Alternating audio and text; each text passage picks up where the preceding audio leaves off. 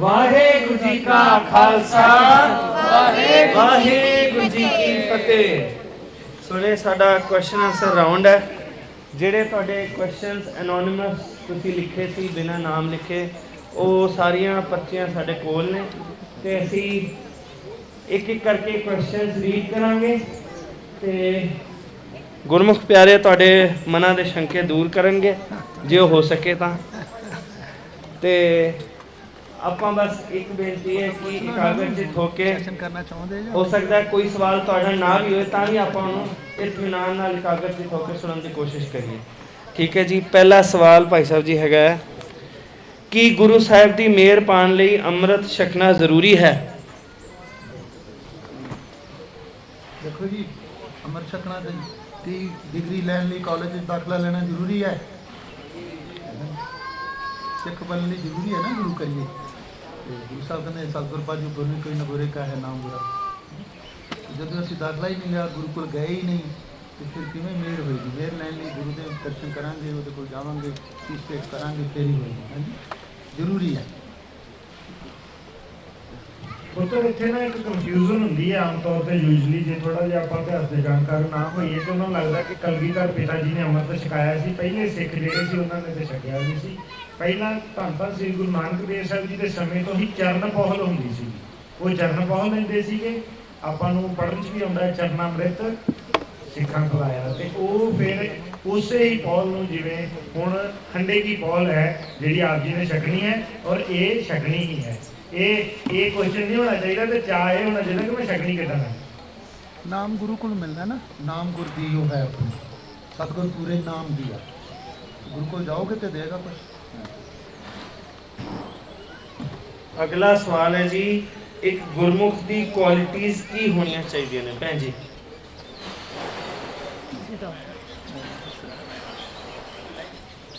गुरमुख ही दस सकते हैं भाई, गुरमुख की क्वालिटीज की हो सकती है। पर जो कुछ असीं इत्थे सुनिया है, पढ़िया है, विचारिया है, वो सारिया गुरमुख दी क्वालिटीज़ ही उदां दियां विचार रहे हैं ना। जे कोई स्पैसिफिक क्वेश्चन हैगा इस प्रति तां तुसीं दस दो भावें खड़े होके कि तुसीं किहड़े एंगल तो पुछ रहे हो। पर जिहड़े सत संतोख दया धर्म ये साडे सिंगार ने, ये ज़्यादा एक्सप्लेनेशन मैं नहीं जाना। जे पुछना होया तो पुछ लिओ डिटेल ते मतलब एक किन्ने गुणा की असी सांझ पाओगे ना। पहली गल जिहड़ा मुख गुरु वाला है वो गुरमुख है, जिहड़ा गुरु वाल मूँह करके गुरु की सिक्ख्या लै रहा है। तो जो कुछ भी बाणी च गुरु साहब कह रहे हैं वो हुक्म है, तो यदा मतलब जिहड़ा हुक्म ते चल रहा है वो गुरमुख है। तो जिहड़ा गुरु के नियम विच गुरु के हुक्म ते चल रहा है, तो गुरु का हुक्म कभी भी पुट्ठे काम नहीं करना हुंदा ना। गुरु का हुक्म हैगा कि गुरु वर्गे ही बनना सी, ਉਹਦੇ ਵਰਗਾ ਹੀ ਜਨ ਨਾਨਕ ਹਰ ਹਰ ਹੋਇਆ। ਤੇ ਏਮ ਸਾਡੀ ਇਹ ਹੈਗੀ ਹੈ। ਅਸੀਂ ਇਹਨੂੰ ਸਿੰਪਲ ਟਰਮਸ 'ਚ ਆਨਸਰ ਕਰੀਏ ਕਿ ਕੋਈ ਵੀ ਚੀਜ਼ ਜਿਹੜੀ ਤੁਹਾਨੂੰ ਗੁਰੂ ਵੱਲ ਇੱਕ ਸਟੈਪ ਲੈ ਕੇ ਜਾ ਰਹੀ ਹੈ ਉਹ ਗੁਰਮੁਖ ਦੀ ਕੁਆਲਿਟੀ ਹੈ, ਜਿਹੜੀ ਦੂਰ ਲੈ ਕੇ ਜਾ ਰਹੀ ਹੈ ਉਹ ਗੁਰਮੁਖ ਤੋਂ ਉਲਟ ਹੋਗੀ। ਠੀਕ ਹੈ, ਇੰਨਾ ਕੀ ਬਹੁਤ ਹੈ ਸਾਨੂੰ। अगला क्वेश्चन भी भैन जी आप जी आंसर दे दो। At national and international levels some games are not allowed to play for baptized Sikhs due to kakars etc. It means Gursikhs are not allowed to reach high level posts. हाँ जी, तो ये कुछ challenges ने ਇਹਦੇ 'ਚ ਅਸੀਂ ਜਾਂ ਤਾਂ ਇਹ ਸੁਣ ਸਕਦੇ ਹਾਂ ਕਿ we are not able to reach the high posts, ਤੇ ਜਾਂ ਅਸੀਂ ਉਹਨੂੰ ਚੈਲੰਜ ਲੈ ਕੇ ਉਹਦਾ ਚਲੋ ਉਹਨੂੰ ਪੁਸ਼ ਕਰ ਸਕਦੇ ਹਾਂ।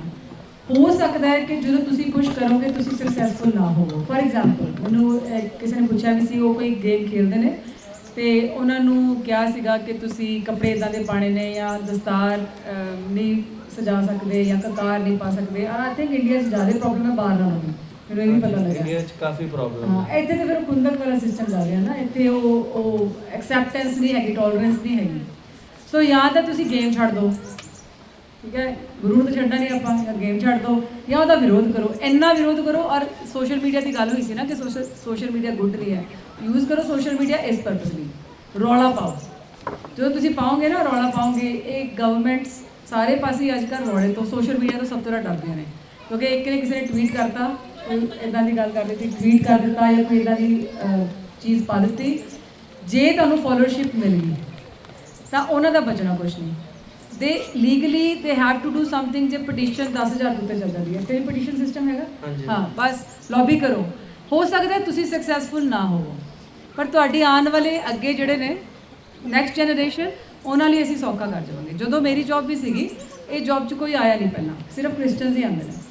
ਤਾਂ ਸਿਰਫ ਮੈਂ ਗੋਡੇ ਤਾਂ ਹੀ ਦੜਾਏ ਸੀਗੇ ਕਿ ਡੋਰ ਖੋਲ ਜੀਏ, ਕਿ ਅਸੀਂ ਸਾਡੀ ਪ੍ਰਮੋਸ਼ਨ ਹੋਏ ਨਾ ਹੋਏ, ਅਸੀਂ ਅੱਗੇ ਤੁਰੀਏ ਨਾ ਤੁਰੀਏ, ਸਾਡੇ ਤੋਂ ਜਿਹੜੇ ਪਿੱਛੇ ਆਣਗੇ ਉਹਨਾਂ ਨੂੰ ਹੁਣ ਕੋਈ ਪ੍ਰੋਬਲਮ ਨਹੀਂ ਹੈ, ਪਰ ਤੁਹਾਨੂੰ ਉਹਦੇ 'ਚ ਵੀ ਇੱਕ ਸੈਟੀਸਫੈਕਸ਼ਨ ਮਹਿਸੂਸ ਹੋਏਗੀ।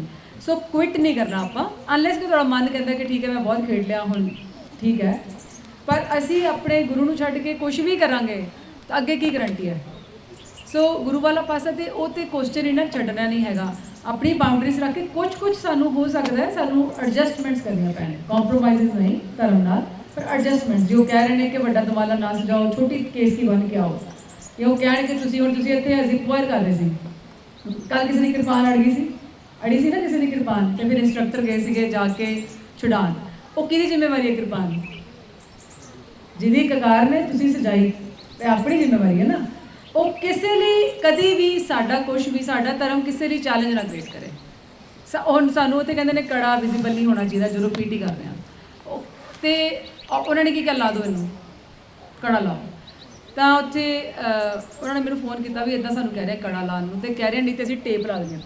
ਟੇਪ ਨਹੀਂ, ਸੈਲੋ ਟੇਪ। ਹੁਣ ਸੈਲੋ ਟੇਪ ਲਾਵਾਂਗੇ ਤੇ ਕੀ ਹੋਏਗਾ? ਕੇਸ ਪੁੱਟਣਗੇ, ਦਰਦ ਵੀ ਹੋਏਗੀ। ਉਹ ਹਾਲੇ ਕਿ ਅੰਮ੍ਰਿਤਧਾਰੀ ਨਹੀਂ ਸੀ ਉਹ ਬੱਚੇ, ਪਰ ਫਿਰ ਵੀ ਉਹ ਕਹਿੰਦੇ ਸੀ ਕੜਾ ਨਹੀਂ ਲਾਣਾ, ਜਿੰਨਾ ਕੁ ਉਹਨਾਂ ਦਾ ਹੈ ਸਿਸਟਮ। ਤੇ ਅਸੀਂ ਸਵੈਟ ਬੈਂਡ ਸਮਝਦੇ ਸਾਰੇ, ਸਵੈਟ ਬੈਂਡ, ਤੇ ਅਸੀਂ ਸਵੈਟ ਬੈਂਡ ਪਾ ਲਓ।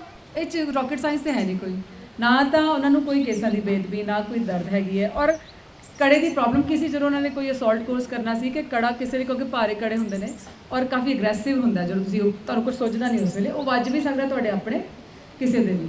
ਤੇ ਜਿਹੜੇ ਆਫਿਸਰਸ ਨੇ ਉਹਨਾਂ ਦੀ ਡਿਊਟੀ ਆਫ ਕੇਅਰ ਹੈਗੀ ਹੈ ਕਿ ਨਾ ਤੁਹਾਨੂੰ ਕੋਈ ਰਿਸਕ, ਜੇ ਕੋਈ ਐਕਸੀਡੈਂਟ ਹੋ ਜਾਂਦਾ ਤਾਂ ਕਲੇਮ ਬਹੁਤ ਵੱਡੇ ਹੋ ਜਾਂਦੇ ਨੇ, ਤੇ ਇਸ ਕਰਕੇ ਉਹਨਾਂ ਦੀ ਵੀ ਜ਼ਿੰਮੇਵਾਰੀ ਬਣਦੀ ਹੈ।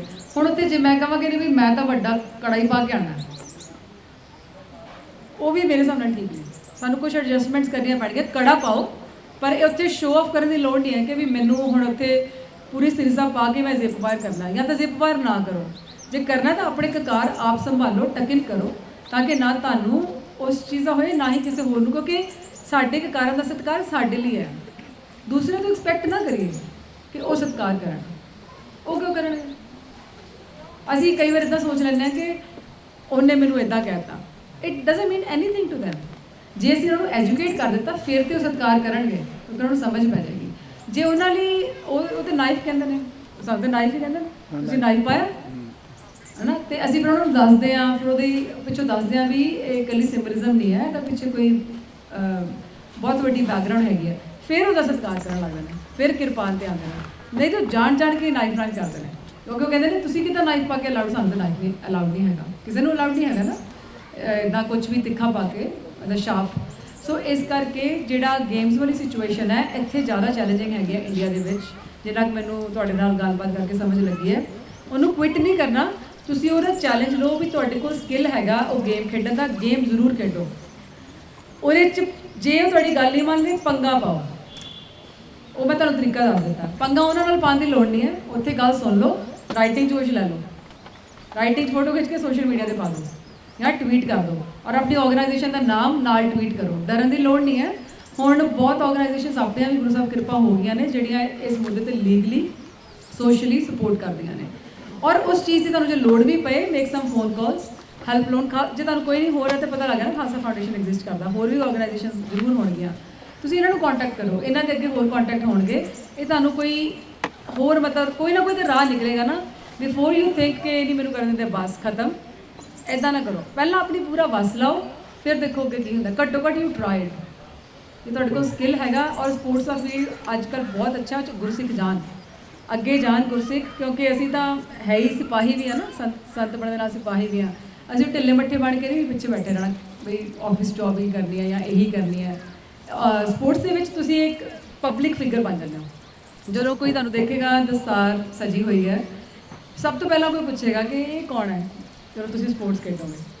ਔਰ ਜੇ ਖੇਡਣੀ ਵੀ ਹੈ, ਇਸ ਤਰੀਕੇ ਨਾਲ ਖੇਡੋ ਕਿ ਉੱਥੇ ਸਿੱਖੀ ਦਾ ਵੀ ਮਜ਼ਾਕ ਨਾ ਬਣੇ, ਮਤਲਬ ਪੋਨੀ ਟੇਲ ਨਹੀਂ ਕਰੋ ਉੱਥੇ ਜਾ ਕੇ, ਉੱਥੇ ਹੈਡ ਨਾ ਪਾ ਲਓ। ਉਹ ਹੈਗੇ ਤੇ ਇਹੋ ਜਿਹੇ ਵੀ ਬੜੇ, ਉਹ ਸਿੱਖੀ ਦਾ ਪ੍ਰਚਾਰ ਨਹੀਂ ਹੋ ਰਿਹਾ, ਉਲਟਾ ਕੰਮ ਹੋ ਰਿਹਾ। ਜੋੜਾ ਪਿੱਛੇ ਕਰ। ਹਾਂ, ਆਪਣਾ ਕਰੋ ਔਰ ਆਪਣਾ ਪੂਰਾ ਇੱਕ ਸਟੈਂਡ ਲੈ ਕੇ, ਪਰ ਇਹ ਸੌਖਾ ਨਹੀਂ ਹੋਏਗਾ, ਇਹ ਨਾਲ ਤੈਅ ਰੱਖੋ, ਪਰੇਸ਼ਾਨੀ ਆਏਗੀ, ਪਰ we are here to support you ਇੱਕ ਦੂਸਰੇ ਨੂੰ, ਠੀਕ ਹੈ। ਹਾਂਜੀ ਭਾਈ ਨਿਸ਼ਾਨ ਸਿੰਘ ਜੀ, ਨਿਤਨੇਮ ਇੱਕ ਡਿਊਟੀ ਲੱਗਦੀ ਹੈ ਕਦੇ ਕਦੇ, ਜਲਦੀ ਜਲਦੀ ਖਤਮ ਹੋਏ ਅੰਮ੍ਰਿਤ ਵੇਲੇ, ਇਦਾਂ ਦਾ ਵੀ ਹੋ ਜਾਂਦੇ ਆ ਕਦੀ ਕਦੀ। ਦੇਖੋ ਪੁੱਤਰ, ਜਿਹੜਾ ਮਨ ਹੈ ਨਾ, ਇਹ ਦੁਨੀਆ 'ਚ ਸਭ ਤੋਂ ਫਾਸਟ ਚੱਲਣ ਵਾਲੀ ਚੀਜ਼ ਹੈ। ਮਨ, ਸਰੀਰ ਨੇ ਬਹਿਣਾ ਜ਼ਰੂਰ ਹੈ, ਪਰ ਨਿਤਨੇਮ ਤੇ ਮਨ ਨੇ ਕਰਨਾ ਨਾ। ਮਨ ਜੇ ਨਿਤਨੇਮ ਕਰੇਗਾ ਫਿਰ ਇਹ ਸੰਸਕਾਰ ਬਣੇਗਾ, ਫਿਰ ਸੁਭਾਅ ਬਣੇਗਾ, ਫਿਰ ਦਰਗਾਹ 'ਚ ਪ੍ਰਵਾਨ ਹੋਏਗਾ। ਜੇ ਇਕੱਲੇ ਤਨ ਨੇ, ਮੰਨ ਲਓ ਇਕੱਲੀ ਜੀਭ ਨਹੀਂ ਕਰ ਦਿੱਤਾ ਹਿਲਾ ਕੇ, ਮਨ 1 ਮਿੰਟ ਵੀ ਨਾ ਬੈਠਾ, ਤੁਸੀਂ ਵੇਖਿਆ ਨਾ ਕਈ ਵਾਰ ਆਪਾਂ ਹੁੰਦੇ ਆ, ਜਪਜੀ ਸਾਹਿਬ ਸ਼ੁਰੂ ਕੀਤਾ, ਸਾਰੀ ਬਾਣੀ ਨਿਕਲ ਗਈ, ਆਪਾਂ ਨੂੰ ਪਤਾ ਨਹੀਂ ਲੱਗੇ ਕਿੱਥੇ ਗਏ ਸੀ। ਉਸ ਦਿਨ ਉਹ ਜਿਹੜੀ ਬਾਣੀ ਆ ਉਹ ਸਿਰਫ ਤਨ ਨੇ ਕੀਤੀ, ਮਨ ਨੇ ਨਹੀਂ ਕੀਤੀ। ਮਨ ਪੁੱਤਰ ਕਦੀ ਵੀ ਸਟੇਬਲ ਨਹੀਂ ਹੁੰਦਾ, ਔਰ ਇਹੋ ਜਿਹੇ ਦਿਨ ਆਉਂਦੇ ਆ, ਕਈ ਵਾਰ ਇਹ ਦਿਨ ਹੁੰਦਾ ਕਿ ਬਾਣੀ ਪੜ੍ਹਦੇ ਆ ਬੰਦੇ ਦਾ ਦਿਲ ਕਰਦਾ ਮੈਂ ਹੋਰ ਜ਼ਿਆਦਾ ਪੜ੍ਹਾਂ, ਹੋਰ ਜ਼ਿਆਦਾ ਪੜ੍ਹਾਂ, ਔਰ ਦੂਜੇ ਪਾਸੇ ਨੂੰ ਇਹੀ ਹੁੰਦਾ ਕਿ ਕਈ ਵਾਰ ਇਹ ਬੋਝ ਲੱਗਦਾ ਹੈ ਨਾ। ਇਹਦੇ ਲਈ ਜ਼ਰੂਰੀ ਹੈ ਕਿ ਚੀਜ਼ ਨੂੰ ਸਮਝੋ ਕਿ ਆਪਾਂ ਇੱਕ ਤਨ ਆ ਤੇ ਇੱਕ ਮਨ ਆ। ਤਨ ਤੇ ਬੈਠ ਗਿਆ, ਹੁਣ ਮਨ ਨਹੀਂ ਬੈਠ ਰਿਹਾ, ਮਨ ਨੂੰ ਵੀ ਨਾਲ ਪਹਿਲਾਂ ਬਿਠਾਓ।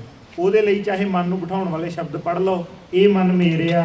ਜਦੋਂ ਅਸੀਂ ਲੋੜ ਤੋਂ ਵੱਧ ਕਾਹਲੀ ਜਾਂ ਵੀ ਸਿਰਫ ਸ਼ੁਰੂ ਹੀ ਇੱਥੋਂ ਕਰਨਾ, ਏਕ ਓੰਕਾਰ ਸਤਿਨਾਮ ਕਰਤਾ ਪੁਰਖ, ਉਹ ਪੁੱਤਰ ਫਿਰ ਇਹਨੂੰ ਸਮਾਂ ਦਿਓ ਪਹਿਲਾਂ ਨਾ। ਹੁਣ ਇੱਥੇ ਵੀ ਤੇ ਨਾ ਭਾਈ ਕੁਛ ਪਹਿਲਾਂ ਆਣ ਕੇ ਬੈਠ ਗਏ, ਕੁਛ ਬਾਅਦ 'ਚ ਆਣ ਕੇ ਬੈਠੇ ਆ। ਉਦੋਂ ਹੀ ਤੁਸੀਂ ਜੇ ਆ ਕੇ ਬੈਠ ਕੇ ਆਪਣੇ ਮਨ ਨੂੰ ਪਹਿਲਾਂ ਮਨਾਓ, ਆਪਣੇ ਮਨ ਨੂੰ ਕਹੋ ਕਿ ਆ ਬੈਠ ਗੁਰਬਾਣੀ ਪੜ੍ਹੀਏ ਗੁਰੂ ਸਾਹਿਬ ਜੀ ਦੀ। ਤੇ ਜਦੋਂ ਰੀਝ ਨਾਲ ਕਰੋਗੇ ਪੁੱਤਰ, ਫਿਰ ਇਹ ਤੁਹਾਡਾ ਜਿੰਨੀ ਰੀਝ ਨਾਲ ਕਰੋਗੇ ਉਨਾ ਹੀ ਉਹ ਜ਼ਿਆਦਾ ਅੱਗੇ ਤੋਂ ਮਨ ਲੱਗਣਾ ਸ਼ੁਰੂ ਹੋ ਜਾਏਗਾ। ਇਹਨੂੰ ਆਦਤ ਪੈ ਜਾਏਗੀ ਬੈਠਣ ਦੀ। ਜਦੋਂ ਤੋਂ ਆਦਤ ਬੈਠ ਗਈ ਫਿਰ ਤੇ ਮਹਾਰਾਜ ਕਿਰਪਾ ਕਰਨ, ਫਿਰ ਤੁਰਦੇ ਫਿਰਦੇ ਵੀ ਤੁਸੀਂ ਦੇਖਦੇ ਹੀ ਆ ਗੁਰਸਿੱਖ ਉਹ ਗੁਰਬਾਣੀ ਪੜ੍ਹਦੇ ਹੁੰਦੇ। ਠੀਕ ਹੈ ਜੀ। ਤੁਹਾਨੂੰ ਸ਼ਬਦ ਮਾਰੇ ਦਾ ਦੱਸ ਦਿੰਦੇ ਹਾਂ, ਤੇ ਨਿਤਨੇਮ ਵਿੱਚ ਬਹਿਣ ਤੋਂ ਪਹਿਲਾਂ ਆਵਾਜ਼ ਮਾਰ ਲਿਆ ਕਰੋ, ਮੇਰੇ ਮਨ ਪਰਦੇਸੀ ਵੇ ਪਿਆਰੇ ਆਓ ਘਰੇ। ਇਹ ਸ਼ਬਦ ਕੱਢ ਲਿਓ ਤੁਸੀਂ ਹੁਣ। ਹਰ ਗੁਰੂ ਮਿਲਾਵੋ ਮੇਰੇ ਪਿਆਰੇ, ਘਰ ਵਸੇ ਹਰੇ। ਇਹਨੂੰ ਪਿਆਰ ਨਾਲ ਪਲੋਸੋ ਕਿ ਭਾਈ ਆ ਜਾ ਘਰ, ਅੱਗੇ ਤੂੰ ਮੇਰੇ ਬੜੇ ਜਨਮ ਖਰਾਬ ਕੀਤੇ ਨੇ, ਚੱਲ ਹੁਣ ਆਪਾਂ ਰਲ ਕੇ ਤੇ ਇਹ ਜਨਮ ਸਫਲਾ ਕਰ ਲਈਏ। ਹਾਂਜੀ ਹਾਂਜੀ ਵਾਹਿਗੁਰੂ। ਅਗਲਾ ਸਵਾਲ ਭਾਈ ਸਾਹਿਬ ਜੀ, ਤੁਸੀਂ ਕਿਸੇ ਹੋਰ ਧਰਮ ਦੇ ਵਿਅਕਤੀ ਦਾ ਮੁਕਤ ਕੀ ਮੁਕਤੀ ਸਿਰਫ ਸਿੱਖੀ ਵਿੱਚ ਮਿਲਦੀ ਹੈ? ਹਿੰਦੂਇਜ਼ਮ, ਕ੍ਰਿਸਚੀਅਨਸ ਜਾਂ ਹੋਰ ਧਰਮ ਵਿੱਚ ਕਿਉਂ ਨਹੀਂ ਹੈ ਮੁਕਤੀ? ਦੇਖੋ ਅਸੀਂ ਤਾਂ ਆਪਣੀ ਗੱਲ ਕਰਨੀ ਹੈ ਨਾ, ਉਹਨਾਂ ਨੂੰ ਮੁਬਾਰਕ, ਸਾਨੂੰ ਮੁਬਾਰਕ। ਸਾਨੂੰ ਹਾਂ, ਤੁਮਕੋ ਤੁਮਾਰਾ ਖੂਬ, ਹਮਕੋ ਹਮਾਰਾ ਖੂਬ। ਆਪਾਂ ਆਪਣੀ ਗੱਲ ਕਰੀਏ ਹੈ ਨਾ, ਆਪਾਂ ਨੂੰ ਕੰਪੈਰੀਜ਼ਨ ਇਸ ਤਰ੍ਹਾਂ ਕੰਪੈਰੀਜ਼ਨ ਕਰਨ ਦੀ ਲੋੜ ਨਹੀਂ। ਫਿਰ ਕਿੰਨੇ ਕੁ ਚਿਰ ਸਿੱਖ ਰਵਾਂਗੇ ਜੇ ਅਸੀਂ ਇਹੋ ਹੀ ਸੋਚਦੇ ਰਹੇ ਵੀ ਉਹ ਵੀ ਹਿੰਦੂ ਹੋ ਜਾਏਗਾ। ਕੋਈ ਬੰਦਾ ਕਈ ਬੰਦੇ ਇਸ ਤਰ੍ਹਾਂ ਕਹਿੰਦੇ ਨੇ ਉਹ ਫਲਾਣਾ ਬੜਾ ਐਸ਼ ਕਰਦਾ ਪਿਆ ਹੈ ਨਾ, ਇਹ ਕੋਈ ਪੁੱਠੇ ਕੰਮ ਕਰਦਾ ਤੇ ਆਮ ਅਸੀਂ ਸੋਚਦੇ ਵੀ ਉਹ ਬੜੀ ਮੌਜ ਕਰਦਾ ਪਿਆ, ਤੇ ਜਿਹੜਾ ਬੰਦਾ ਇਹ ਕਹਿ ਰਿਹਾ ਵੀ ਉਹ ਮੌਜ ਕਰਦਾ ਪਿਆ, ਉਹ ਕਿੰਨੇ ਕੁ ਚਿਰ ਬਚਿਆ ਰਹੇਗਾ? ਉਹ ਵੀ ਨਹੀਂ ਬਚਣ ਵਾਲਾ। ਤਾਂ ਸਾਨੂੰ ਮੇਰੇ ਹਿਸਾਬ ਨਾਲ ਸਾਨੂੰ ਨਹੀਂ ਇਹ ਸੋਚਣ ਦੀ ਲੋੜ, ਸਾਨੂੰ ਇਹ ਪਤਾ ਵੀ ਪੂਰੇ ਗੁਰੂ ਤੋਂ ਬਗੈਰ ਮੁਕਤੀ ਨਹੀਂ ਹੈ। ਬਿਨ ਗੁਰ ਪੂਰੇ ਨਾ ਹੀ ਉਧਾਰ, ਬਾਬਾ ਨਾਨਕ ਆਖੇ ਇਹ ਵਿਚਾਰ। ਤੇ ਹੁਣ ਪੂਰਾ ਗੁਰੂ ਕੌਣ ਹੈ? ਫਿਰ ਗੁਰੂ ਨਾਨਕ ਗੁਰੂ ਹੈ ਪੂਰਾ। ਤਾਂ ਫਿਰ ਮੈਨੂੰ ਤਾਂ ਇਹ ਪਤਾ ਨਾ, ਫਿਰ ਇੱਥੇ ਹੀ ਹੈ ਨਾ ਫਿਰ। ਤੇ ਬਾਕੀ ਅਸੀਂ ਤਾਂ ਮੁਕਤੀ ਮੰਗਦੇ ਵੀ ਨਹੀਂ ਨਾ, ਸਿੱਖ ਨਹੀਂ ਮੁਕਤੀ ਮੰਗਦਾ। ਸਿੱਖ ਕਹਿੰਦਾ ਮਨਪ੍ਰੀਤ ਚਰਨ ਕਮਲਾ, ਮੁਕਤ ਹੋ ਕੇ ਕੀ ਗੁੱਠੇ ਲੱਗ ਕੇ ਬਹਿ ਰਹਿਣਾ? ਕੀ ਪਤਾ ਗੁਰੂ ਸਾਹਿਬ ਫਿਰ ਕੋਈ ਸੇਵਾ ਲੈਣੀ ਚਾਹੁੰਦੇ ਹੋਣ ਤੁਹਾਡੇ ਕੋਲ, ਫਿਰ ਭੇਜਣਾ ਚਾਹੁੰਦੇ ਹੋਣ। ਜੇ ਗੁਰੂ ਦੇ ਦੋ ਤਰ੍ਹਾਂ ਦੇ ਲੋਕ ਆਉਂਦੇ ਨੇ, ਕਿ ਆਉਂਦੇ ਹੀ ਅਸੀਂ ਆਏ ਹਾਂ ਆਵਾਗਾਉਣ ਦੇ ਚੱਕਰ 'ਚ ਪਏ ਆਏ। ਇੱਕ ਆਉਂਦੇ ਨੇ ਬਾਬਾ ਦੀਪ ਸਿੰਘ ਵਰਗੇ, ਭਾਈ ਤਾਰੂ ਸਿੰਘ ਵਰਗੇ, ਜਿਹੜੇ ਹੁਕਮ 'ਚ ਆ ਕੇ ਖੇਡ ਕਰਦੇ ਨੇ, ਫਿਰ ਚਲੇ ਜਾਂਦੇ ਨੇ, ਫਿਰ ਲੋੜ ਪੈਂਦੀ ਫਿਰ ਆਏ ਨੇ। ਗੁਰਮੁਖ ਆਵੇ ਜਾਏ ਨਿਸੰਗ। ਤੋਂ ਆਪਣੇ ਧਰਮ ਅਨੁਸਾਰ ਪੂਰੇ ਗੁਰੂ ਤੋਂ ਬਗੈਰ ਮੁਕਤੀ ਨਹੀਂ ਹੈ, ਤੇ ਪੂਰਾ ਗੁਰੂ ਨਾਨਕ ਸਾਹਿਬ ਹੈ, ਤੇ ਉਹਨੂੰ ਮਿਲਣਾ ਜ਼ਰੂਰੀ ਹੈ। ਭੈਣ ਜੀ ਅਗਲਾ ਸਵਾਲ ਆਪ ਜੀ। ਆਪਾਂ ਕੋਸ਼ਿਸ਼ ਕਰੀ, ਬੜੇ ਸਾਰੇ ਸਵਾਲ ਨੇ, ਸਮਾਂ ਸਾਡੇ ਕੋਲ ਘੱਟ ਹੈ। ਤੇ ਸਵਾਲ ਹੈ ਕਿ ਅੰਮ੍ਰਿਤ ਛਕਣ ਦੇ ਬਿਨਾਂ, ਬੀਬੀਆਂ ਵੱਲੋਂ ਸਵਾਲ, ਕਿ ਅੰਮ੍ਰਿਤ ਛਕਣ ਦੇ ਬਿਨਾਂ ਮੈਂ ਪੱਕੀ ਦਸਤਾਰ ਸਜਾ ਸਕਦੀ ਹਾਂ? ਪੱਕੀ ਦਸਤਾਰ ਮਤਲਬ ਕਿ ਪਰਮਾਨੈਂਟ ਦਸਤਾਰ ਸਦਾ ਹੀ ਬਣੀ ਰੱਖਣਾ। ਅੱਛਾ, ਇਹਦੇ ਤੇ ਮੇਰੇ ਹਿਸਾਬ ਨਾਲ ਰਹਿਤ ਮਰਿਆਦਾ 'ਚ ਤਾਂ ਇੱਦਾਂ ਨਹੀਂ ਕੁਛ ਲਿਖਿਆ ਹੈਗਾ ਕਿ, ਪਰ ਜਿੱਦਾਂ ਅਸੀਂ ਇੱਕ ਟ੍ਰੈਂਡ ਦੇਖਿਆ ਕਿ ਆਪਣੇ ਆਪ ਨੂੰ ਯੂਜ਼ ਟੂ ਕਰਨ ਲਈ ਕਾਫੀ ਜਣੇ ਸ਼ੁਰੂ ਕਰ ਦਿੰਦੇ ਨੇ ਦਸਤਾਰ ਸਜਾਣੀ ਪਹਿਲਾਂ, ਤਾਂ ਕਿ ਸਾਡਾ ਪੂਰਾ ਅਭਿਆਸ ਹੋ ਜਾਵੇ। ਇਕੱਲਾ ਦਸਤਾਰ ਨਹੀਂ, ਸਾਰੇ ਕਕਾਰ ਵੀ ਮੈਂ ਬੱਚਿਆਂ 'ਚ ਦੇਖਿਆ ਹੈ। ਇਹ ਕੋਈ ਮਾੜੀ ਗੱਲ ਨਹੀਂ ਹੈਗੀ, ਕਿਉਂਕਿ ਕਈ ਵਾਰੀ ਮੇਰੇ ਨਾਲ ਇੱਥੇ ਵੀ ਕਈਆਂ ਨੇ ਗੱਲ ਕੀਤੀ ਹੈ, ਕਹਿੰਦੇ ਸਾਨੂੰ ਦਸਤਾਰ ਇੱਕੋ ਦਮ ਅਸੀਂ ਮਨ ਨਹੀਂ ਸੀ ਬਣਾਇਆ, ਦਸਤਾਰ ਇੱਕੋ ਦਮ ਮਿਲ ਗਈ। ਕਈ ਤਾਂ ਬਹੁਤ ਉਹਦੇ 'ਚ ਖੁਸ਼ ਹੋ ਜਾਂਦੇ ਨੇ, ਕਈਆਂ ਨੂੰ ਉਹ ਨਹੀਂ ਵੀ ਯੂਜ਼ ਟੂ ਹੁੰਦੇ, ਮਤਲਬ ਔਖਾ ਲੱਗਦਾ। ਜਿਹਨਾਂ ਨੇ ਮੇਰੇ ਨਾਲ ਇੱਥੇ ਗੱਲ ਕੀਤੀ ਹੈ ਉਹਨਾਂ ਨੂੰ ਔਖਾ ਲੱਗ ਰਿਹਾ। ਸੋ ਉਹ ਕਹਿੰਦੇ ਵੀ ਇੱਦਾਂ ਅਸੀਂ ਸੋਚਿਆ ਨਹੀਂ ਸੀ, ਤੇ ਨਾ ਸਾਨੂੰ ਦਸਤਾਰ ਸਜਾਣੀ ਆਉਂਦੀ ਸੀ, ਹੁਣ ਅਸੀਂ ਕਿਤੇ ਬਾਹਰ ਵੀ ਜਾਣਾ ਸਾਨੂੰ ਹੈਲਪ ਲੈਣੀ ਪੈਂਦੀ ਹੈ। ਸੋ ਇਹਦੇ 'ਚ ਕੋਈ ਮਾੜੀ ਗੱਲ ਨਹੀਂ ਹੈ, ਪਰ ਏਮ ਤੇ ਅੱਗੇ ਜਾ ਕੇ ਮਤਲਬ ਕੱਲਾ ਉਹ ਫਿਰ ਭੇਖਣਾ ਨਾ ਹੋ ਜਾਵੇ। ਇਹ ਹੈ ਵੀ ਕੱਲਾ ਭੇਖ ਨਾ ਹੋ ਜਾਵੇ। ਦਸਤਾਰ ਮਤਲਬ ਇੱਕ ਸਾਡਾ ਚਿੰਨ੍ਹ ਹੈਗਾ, ਨਿਸ਼ਾਨ ਹੈਗਾ ਕਿ ਅਸੀਂ ਗੁਰੂ ਦੇ ਸਿੱਖ ਹੈਗੇ ਹਾਂ। ਤਾਂ ਇਹ ਨਾ ਹੋਏ ਕਿ ਅਸੀਂ ਉੱਤੋਂ ਤਾਂ ਉਹ ਪਾ ਲਈਏ ਜਿੱਦਾਂ ਉਹ ਖੋਤੇ ਤੇ ਖਲ ਪਾਤੀ ਸੀਗੀ, ਉਹ ਕੋਈ ਕੰਪੈਰੀਜ਼ਨ ਨਹੀਂ ਹੈਗਾ। ਫਿਰ ਮੈਂ ਕੁਝ ਮੈਂ ਹੋਰ ਪਾ ਲਵਾਂ, ਅੰਦਰੋਂ ਮੈਂ ਕੁਝ ਹੋਰ ਹੋਵਾਂ। ਸੋ ਅੱਛੀ ਗੱਲ ਹੈ ਤੁਸੀਂ ਦਸਤਾਰ ਸਜਾਉਣ ਦੀ ਬਾਕੀ ਕਕਾਰ ਵੀ ਪਹਿਨ ਰਹੇ ਹੋ, ਪਰ ਏਮ ਕਿ ਆਪਾਂ ਐਡਮਿਸ਼ਨ ਵੀ ਲੈਣੀ ਹੈ। ਏਮ ਕਰੋ, ਜਦੋਂ ਤੁਹਾਨੂੰ ਥੋੜਾ ਆਪਣੇ ਲਈ ਇੱਕ ਟਾਰਗੇਟ ਰੱਖ ਲਓ। 6 ਮਹੀਨੇ ਫॉर एग्जांपल 6 ਮਹੀਨੇ ਰੱਖੇ ਹੈ ਕਿ ਪ੍ਰੈਕਟਿਸ ਹੋਗੀ। 6 ਮਹੀਨੇ ਬਹੁਤ ਹੁੰਦੇ ਨੇ, 6 ਮਹੀਨੇ ਸਾਲ ਜਿੰਨਾ ਵੀ ਤੁਹਾਨੂੰ ਚਾਹੀਦਾ। ਉਸ ਤੋਂ ਬਾਅਦ ਫਿਰ ਆਪਾਂ ਗੁਰੂ ਸਾਹਿਬ ਕੋਲ ਜਾਈਏ ਔਰ ਅੰਮ੍ਰਿਤ ਦੀ ਦਾਤ ਲਈ ਅਰਦਾਸ ਬੇਨਤੀ ਕਰੀਏ। ਦਸਤਾਰ ਸਿਰਫ ਇਹ 2 ਜਾਂ 5 ਮੀਟਰ ਦਾ ਕੱਪੜਾ ਨਹੀਂ ਹੈ, ਜਾਂ ਕੋਈ ਇਹ ਫੈਸ਼ਨ ਨਹੀਂ ਹੈ ਵੀ ਅਸੀਂ ਇਹਨੂੰ ਫੈਸ਼ਨ ਲਈ ਸਜਾਣੀ ਹੈ। ਐਸਾ ਮਾਈਕ ਨਹੀਂ ਵੀ ਦਸਤਾਰ ਨੂੰ ਆਪਾਂ ਸਿਰਫ ਫੈਸ਼ਨ ਲਈ ਲੈਣਾ ਹੈ, ਜਾਂ ਇਹਨੂੰ ਤੁਸੀਂ ਸਮਝੋ ਵੀ 2-5 ਮੀਟਰ ਦਾ ਕੱਪੜਾ ਸਿਰ ਢੱਕਣ ਵਾਸਤੇ। ਐਕਚੁਅਲੀ ਜੇ ਤੁਸੀਂ ਸਮਝੋ ਤੇ ਤੁਹਾਡੇ ਸਿਰ ਤੇ ਇਹ ਮਾਤਾ ਸਾਹਿਬ ਕੌਰ ਆ, ਇਹ ਜੋ ਬੈਠੀ ਹੈ ਨਾ, ਇਹ ਮਾਤਾ ਸਾਹਿਬ ਕੌਰ ਆ। ਅਸੀਂ ਉਹਦਾ ਸਰੂਪ ਸਾਰੀ ਵੈਸੇ ਖਾਲਸਾ ਮੇਰੇ ਰੂਪ ਹੈ ਖਾਸ, ਤਾਂ ਸਾਡਾ ਫਿਰ ਇੱਕ ਫਰਜ਼ ਵੱਧ ਜਾਂਦਾ ਹੈ ਵੀ ਅਸੀਂ ਜੇ ਦਸਤਾਰ ਬੰਨੀਏ ਤੇ ਇਹਦੀ ਫਿਰ ਅਸੀਂ ਲਾਜ ਵੀ ਰੱਖੀਏ। ਮੈਨੂੰ ਇੱਕ ਗੱਲ ਹੋਰ ਯਾਦ ਆ ਗਈ ਤੁਹਾਡੇ ਤੋਂ, ਇਹ ਫੈਸ਼ਨ ਵੀ ਬਣ ਚੁੱਕੀ ਹੈ। ਮੈਨੂੰ ਗੱਲ ਵਿਸਰ ਗਈ ਸੀ, ਕੁਝ ਵੈਸਟ ਵਿੱਚ ਵੀ ਹੈ, ਇੱਥੇ ਵੀ ਮੈਨੂੰ ਪਤਾ ਨਹੀਂ ਕਿ ਕੁਝ ਇਸ ਤਰ੍ਹਾਂ ਦਾ ਸਿਸਟਮ ਬਣ ਗਿਆ ਕਿ ਇੱਕ ਫੈਸ਼ਨ ਆਈਕਨ ਵੀ ਬਣ ਚੁੱਕਿਆ। ਕਿਉਂਕਿ ਨੈਚੁਰਲੀ ਦਸਤਾਰ ਦੀ ਇਸ ਤਰ੍ਹਾਂ ਦੀ ਚੀਜ਼ ਹੈ ਕਿ ਤੁਹਾਡਾ ਸਰੂਪ ਵੈਸੇ ਹੀ ਸੋਹਣਾ ਹੋ ਜਾਂਦਾ। ਪਤਾ ਨਹੀਂ ਤੁਹਾਨੂੰ ਇਸ ਚੀਜ਼ ਦੀ ਮਹਿਸੂਸ ਹੁੰਦਾ, ਮੈਨੂੰ ਤਾਂ ਇਹ ਲੱਗਦਾ ਕਿ ਨਾ ਤੁਸੀਂ ਬੁੱਢੇ ਲੱਗਦੇ ਹੋ, ਨਾ ਤੁਸੀਂ ਮੁਰਝਾਏ ਲੱਗਦੇ ਹੋ।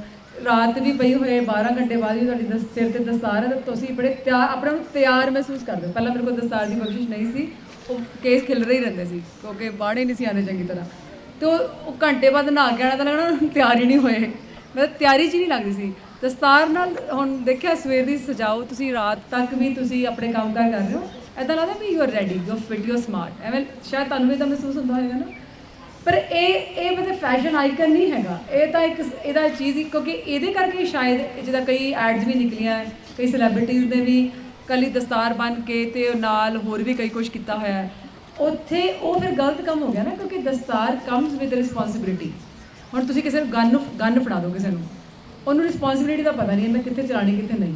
ਇਸੇ ਕਰਕੇ ਕਿਰਪਾਨ ਵੀ ਜਿਹੜੀ ਅਸੀਂ ਕਹਿੰਦੇ ਹਾਂ ਕਿ ਪਾਈ ਹੈ, ਜਿਹੜਾ ਗੁਰੂ ਦਾ ਸਿੱਖ ਕਿਰਪਾਨ ਪਾਏਗਾ ਉਹਦੇ ਲਈ ਗੁਰੂ ਦੀਆਂ ਬਾਹਾਂ ਨੇ, ਗੁਰੂ ਦੀਆਂ ਬਾਹਾਂ ਨੇ, ਗੁਰੂ ਦੀਆਂ ਬਾਹਾਂ 'ਚ ਗਰਵਕੜੀ 'ਚ ਹੈ, ਉਹ ਕਦੀ ਗਲਤ ਵਰਤੋਂ ਨਹੀਂ ਕਰੇਗਾ। ਤੇ ਕੋਈ ਹੋਰ ਕਹੇ ਕਿ ਅੱਛਾ ਮੈਂ ਕਿਰਪਾਨ ਪਾ ਲਵਾਂ, ਉਹਨੂੰ ਤਾਂ ਪਤਾ ਹੀ ਨਹੀਂ ਵੈਲਿਊ ਕੀ ਹੈ। ਜੇ ਕੁਝ ਗਲਤ ਹੋ ਗਿਆ ਜ਼ਿੰਮੇਵਾਰ ਕੌਣ ਹੈ? ਉਹਨੇ ਸਿੱਖਾਂ ਨੂੰ ਕਹਿਣਾ ਨਾ। ਤੇ ਦਸਤਾਰ ਬੰਨ੍ਹ ਕੇ ਵੀ ਜੇ ਕੋਈ ਉਹਨੂੰ ਗੁਰੂ ਦੀ ਖੇਡ ਨਹੀਂ ਪਤਾ ਜਾਂ ਗੁਰੂ ਦਾ ਤਾਜ ਨਹੀਂ ਉਹਨੂੰ ਸਮਝਦੇ, ਉੱਦਾਂ ਹੀ ਦਸਤਾਰ ਬੰਨ੍ਹ ਕੇ ਆਪਾਂ ਜਿਵੇਂ ਮਰਜ਼ੀ, ਮਤਲਬ ਅਸੀਂ ਉਸ ਹੁਕਮ 'ਚ ਨਹੀਂ ਹੈਗੇ। ਤਾਂ ਫਿਰ ਜੇ ਉਹ ਇੱਕ ਜਣਾ ਕੋਈ ਕਰਦਾ ਸਾਡੇ ਸਾਰੇ, ਕਿਉਂਕਿ ਅਸੀਂ ਇੱਕ ਹੀ ਆ ਨਾ, ਬ੍ਰਦਰਹੁੱਡ, ਇੱਕ ਹੀ ਖਾਸ ਬ੍ਰਦਰਹੁੱਡ ਹੈ ਨਾ, ਕੰਮ ਜਿੱਦਾਂ ਆਪਾਂ ਕਹਿੰਦੇ ਹਾਂ ਕਿ ਇੱਕ ਪਲੇਟਫਾਰਮ ਹੈਗਾ, ਇੱਕ ਕਰੇਗਾ ਸਾਰੇ ਭਰਾਂਗੇ। ਇਸ ਕਰਕੇ ਦਸਤਾਰ ਦੇ ਨਾਲ ਜ਼ਿੰਮੇਵਾਰੀ ਵੀ ਹੈ। ਜਿਹੜਾ ਕੋਈ ਤਾਜ ਪਹਿਨਦਾ ਪਹਿਲਾਂ ਤਾਜ ਨਹੀਂ ਪਹਿਨਦਾ, ਉਹ ਜ਼ਿੰਮੇਵਾਰੀ ਪਹਿਲਾਂ ਮਿਲਦੀ ਹੈ, ਤਾਜ ਬਾਅਦ 'ਚ ਮਿਲਦਾ। ਸੋ ਉਸ ਨੂੰ ਸਮਝੀਏ ਆਪਣਾ ਦੇ ਨਾਲ। ਅਗਲਾ ਸਵਾਲ ਹੈ ਜੀ, ਕੁਝ ਜਥੇਬੰਦੀਆਂ ਦੇ ਵਿੱਚ ਰਾਗਮਾਲਾ ਨਹੀਂ ਪੜ੍ਹੀ ਜਾਂਦੀ, ਕਿਉਂ ਨਹੀਂ ਪੜ੍ਹੀ ਜਾਂਦੀ? ਜੇਕਰ ਰਾਗਮਾਲਾ ਬਾਣੀ ਨਹੀਂ ਤਾਂ ਫਿਰ ਗੁਰੂ ਗ੍ਰੰਥ ਸਾਹਿਬ ਜੀ ਦੇ ਵਿੱਚ ਕਿਸ ਤਰ੍ਹਾਂ ਆਈ ਅਤੇ ਗੁਰੂ ਗ੍ਰੰਥ ਸਾਹਿਬ ਦੇ ਫਿਰ 1429 ਅੰਕ ਕਿਉਂ ਨਹੀਂ? ਕੁਝ ਮਸਲੇ ਪੰਥ ਦੇ ਨੇ ਜਿਹੜੇ ਪੰਥਕ ਲੈਵਲ ਤੇ ਹੀ ਡਿਸਕਸ ਹੋ ਸਕਦੇ ਨੇ। ਇਹੋ ਜਿਹੀਆਂ ਛੋਟੀਆਂ ਸਟੇਜਾਂ ਤੇ ਅਸੀਂ ਉਹਨਾਂ ਨੂੰ ਡਿਸਕਸ ਨਹੀਂ ਕਰਦੇ ਤੇ ਨਾ ਅਸੀਂ ਕਰਨਾ ਚਾਹੁੰਦੇ, ਠੀਕ ਆ। ਪਰ ਇੰਨੀ ਇੱਕ ਗੱਲ ਤੁਹਾਨੂੰ ਦੱਸ ਦਿੰਦਾ, ਸਿੱਖ ਰਹਿਤ ਮਰਿਆਦਾ ਵਿੱਚ ਇਹ ਫੈਸਲਾ ਹੋ ਚੁੱਕਿਆ ਪੰਥ ਦਾ ਕਿ ਸਥਾਨਕ ਚਲਦੀ ਰੀਤੀ ਅਨੁਸਾਰ ਭੋਗ ਪਾ ਲਿਆ ਜਾਏ, ਭਾਵੇਂ ਕੋਈ ਰਾਗਮਾਲਾ ਪੜ੍ਹੇ ਤੇ ਭਾਵੇਂ ਕੋਈ ਨਾ ਪੜ੍ਹੇ। ਜਿਹੜੇ ਪੜ੍ਹਦੇ ਨੇ ਉਹਨਾਂ ਨੇ ਨਾ ਪੜ੍ਹਨ ਵਾਲਿਆਂ ਨੂੰ ਗਲਤ ਨਹੀਂ ਕਹਿਣਾ, ਜਿਹੜੇ ਨਹੀਂ ਪੜ੍ਹਦੇ ਉਹਨਾਂ ਨੇ ਪੜ੍ਹਨ ਵਾਲਿਆਂ ਦੀ ਗੱਲ ਨਹੀਂ ਪੈਣਾ। ਇਹ ਆਲਰੇਡੀ ਫੈਸਲਾ ਪੰਥ ਦੇ ਜਿਹੜੇ ਸਾਡੇ ਪੁਰਾਣੇ ਬਜ਼ੁਰਗ ਸੀ ਉਹਨਾਂ ਨੇ ਕੀਤਾ ਹੋਇਆ ਹੈ। तो सानू मेरा ख्याल है ਇੱਥੇ ਇਹਨੂੰ ਡਿਸਕਸ ਕਰਨ ਦੀ ਲੋੜ ਨਹੀਂ ਤੇ ਨਾ ਮੈਂ ਤਾਂ ਕਰਦਾ ਨਹੀਂ ਇਹਨੂੰ ਡਿਸਕਸ ਛੋਟੀ ਸਟੇਜ ਤੇ ਕਿਉਂਕਿ ਜਦੋਂ ਵੀ ਹੱਲ ਹੋਣਾ ਸ੍ਰੀ ਅਕਾਲ ਤਖਤ ਸਾਹਿਬ ਤੇ ਹੋਣਾ ਉੱਥੇ ਵਿਦਵਾਨਾਂ ਨੇ ਬਹਿ ਕੇ ਵਿਦਵਾਨਾਂ ਦੀ ਕਮੇਟੀ ਚੱਲ ਮੇਰੇ ਵਰਗਿਆਂ ਦੇ ਨਾਲ ਇਹਦੀ ਕੋਈ ਸਲਾਹ ਨਹੀਂ ਹੋਣੀ ਤੁਹਾਨੂੰ ਵੀ ਨਹੀਂ ਕਿਸੇ ਨੇ ਪੁੱਛਣਾ ਕਿਸੇ ਨੇ ਨਹੀਂ ਤੁਹਾਨੂੰ ਪੁੱਛਣਾ ਆਉਣਾ ਲੜਦੇ ਰਹੋ ਆਪਸ ਵਿੱਚ ਆਏ ਮੈਂ ਤੁਹਾਨੂੰ ਇੱਕ ਗੱਲ ਦੱਸਾਂ ਸੁਣੋ ਅਗਲੇ ਤਾਂ ਹਿੰਦੂ ਰਾਸ਼ਟਰ ਬਣਾਉਣ ਨੂੰ ਫਿਰਦੇ ਨੇ ਤੇ ਤੁਸੀਂ ਅਜੇ ਰੰਗਮਾਲਾ ਤੇ ਲੜੀ ਜਾਂਦੇ ਹੋ ਪੜ੍ਹਦਾ ਤੇ ਨਹੀਂ ਪੜ੍ਹਦਾ ਮੈਂ ਤਾਂ ਅੱਛਾ ਵੜ ਦੇਣਾ ਮੈਂ ਉਹਦਾ ਮਾਰ ਦੇਣਾ ਉਹ ਨਹੀਂ ਪੜ੍ਹਦਾ ਜਪਜੀ ਪੜ੍ਹ ਲਿਆ ਜੀ ਜਪਜੀ ਪੜ੍ਹਾ ਲਿਆ ਲੋਕਾਂ ਨੂੰ ਅਸੀਂ ਜੱਟ ਪੂਰ ਪਿੰਡਾਂ ਦੇ ਰਹਿਣ ਵਾਲੇ ਖੇਤ ਸਾਰਾ ਖਾਲੀ ਰਹਿ ਜਾਂਦਾ ਵੱਟ ਤੋਂ ਲੜ ਕੇ ਮਰ ਜਾਂਦੇ ਆ ਲੱਤਾਂ ਵੜ ਲੈਂਦੇ ਤੁਹਾਡਾ ਵੀ ਹਿਸਾਬ ਹੋਏ ਉਹ 1429 ਪੰਨੇ ਕਮਾ ਲਏ ਜੀ 1429 ਪੰਨੇ ਦੀ ਕਮਾਈ ਕਰ ਲਈ ਤੇ 30 ਦੀ ਵੀ ਕਰ ਲੈਂਦੇ ਆ ਵਿਚਾਰ ਪਹਿਲਾਂ ਤਾਂ ਕੁਝ ਕੀਤਾ ਨਹੀਂ ਜਾ ਕੇ ਆਖਰ ਤੇ ਜਾ ਕੇ ਲੜਨਾ ਸ਼ੁਰੂ ਕਰਤਾ ਹਥਿਆਰ ਚੁੱਕ ਕੇ ਬਹਿ ਕੇ तो मेरा ये कोई विषय नहीं है ना मैं इस कदर च लेना वा वो जो अकाल तख्त की रहत मर्यादा वो लिखा हुआ है पढ़ लो नहीं वो भाई साहब नेड़े नहीं रखते स्पीकर नहीं है दूजा स्पीकर एक अच्छा वो दे दो जी वो मैनू दे दो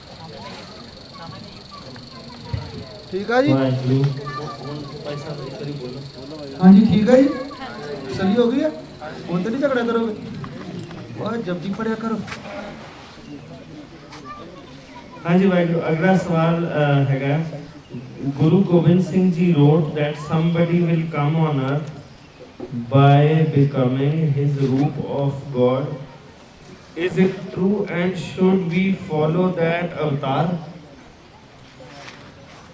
ਤੇ ਤੁਸੀਂ ਫਿਰ ਜੁਗੋ ਜੁਗ ਟਲ ਗੁਰੂ ਗ੍ਰੰਥ ਸਾਹਿਬ ਨੂੰ ਕਿਉਂ ਕਹਿੰਦੇ ਹੋ ਜੇ ਕੋਈ ਹੋਰ ਹੀ ਆਉਣਾ ਸੀ ਤੇ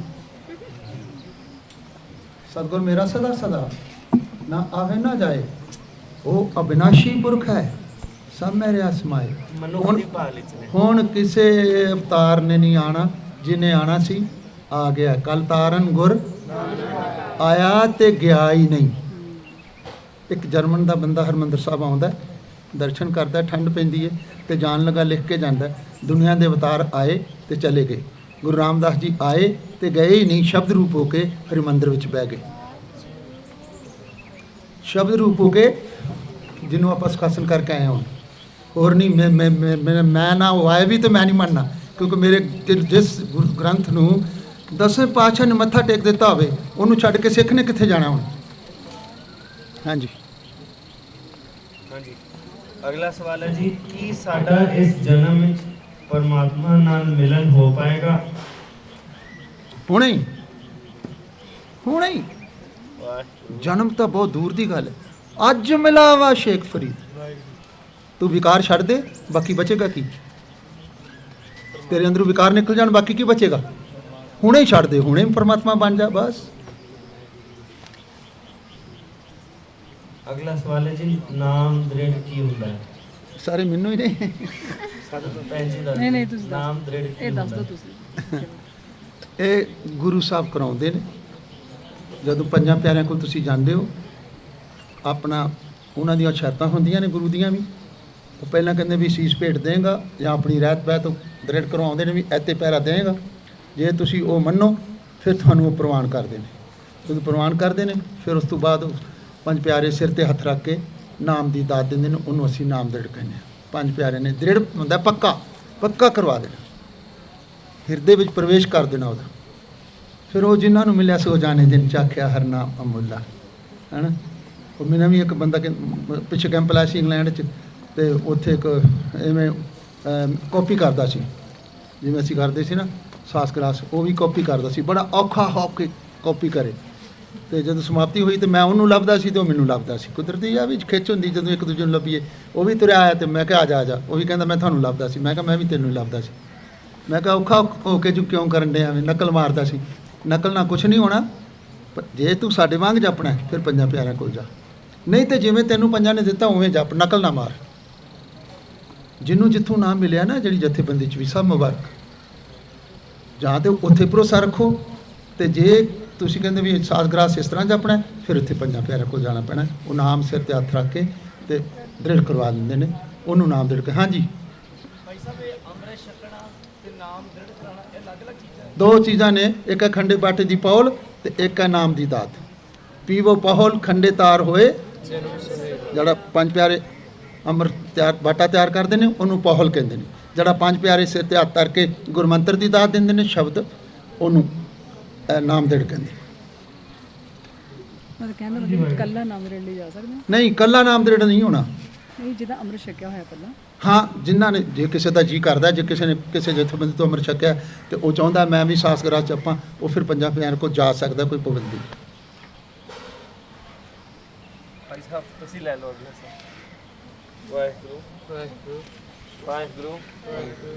ਅਗਲਾ ਸਵਾਲ ਹੈ ਜੀ, ਮਾਲਾ ਜਿਹੜੀ ਹੱਥ 'ਚ ਫੜਦੇ ਆ ਉਹ ਕੀ ਕੰਮ ਆਉਂਦੀ ਹੈ ਕਿ ਨਹੀਂ?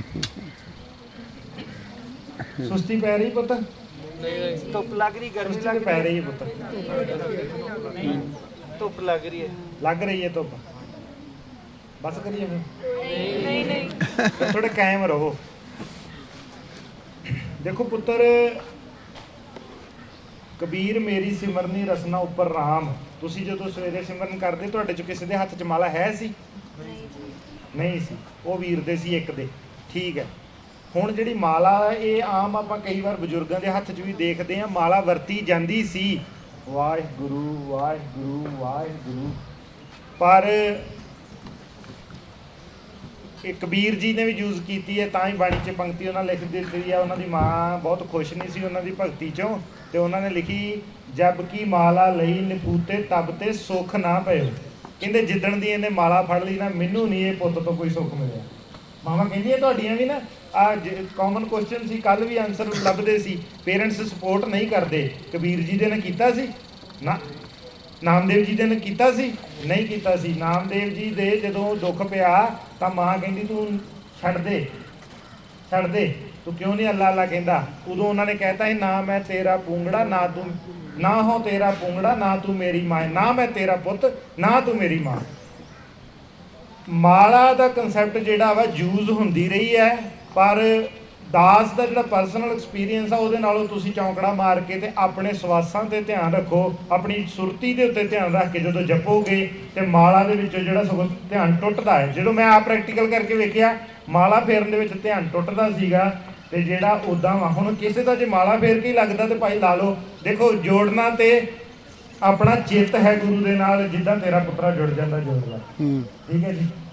ਮੱਥਾ ਟੇਕਣ ਤੇ ਸਜਦਾ ਕਰਨ ਵਿੱਚ ਕੀ ਅੰਤਰ ਹੈ, ਅਤੇ ਅਸੀਂ ਗੁਰੂ ਗ੍ਰੰਥ ਸਾਹਿਬ ਜੀ ਨੂੰ ਮੱਥਾ ਟੇਕਦੇ ਹਾਂ ਜਾਂ ਸਜਦਾ ਕਰਦੇ ਹਾਂ? ਭੈਣ ਜੀ ਮੱਥਾ ਹੀ ਟੇਕ ਛੱਡਿਆ ਅਸੀਂ ਗੁਰੂ ਗ੍ਰੰਥ ਸਾਹਿਬ ਨੂੰ ਮੱਥਾ ਹੀ ਟੇਕ ਛੱਡਿਆ। ਗੁਰੂ ਗ੍ਰੰਥ ਸਾਹਿਬ ਨੂੰ ਸਿੱਖਾਂ ਨੇ ਮੱਥਾ ਹੀ ਟੇਕ ਛੱਡਿਆ। ਕੱਲ ਪਕੜ ਚਾਹੀ ਕਿ ਨਹੀਂ? ਨਹੀਂ, ਕੋਈ ਡਾਡਾ ਬੰਦਾ ਵੀ ਕੀ ਕਹਿੰਦੇ ਅਸੀਂ ਤੈਨੂੰ ਮੱਥਾ ਟੇਕਿਆ। ਜਿਹਦੇ ਨਾਲ ਅਸੀਂ ਗੱਲਬਾਤ ਨਾ ਕਰਨੀ ਹੋਵੇ ਕੀ ਕਹਿੰਦੇ ਤੈਨੂੰ? ਹੁਣ ਸਿੱਖ ਬਾਣੀ ਪੜ੍ਹਦੇ ਨੇ, ਮੱਥਾ ਟੇਕ ਛੱਡਿਆ ਉਹਨਾਂ। ਉਹ ਸਜਦਾ ਕਰਦੇ ਨੇ, ਉਹਨਾਂ ਨੂੰ ਮੁਬਾਰਕ। ਮੈਂ ਕਿ ਪਹਿਲਾਂ ਵੀ ਉਹੀ ਸਵਾਲ ਉਹੀ ਹੈ, ਮੁਬਾਰਕ ਸਜਦਾ ਕਰਦੇ ਨੇ ਉਹਨੂੰ, ਸਜਦੇ 'ਚੋਂ ਜਾ ਕੇ ਉਹ ਵੀ ਸੀਸ ਨਵਾਉਂਦੇ ਨੇ। ਅਸੀਂ ਵੀ ਗੁਰੂ ਨੂੰ ਸੀਸ ਨਵਾਉਂਦੇ ਹਾਂ। ਉਹਨਾਂ ਦਾ ਉਹਨਾਂ ਨੂੰ ਪ੍ਰਵਾਨ, ਸਾਡਾ ਸਾਨੂੰ ਪ੍ਰਵਾਨ। ਪਰ ਮੱਥਾ ਟੇਕਣਾ ਕੀ ਹੈ? ਤੁਧ ਨੂੰ ਨਿਵਣ ਮੰਨਣ ਤੇਰਾ ਨਾਮ, ਨਹੀਂ ਤੇ ਸਲਾਮ ਜਵਾਬ ਦੋਵੇਂ ਕਰੇ, ਮੁੱਢੋਂ ਕੁੱਥਾ ਜਾਏ, ਨਾਨਕ ਦੋਵੇਂ ਕੂੜੀਆਂ ਥਾਏ ਨਾ ਕਾਈ ਪਾਏ। ਠੀਕ ਹੈ ਜੀ, ਸਮਝ ਲੱਗ ਗਈ ਜੀ? ਇੰਨਾ ਹੀ ਬਹੁਤ ਹੈ। ਹਾਂਜੀ ਭੈਣ ਜੀ, ਹੁਣ ਇਹਦਾ ਤੁਸੀਂ ਦੇਣਾ। ਤੋ ਵੀਰ ਦਾ ਕੁਐਸਚਨ ਹੈ, ਮੇਰੀ wife is not Amritdhari, but she is attached to God more than me. Done 2 Sahaj Path and 3rd going on. Whenever we debate on Amrit Shak lena chahida hai, we fight. Hence, I have no solution left. ਵੀਰ ਅੰਮ੍ਰਿਤਧਾਰੀ ਨੇ ਵੀਰ ਅੰਮ੍ਰਿਤਧਾਰੀ ਕਹਿੰਦੇ ਮੇਰੀ wife ਅੰਮ੍ਰਿਤਧਾਰੀ ਨਹੀਂ। ਜੇ ਤੁਸੀਂ ਆਪ ਅੰਮ੍ਰਿਤਧਾਰੀ, ਅੱਛੀ ਗੱਲ ਹੈ। ਪਹਿਲੀ ਗੱਲ ਤਾਂ ਤੁਸੀਂ ਉਹਨਾਂ ਦੇ ਗੁਣ ਦੇਖਦੇ ਹੋ, ਇਹ ਵੀ ਅੱਛੀ ਗੱਲ ਹੈ, ਕਿਉਂਕਿ ਸਾਰੇ ਨਹੀਂ ਦੇਖ ਪਾਉਂਦੇ ਆਪਣੇ ਘਰ ਗੁਣ ਇੱਕ ਦੂਸਰੇ ਦੇ ਵਿੱਚ। ਸੋ ਅੱਛਾ ਲੱਗਿਆ ਸੁਣ ਕੇ।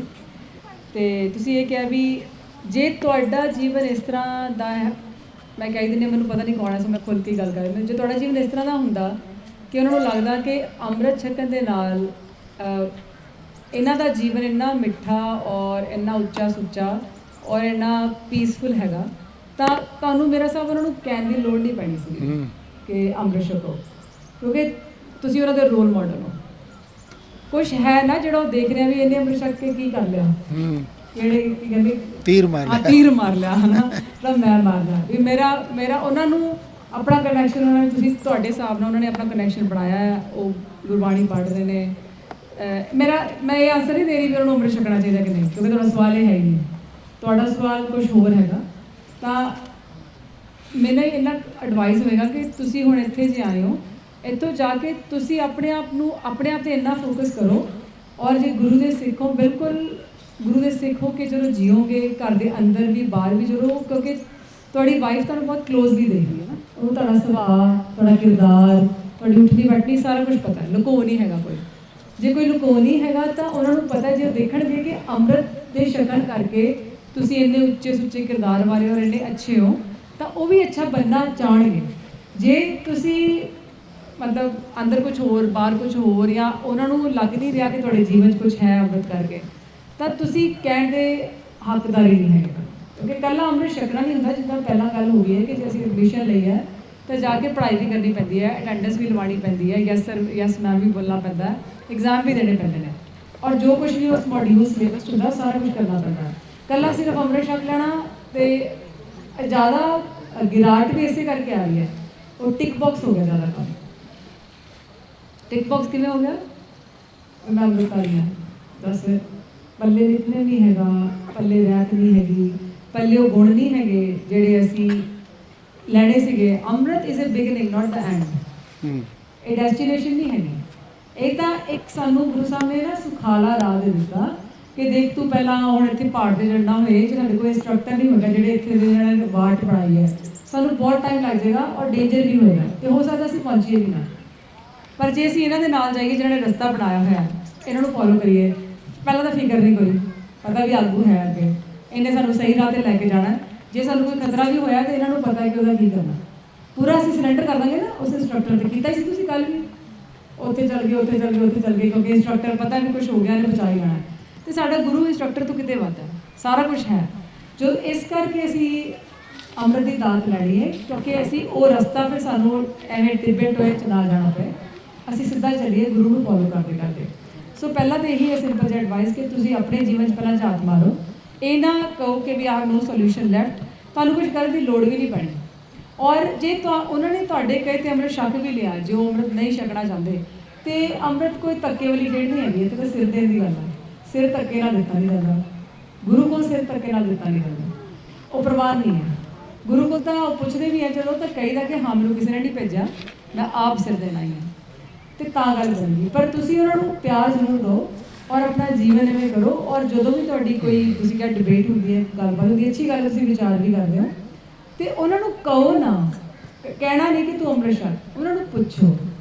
ਕੱਲ ਵੀ ਮੈਂ ਗੱਲ ਕੀਤੀ ਸੀ ਜਦੋਂ ਗਰਲ ਸੈਸ਼ਨ ਹੋਇਆ ਸੀਗਾ, ਵੈਨ ਵੀ ਯੂਜ਼ ਸਟੇਟਮੈਂਟਸ, ਅਸੀਂ ਰਿਲੇਸ਼ਨਸ਼ਿਪ ਜਦੋਂ ਸਟੇਟਮੈਂਟਸ ਯੂਜ਼ ਕਰਦੇ ਹਾਂ ਨਾ, ਉਹ ਗੜਬੜ ਹੋ ਜਾਂਦੀ ਹੈ। ਜਿੱਦਾਂ ਅਸੀਂ ਗੱਲ ਐਗਜ਼ਾਮਪਲ ਯੂਜ਼ ਕੀਤੀ ਸੀ, ਤੁਹਾਨੂੰ ਯਾਦ ਹੋਣਾ ਕਿ ਤੂੰ ਮੈਨੂੰ ਕੱਲ ਗਲਤ ਬੋਲਿਆ, ਇਹਦੀ ਜਗ੍ਹਾ ਤੇ ਤੁਸੀਂ ਇਹ ਕਹੋ ਕਿ ਜਿਹੜੀ ਕੱਲ ਸਾਡੀ ਗੱਲਬਾਤ ਹੋਈ ਸੀ ਉਹਦੇ ਬਾਰੇ ਕੀ ਵਿਚਾਰ ਹੈ।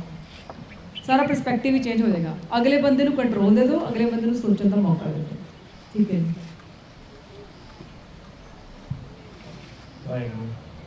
ਅਗਲਾ ਸਵਾਲ ਹੈ ਜੀ ਕਿ ਕੀ ਅਸੀਂ 19-20 ਸਾਲ ਦੇ ਵਿੱਚ ਰਿਲੇਸ਼ਨਸ਼ਿਪ ਵਿੱਚ ਆ ਸਕਦੇ ਹਾਂ? ਕਿਹਨੇ ਦੇਣਾ ਜਵਾਬ? ਤੁਸੀਂ ਦਿਓ। ਰਿਲੇਸ਼ਨਸ਼ਿਪ ਮਤਲਬ ਕਿ ਵਿਆਹ ਕਰ ਸਕਦੇ, ਗਰਲਫ੍ਰੈਂਡ ਰੱਖ ਸਕਦੇ ਹਾਂ, ਬॉयफ्रेंड ਰੱਖ ਸਕਦੇ ਹਾਂ, ਇਹੀ ਹੈ ਕਿ ਕੁਝ ਹੋਰ ਹੈ? ਇਹ ਸਵਾਲ ਹੋ ਗਿਆ, ਪਤਾ ਨਹੀਂ ਹੁਣ ਕਿੰਨੇ ਲੈਵਲ ਹੋ ਸਕਦੇ ਆ। ਬੜੇ ਖੁਸ਼ ਸਾਰੇ ਹੁਣ ਟੈਨਸ਼ਨ, ਕਿਸੇ ਨੂੰ ਕਹਿਣ ਦੀ ਲੋੜ ਨਹੀਂ ਵੀ ਚੁੱਪ ਕਰ ਜਾਓ, ਹਨਾ। ਠੀਕ ਹੈ, ਵੈਲਿਡ ਕੁਐਸਚਨ ਹੈ, ਕਿਉਂਕਿ ਅੱਜ ਦਾ ਸਿਸਟਮ ਚੱਲ ਰਿਹਾ, ਮਤਲਬ ਕੀ ਜਵਾਬ ਦੇਵਾਂਗਾ।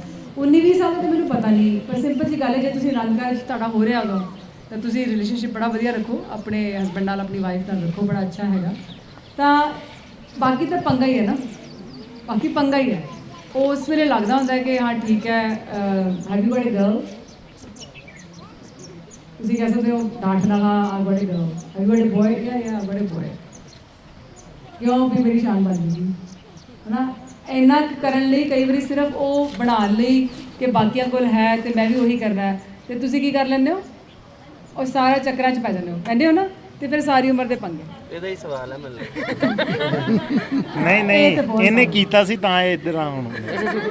ਨਹੀਂ, ਅਸੀਂ ਇਹਦੇ ਵੱਲ ਕੀ ਵੇਖਣਾ, ਇਹਨੇ ਤਾਂ ਸਾਰਾ ਸਵੇਰੇ ਵੀ ਹਾਜ਼ਰੀ ਭਰੀ, ਉੱਥੇ ਵੀ ਹਾਜ਼ਰੀ ਭਰੀ, ਬਿਨਾਂ ਡਿਸਟਰਬੈਂਸ ਦੇ, ਬਿਨਾਂ ਕਿਸੇ ਗੱਲ ਦੇ। ਮੈਂ ਤਾਂ ਕਹਿੰਦੀ ਮੇਰੇ ਤੋਂ ਕਿਤੇ ਚੰਗਾ, ਹਮ ਕੁੱਕਰ ਤੇਰੇ ਦਰਬਾਰ ਹਾਂ। ਸੋ ਸਿਰਫ ਇੰਨਾ ਕਿ ਇਹ ਨਾ ਵੇਖਾ ਵੇਖੀ ਕੰਮ ਥੋੜਾ ਜਿਹਾ ਸ਼ੁਰੂ ਹੋ ਗਿਆ। ਉਹ 2 ਮਿੰਟ ਦੇ ਤੁਹਾਨੂੰ ਜਿਹੜਾ ਪਲੇਜ਼ਰ ਹੈ ਜਾਂ ਵੇਖਾ ਵੇਖੀ ਹੈ ਕਿ ਮੇਰੇ ਕੋਲ ਹੈ, ਐਵੇਂ ਹੈ, ਉਹਦੇ ਕੋਲ ਸੀ ਤੇ ਮੈਨੂੰ ਵੀ ਚਾਹੀਦਾ, ਉਹਦੇ ਕਰਕੇ ਜਿਹੜਾ ਬਾਅਦ ਵਿੱਚ ਤੁਹਾਡੀਆਂ ਹਰਟਸ ਨੇ ਨਾ, ਔਰ ਮੈਂ ਸਟੋਰੀਜ਼ ਬਹੁਤ ਸੁਣੀਆਂ ਇੱਥੇ ਆਲਰੇਡੀ, ਪਹਿਲਾਂ ਤਾਂ ਸੀ, ਹੁਣ ਵੀ ਹੋਰ ਵੀ ਸੁਣ ਲਈਆਂ ਇੱਥੇ ਆ ਕੇ ਵੀ। ਉਹ ਸਟੋਰੀਜ਼ ਕੀ ਸੀਗੀਆਂ, ਸੁਣੀਆਂ ਤੁਸੀਂ ਸਟੋਰੀਜ਼? ਦੱਸਾਂ ਕਿਸੇ ਦੀ? ਚੁੱਪ ਕਰੋ ਪਹਿਲਾਂ, ਪਿੱਛੇ ਸਟੋਰੀ ਤਾਂ ਨਹੀਂ ਮੈਂ ਦੱਸਣੀ, ਪਰ ਜਿਹੜੀ ਉਹਦੇ 'ਚ ਮੋਸਟਲੀ ਕੀ ਸੀਗਾ ਤੱਤ, ਕਿ ਅਸੀਂ ਹਰਟ ਹਾਂ, ਅਸੀਂ ਉਸ ਚੀਜ਼ ਨਾਲ ਇੰਨੇ ਜੁੜ ਚੁੱਕੇ ਹਾਂ ਕਿ ਸਾਡੇ ਕੋਲ ਪੈਰ ਨਹੀਂ ਪੱਟਿਆ ਜਾ ਰਿਹਾ ਹੁਣ ਅੱਗੇ ਤੁਰਨ ਲਈ ਵੀ। ਜਦੋਂ ਤੁਹਾਡੇ ਅਸਲ 'ਚ ਆਨੰਦ ਕਾਰਜ ਹੋਣੇ ਆ, ਤੁਸੀਂ ਆਪਣੇ ਲਾਈਫ 'ਚ ਵੀ ਉਸ ਚੀਜ਼ ਨੇ ਇਫੈਕਟ ਕਰਨਾ, ਤੁਹਾਡੇ ਜਿਹਦੇ ਨਾਲ ਆਨੰਦ ਕਾਰਜ ਹੋ ਰਿਹਾ ਉਹਦੀ ਲਾਈਫ 'ਚ ਇਫੈਕਟ ਹੋਣਾ ਹੈ, ਔਰ ਸਿਰਫ ਉੱਥੇ ਨਹੀਂ, ਫॉर ਲਾਈਫ ਲੌਂਗ ਕਈ ਵਾਰੀ ਚੀਜ਼ ਹੋ ਜਾਂਦੀ ਹੈ, ਡਿਪੈਂਡ ਕਿ ਤੁਸੀਂ ਕਿੰਨਾ ਜ਼ਿਆਦਾ ਇਮੋਸ਼ਨਲੀ ਅਟੈਚ ਹੋ ਗਏ ਸੀ ਉਸ ਬੰਦੇ ਨਾਲ। ਸੋ ਆਈ ਥਿੰਕ ਉਮਰ ਦਾ ਤਾਂ ਬਾਅਦ ਦੀ ਗੱਲ ਹੈਗੀ ਹੈ, ਇਹਨੂੰ ਪਹਿਲਾਂ ਨਾਪੋ ਤੋਲੋ ਕਿ ਇਹਦੀ ਲੋੜ ਹੈ, ਕਿਸ ਚੀਜ਼ ਦੀ ਲੋੜ ਹੈਗੀ ਹੈ। ਸੋ ਮੈਂ I could have answered yes and no, ਪਰ ਮੇਰੇ ਯੈਸ ਕਰਨ ਨਾਲ ਯੈਸ ਨਹੀਂ ਹੋਣਾ, ਮੇਰੇ ਨੋ ਕਰਨ ਨਾਲ ਤੁਸੀਂ ਨੋ ਵੀ ਨਹੀਂ ਕਰਨਾ, ਇਹ ਵੀ ਪਤਾ ਮੈਨੂੰ। ਗੁਰਮਤ ਅਲਾਉ ਨਹੀਂ ਕਰਦੀ ਹੈ ਨਾ।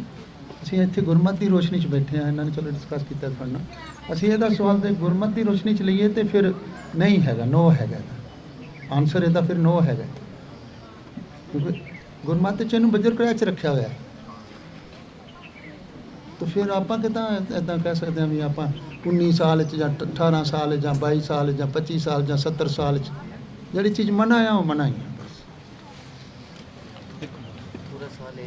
ਇਹਦੇ ਵਿੱਚ ਇੱਕ ਗੱਲ ਹੋਰ ਆ ਜਾਂਦੀ ਹੈ ਕਿ obviously you are talking about married relationship ਔਰ ਅਨਮੈਰਿਡ ਰਿਲੇਸ਼ਨਸ਼ਿਪ। ਪੁੱਤਰ ਦੇਖੋ, ਆਨੰਦ ਕਾਰਜ ਪਹਿਲਾਂ ਤੇ ਹੋਰ ਛੋਟੀ ਉਮਰ 'ਚ ਹੋ ਜਾਂਦੇ ਨੇ। ਬਹੁਤ ਸਾਰੇ ਲੋਕ ਹਨ, ਬਹੁਤ ਸਾਰੇ ਐਸੇ ਸਮਾਜ ਹਨ ਜਿਨ੍ਹਾਂ ਦੇ ਵਿੱਚ ਅਸੀਂ ਪਿੱਛੇ ਜੀ ਸਾਡੇ ਕੋਲ ਸਿੱਖਲੀਗਰ ਸਿੱਖ ਆਏ ਸੀ, ਉਹਨਾਂ ਦੇ ਛੋਟੇ ਛੋਟੇ ਬੱਚੇ ਹਨ, ਔਰ ਛੋਟੇ ਛੋਟੇ ਬੱਚਿਆਂ ਦਾ ਰਿਸ਼ਤਾ ਤੈਅ ਕਰ ਦਿੰਦੇ ਆ। ਉਹ ਜੋ ਵੱਡੇ, ਉਹਨਾਂ ਨੂੰ ਪਤਾ ਕਿ ਆਨੰਦ ਕਾਰਜ ਸਾਡਾ ਵੱਡੇ ਹੋ ਕੇ ਹੋਣਾ, ਪਰ ਇਹਦੇ ਨਾਲ ਹੋਣਾ। ਕਈ ਪੱਖਾਂ ਤੋਂ ਮੈਨੂੰ ਉਸ ਪੱਖੋਂ ਮੈਂ ਤੁਹਾਨੂੰ ਦੱਸਦਾ, ਉਹ ਜਦੋਂ ਐਕਸਪੀਰੀਅੰਸ ਦੇਖਿਆ ਕਿ ਠੀਕ ਵੀ ਲੱਗਾ ਕਿ ਉਹਨਾਂ ਨੂੰ ਪਤਾ ਹੈ ਕਿ ਅਸੀਂ ਕਿੱਥੇ ਮੁੜ ਕੇ ਜਾਣਾ ਹੈ, ਕਿਉਂਕਿ ਉਹ ਮੈਚਿਓਰ ਹੋਈ ਜਾ ਰਹੇ ਆ। ਚਲੋ ਅਸੀਂ ਉਹ ਰਿਕਮੈਂਡ ਨਹੀਂ ਕਰਦੇ, ਉੱਥੇ ਫਿਰ ਲੀਗਲ ਏਜ ਦੀ ਗੱਲ ਆ ਜਾਣੀ ਹੈ ਜਾਂ ਦੂਜੀ ਹੈ। ਤੇ ਜਿਵੇਂ ਭਾਈ ਸਾਹਿਬ ਜੀ ਨੇ ਕਿਹਾ, ਭੈਣ ਜੀ ਨੇ ਵੀ ਸਮਝਾਇਆ, ਇਹਨਾਂ ਚੀਜ਼ਾਂ ਦੀ ਲੋੜ ਨਹੀਂ ਹੈਗੀ, ਬਚੋ। ਫਿਰ ਆਪਣੇ ਆਪ ਨੂੰ ਜ਼ਿਆਦਾ ਤੁਸੀਂ ਤੰਗ ਕਰ ਲੈਨੇ। ਬਹੁਤ ਸਾਰੀਆਂ ਸਟੋਰੀਜ਼ ਅਸੀਂ ਵੀ ਕੱਲ ਸੁਣੀਆਂ, ਉਹ ਫਿਰ ਨਾ ਉਹਦੇ ਵਿੱਚ ਬਸ ਰਿਗਰੈਟ ਹੀ ਹੈ, ਤੇ ਹੁਣ ਅੱਗੇ ਰਾਹ ਨਹੀਂ ਦਿਖਦਾ ਕਿੱਧਰ ਨੂੰ ਜਾਣਾ। ਹੁਣ 6 ਦਿਨ ਅਸੀਂ ਖਪਦੇ ਰਹੇ ਹਾਂ, ਤੇ ਮੈਨੂੰ ਤਾਂ ਐਂ ਲੱਗਦਾ ਵੀ ਫਿਰ ਇਹੋ ਜਿਹਾ ਸਵਾਲ ਆ ਜਾਏ ਤੇ ਫਿਰ ਮੈਨੂੰ ਐਂ ਲੱਗਦਾ ਵੀ ਐਵੇਂ ਅਸੀਂ ਝਾਕੀ ਮਾਰਦੇ ਰਹੇ। ਇਹ ਨਾ ਇਹ ਥੋੜਾ ਅੱਗੇ ਕੁਐਸਚਨ ਹੈਗਾ, ਮੈਂ ਪੂਰਾ ਕੁਐਸਚਨ ਵੀਰ ਜੀ ਨੇ ਨਹੀਂ ਪੜਿਆ ਸੀ, ਮੈਂ ਪੜ੍ਹ ਦਿੰਦੀ ਹਾਂ। ਆਮ ਸ਼ੇਮਲੈਸ। ਜੇ ਅਸੀਂ ਉਸ ਨੂੰ ਦਿਲੋਂ ਪਿਆਰ ਕਰਦੇ ਹਾਂ ਤੇ ਕੀ ਅਸੀਂ ਫਿਜ਼ੀਕਲੀ ਵੀ ਕਲੋਜ਼ ਆ ਸਕਦੇ ਹਾਂ? ਇਹਦਾ ਆਨਸਰ ਮੈਂ ਤੁਹਾਨੂੰ ਕਲੀਅਰ ਹੀ ਦੇ ਸਕਦੀ ਹਾਂ, ਨੋ। ਕਿਉਂਕਿ ਸਾਡੂ ਜੋ ਆਨੰਦ ਕਾਰਜ ਤੋਂ ਬਾਅਦ ਹੀ ਤੁਸੀਂ ਫਿਜ਼ੀਕਲੀ ਕਲੋਜ਼ ਕਿਸੇ ਦੇ ਜਾ ਸਕਦੇ ਹੋ, ਪਹਿਲਾਂ ਨਹੀਂ ਜਾ ਸਕਦੇ। ਔਰ ਜਿਹੜਾ ਇਹ ਵੀ ਕਹਿੰਦੇ ਨਾ ਚਲ ਥੋੜੀ ਗੱਲਬਾਤ ਕਰਨੀ ਸੀਗੀ, ਇੱਦਾਂ ਕਰਨਾ ਸੀਗਾ, ਉਹ ਇਹ ਵੀ ਮੈਂ ਤੁਹਾਡੇ ਕੋਲ ਹੀ ਸੁਣਿਆ ਕਿ ਅਸੀਂ ਤਾਂ ਵੈਸੇ ਥੋੜੀ ਜਿਹੀ ਗੱਲਬਾਤ ਕਰੀ ਸੀ, ਪਤਾ ਹੀ ਨਹੀਂ ਲੱਗਿਆ ਜ਼ਿਆਦਾ ਕਦੋਂ ਹੋ ਗਈ ਗੱਲਬਾਤ, ਤੇ ਵਾਦੇ ਜ਼ਿਆਦਾ ਅਸੀਂ ਇਮੋਸ਼ਨਲੀ ਅਟੈਚ ਹੋ ਗਏ। ਇਹ ਤੇ ਇਹਦਾ ਕਲੀਅਰ ਕੱਟ ਹੈਗਾ। ਔਰ ਦਿਲੋਂ ਪਿਆਰ ਅੱਜ ਉਹਦੇ ਨਾਲ, ਕੱਲ ਨੂੰ ਕਿਸੇ ਹੋਰ ਨਾਲ ਵੀ, ਉਹ ਵੀ ਦਿਲੋਂ ਹੀ ਹੋਣਾ ਹੁੰਦਾ ਨਾ। ਉਹ ਵੀ ਬੜਾ ਪਿਆਰ, ਪਹਿਲਾਂ ਉਹਦੇ ਤੇ ਮਰਦੇ ਆ, ਫਿਰ ਉਹਨੂੰ ਮਾਰਨ ਨੂੰ ਤਿਆਰ ਹੋਵੇ ਕਿਸੇ ਹੋਰ ਤੇ ਮਰਦੇ ਆ, ਕਿੰਨੇ ਤੇ ਮਰਾਂਗੇ। ਉਹ ਵੈਸੇ ਤੇ ਆਨੰਦ ਕਾਰਜ ਤੋਂ ਬਾਅਦ ਹੀ ਅਸੀਂ ਮਰਦੇ ਨਹੀਂ ਹੋਣੇ, ਤੇ ਉਹਨੂੰ ਮਾਰਨ ਲਈ ਤਿਆਰ ਹੀ ਹੁੰਦੇ ਆ ਜ਼ਿਆਦਾਤਰ। ਬਾਅਦ ਚ ਪਤਾ ਲੱਗੇਗਾ, ਪਰ ਚਲੋ ਤੁਹਾਨੂੰ ਕੀ ਗੁੱਝੀਆਂ ਗੱਲਾਂ ਦੱਸਣੀਆਂ। ਪਰ ਨਾਓ ਦਾ ਆਨਸਰ ਇਜ਼ ਕਿ ਤੁਸੀਂ ਆਪਣੀ ਐਨਰਜੀ ਕੁਛ ਬਣੋ ਲਾਈਫ ਦੇ ਵਿੱਚ, ਆਪਣਾ ਕੁਛ ਪਰਪਸ ਰੱਖੋ ਇਧਰਲੇ ਪਾਸੇ, ਜਦੋਂ ਟਾਈਮ ਆਏਗਾ ਆਪੇ ਹੋ ਜਾਣਾ। ਇਹਦੇ 'ਚ ਤੁਹਾਡੀ ਇੰਨੀ ਡਰੇਨੇਜ ਹੈ ਨਾ, ਕੱਲ ਲੀਕੇਜ ਦੀ ਗੱਲ ਕੀਤੀ ਸੀ, ਇੰਨੀ ਲੀਕੇਜ ਮੈਂਟਲੀ ਔਰ ਫਿਜ਼ੀਕਲੀ ਇਸ ਵੈਲ, ਔਰ ਤੁਹਾਡੀ ਹੈਲਥ ਲਈ ਵੀ ਇਹ ਕੰਮ ਠੀਕ ਨਹੀਂ ਹੈਗੇ। ਅਸੀਂ ਹੈਲਥ ਲਈ ਵੀ ਗੱਲ ਕੀਤੀ, ਹੋਲਿਸਟਿਕ ਵੈਲਬੀਇੰਗ ਲਈ ਤੁਹਾਡੇ ਲਈ ਕੁਝ ਵੀ ਇਦਾਂ ਦਾ ਠੀਕ ਨਹੀਂ ਹੈਗਾ। ਔਰ ਫਿਜ਼ੀਕਲੀ ਤੇ ਅਸੀਂ ਮਤਲਬ ਇੰਨੀ ਕਾਹਦੀ ਅੱਗ ਲੱਗੀ ਹੋਈ ਹੈ, ਸਿੱਧੀ ਗੱਲ ਕਰਾਂ ਵੀ ਏਡੀ ਇਦਾਂ ਕਰੀ। ਔਰ ਸਾਨੂੰ ਇਹ ਵੀ, ਜੇ ਤੁਹਾਨੂੰ ਮੈਂ ਹੋਰ ਖੁੱਲ੍ਹ ਕੇ ਗੱਲ ਕਰਾਂ, ਕੋਈ ਚੀਜ਼ਾਂ ਹੁੰਦੀਆਂ ਨੇ ਜਿਹੜੀਆਂ ਤੁਸੀਂ ਸਾਂਭ ਕੇ ਰੱਖਦੇ ਹੋ ਆਨੰਦ ਕਾਰਜ ਲਈ, ਉਹਨੂੰ B graceful in your life. ਨਹੀਂ ਤੇ ਫਿਰ ਉਹ ਜਿਹੜਾ ਕਹਿ ਲਓ ਵੀ ਜਿਹੜੀ ਇਦਾਂ ਦੀ ਚੀਜ਼ ਹੁੰਦੀ ਉਹਦੀ ਕੋਈ ਵੈਲਿਊ ਨਹੀਂ ਹੁੰਦੀ। ਕੋਈ ਟਕੀ ਚੀਜ਼ ਹੈ ਤਾਂ ਉਹਦੀ ਵੈਲਿਊ ਵੀ ਹੈ, ਮਤਲਬ ਮੈਂ ਕਿਵੇਂ ਖੋਲਾਂ, ਤੁਸੀਂ ਸਾਰੇ ਸਿਆਣੇ ਹੋ, ਸਮਝ ਗਏ ਇਸ ਚੀਜ਼ ਨੂੰ। ਅਗਲਾ ਸਵਾਲ, ਸਟੂਡੈਂਟ ਲਾਈਫ ਦੇ ਨਾਲ ਸਪਿਰਿਚੁਅਲ ਲਾਈਫ ਨੂੰ ਕੈਰੀ ਆਊਟ ਕਰਨਾ ਬੜਾ ਔਖਾ ਹੁੰਦਾ ਹੈ। ਸਭ ਤੋਂ ਵੱਡੀ ਸਕੂਲ ਐਂਡ ਇੰਸਟੀਟਿਊਸ਼ਨਸ ਵਿੱਚ ਪ੍ਰੋਬਲਮ ਆਉਂਦੀ ਹੈ ਕੰਮ ਦੀ। ਫਿਰ ਕਈ ਵਾਰ ਮਨ ਕਰਦਾ ਹੈ ਸਭ ਕੁਝ ਛੱਡ ਕੇ ਕੇਵਲ ਭਗਤੀ 'ਚ ਹੀ ਜੁਟ ਜਾਈਏ, ਬਟ ਪਤਾ ਹੈ ਕਿ ਇਹ ਪੋਸੀਬਲ ਨਹੀਂ ਹੈ। ਫਿਰ ਸੋਚ ਕੁਝ ਇਸ ਤਰ੍ਹਾਂ ਦੀ ਬਣ ਗਈ ਹੈ ਕਿ ਥੋੜਾ ਬਹੁਤ ਪੜ੍ਹ ਕੇ ਬਤਾ ਚੱਟੀ ਵਾਂਗ ਅਲਟੀਮੇਟਲੀ ਹਾਊਸਵਾਈਫ ਬਣਨਾ ਹੀ ਬੈਟਰ ਹੈ। ਬਟ ਸਿੱਖ ਪੰਥ ਨੂੰ ਤਾਂ ਉਹਦੀਆਂ ਬੁਲੰਦੀਆਂ ਹਾਸਲ ਕਰਨੀਆਂ ਹਨ। ਬੜਾ ਕਨਫਿਊਜ਼ਿੰਗ ਜਿਹਾ ਕੁਐਸਚਨ ਸੀ। ਸੋ ਜਿਹੜਾ ਸਪਿਰਿਚੁਅਲ ਲਾਈਫ ਤੁਸੀਂ ਕਹਿੰਦੇ ਸਟੂਡੈਂਟ ਲਾਈਫ ਔਖੀ ਹੈ, ਹਾਂ ਠੀਕ ਹੈ, ਪਿੱਛੇ ਵੀ ਹੈਗਾ। ਤੇ ਜੇ ਦੇਖੋ ਮੈਂ ਤੁਹਾਨੂੰ ਇੱਕ ਗੱਲ ਦੱਸਾਂ, ਆਪਣੇ ਐਕਸਪੀਰੀਅੰਸ ਤੋਂ ਹੀ ਦੱਸ ਸਕਦੀ ਹਾਂ, ਇਹ 'ਚ ਬਾੜੀ ਮੈਂ ਕੋਈ ਡੀਪ ਨਹੀਂ ਜਾ ਰਹੀ।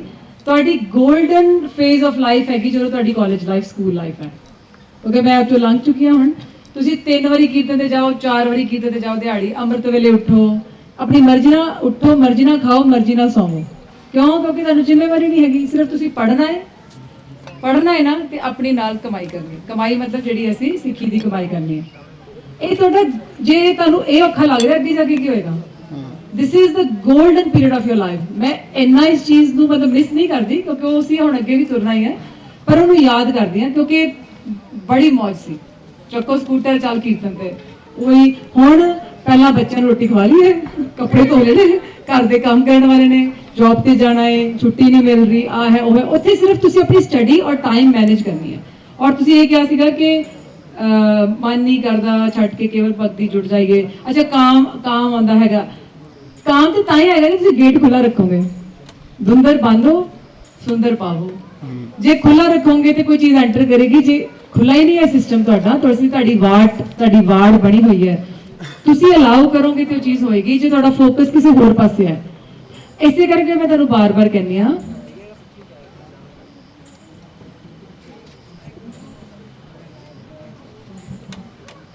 ਹਾਂਜੀ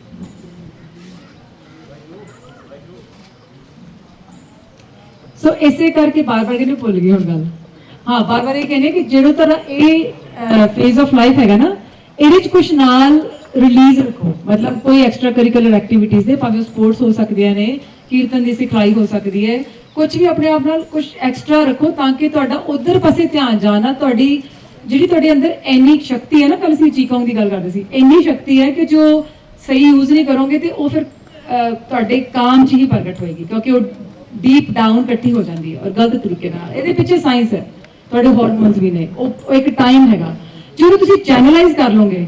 ਤੁਸੀਂ ਜਿੱਦਾਂ ਮੈਂ ਉਧਰ ਕਹਿੰਦੀ, ਤਬਲਾ ਕੁੱਟੋ, ਵਾਜਾ ਕੁੱਟੋ, ਦਿਲਰੂਬਾ ਕੁੱਟੋ, ਗੱਤਕਾ ਸਿੱਖੋ, ਸਪੋਰਟਸ ਕਰੋ, ਕੁਛ ਆਪਣੇ ਆਪ ਨੂੰ ਕਿਸੇ ਸੇਵਾ 'ਚ ਲਾ ਲਓ, ਜਿੱਥੇ ਤੁਹਾਨੂੰ ਟਾਈਮ ਹੀ ਨਹੀਂ ਹੈਗਾ ਇਹ ਚੀਜ਼ਾਂ ਵੱਲ ਧਿਆਨ ਦੇਣ ਦਾ। ਤੇ ਹਾਊਸਵਾਈਫ ਹੋਣਾ ਕੋਈ ਮਾੜੀ ਗੱਲ ਨਹੀਂ ਹੈ, ਬਾਏ ਦ ਵੇ। ਹਾਊਸਵਾਈਫ ਹੋਣਾ ਕੋਈ ਮਾੜੀ ਗੱਲ ਨਹੀਂ ਹੈਗੀ। ਉਹਦੇ 'ਚ ਵੀ ਤੁਸੀਂ ਬੜੀਆਂ ਸੇਵਾਵਾਂ ਨਿਭਾ ਸਕਦੇ ਹੋ। ਆਲੇ ਦੁਆਲੇ ਦੇ ਬੱਚੇ ਇਕੱਠੇ ਕਰਕੇ ਉਹਨਾਂ ਦੀ ਸੇਵਾ ਕਰੋ, ਜੇ ਤੁਸੀਂ ਇਹੀ ਸੋਚਦੇ ਹੋ।